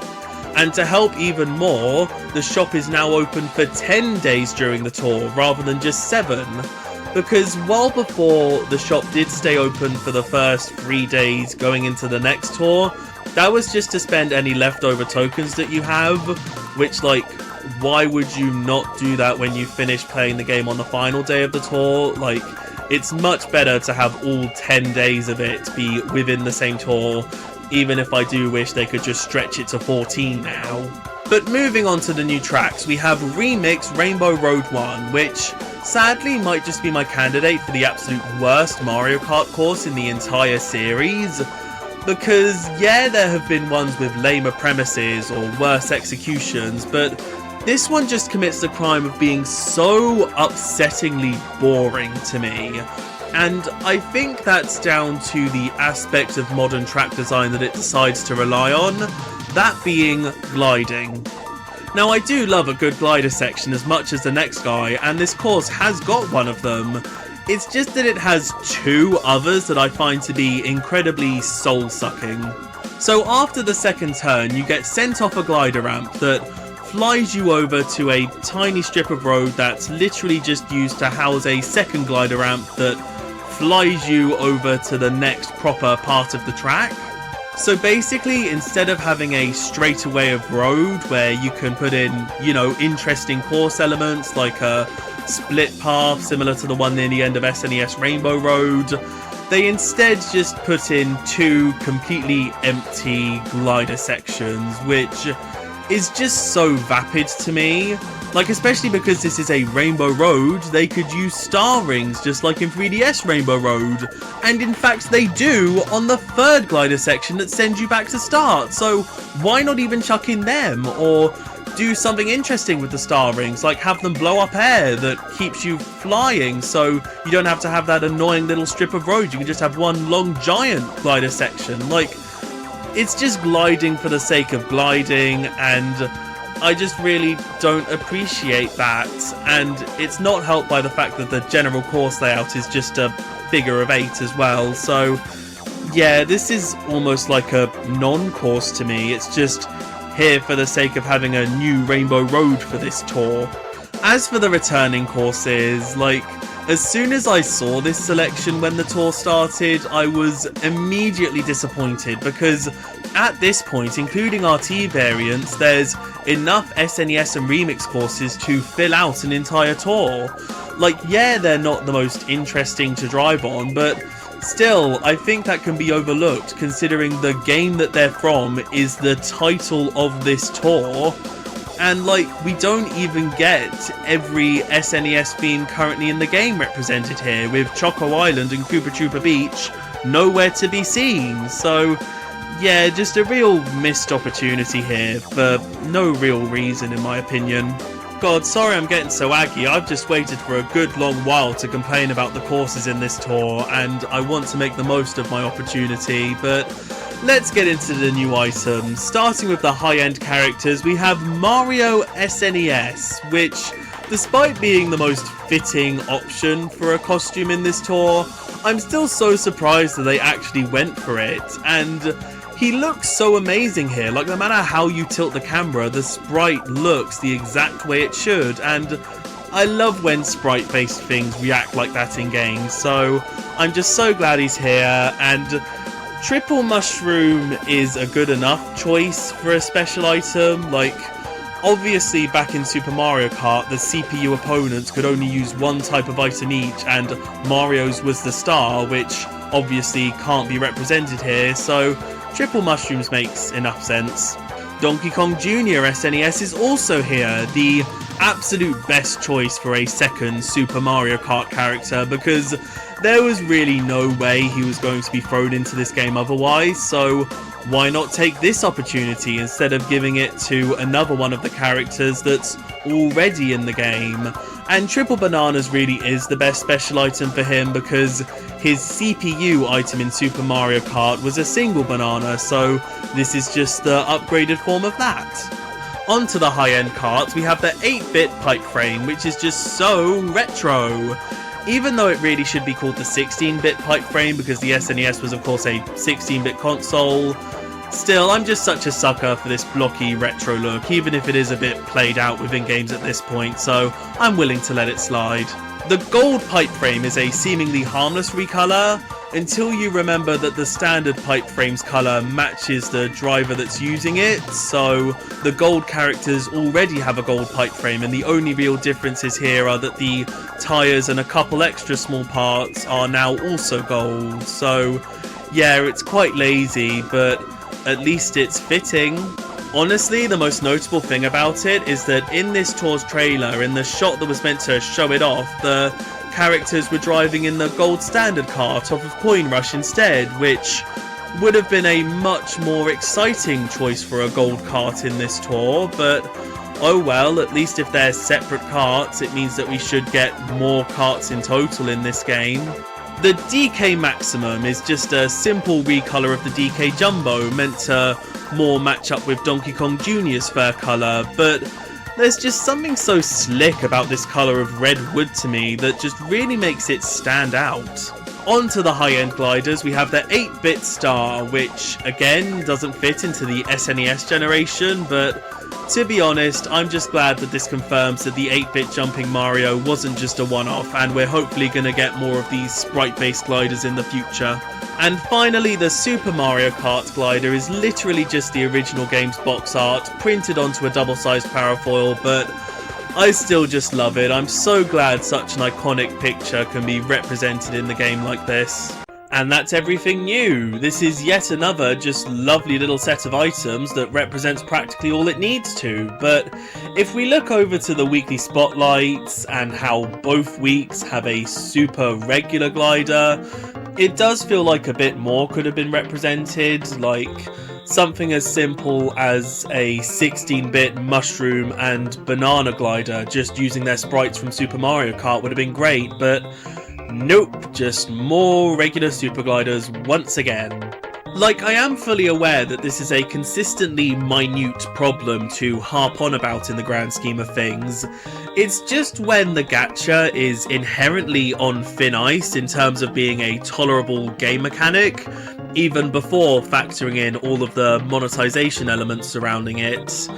When these pipes have, quite frankly, a useless spotlight item in them, it just feels like an inherently manipulative tactic to still try and make these pipes look as enticing to go for as one with 3 high-end spotlight items, you know? So I just think when there are not too complicated to implement solutions that could easily be taken, the fact that they don't go for them just shows a bit of laziness, to be honest. Like, when there are so many consistently cool new items or even just recolors coming in, why not go out of your way to make just a couple more to make these pipes on the same level as previous ones, rather than just cop out and be lazy and give less value to the players? It just really grinds on my gears personally, because it doesn't make sense to do.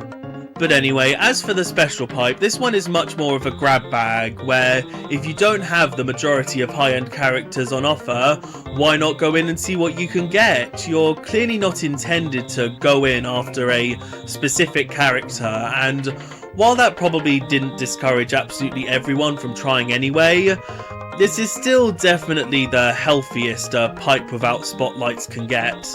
It is just a bit weird how Peach is the only character with multiple costumes here. Like, why not chuck in classic Mario and Luigi as well, so she wouldn't stick out as much, especially since they are the definition of throwbacks, even if it's not in a positive way.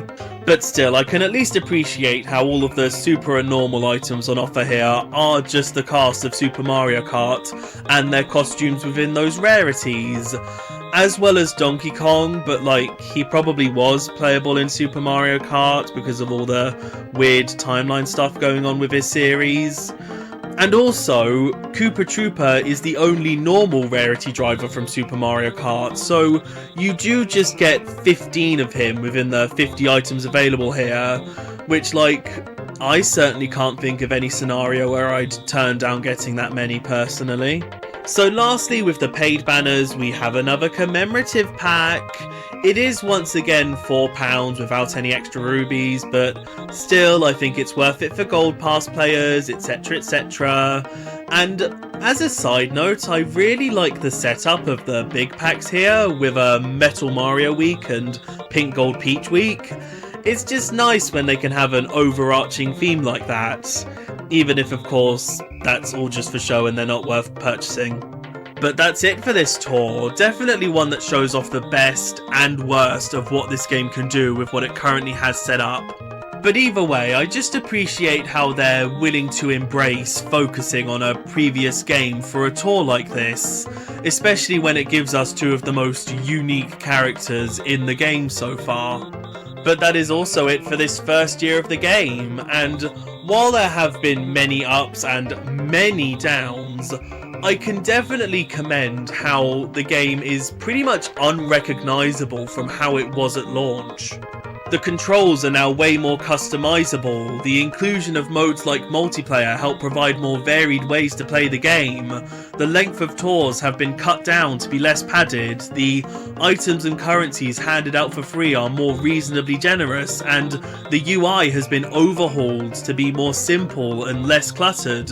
Everything is more user-friendly now, and while this did happen a bit too incrementally over the course of the year, and Several of these things really should have been a part of the game at launch. I still can't name a game that has improved as much as this in its first 12 months of existing, and I just think that's worth praising either way. But yeah, if you have any questions or concerns, do let me know. Just one last fun fact is that with the inclusions in the Jungle Tour, including costumes, this game overtook Super Mario Sluggers to have the biggest character roster in the entire Mario spin-off series. And that's before characters like King Bob-omb, Nabbit, or Rosalina Swimwear were included as well. Bye-bye. Have a nice day.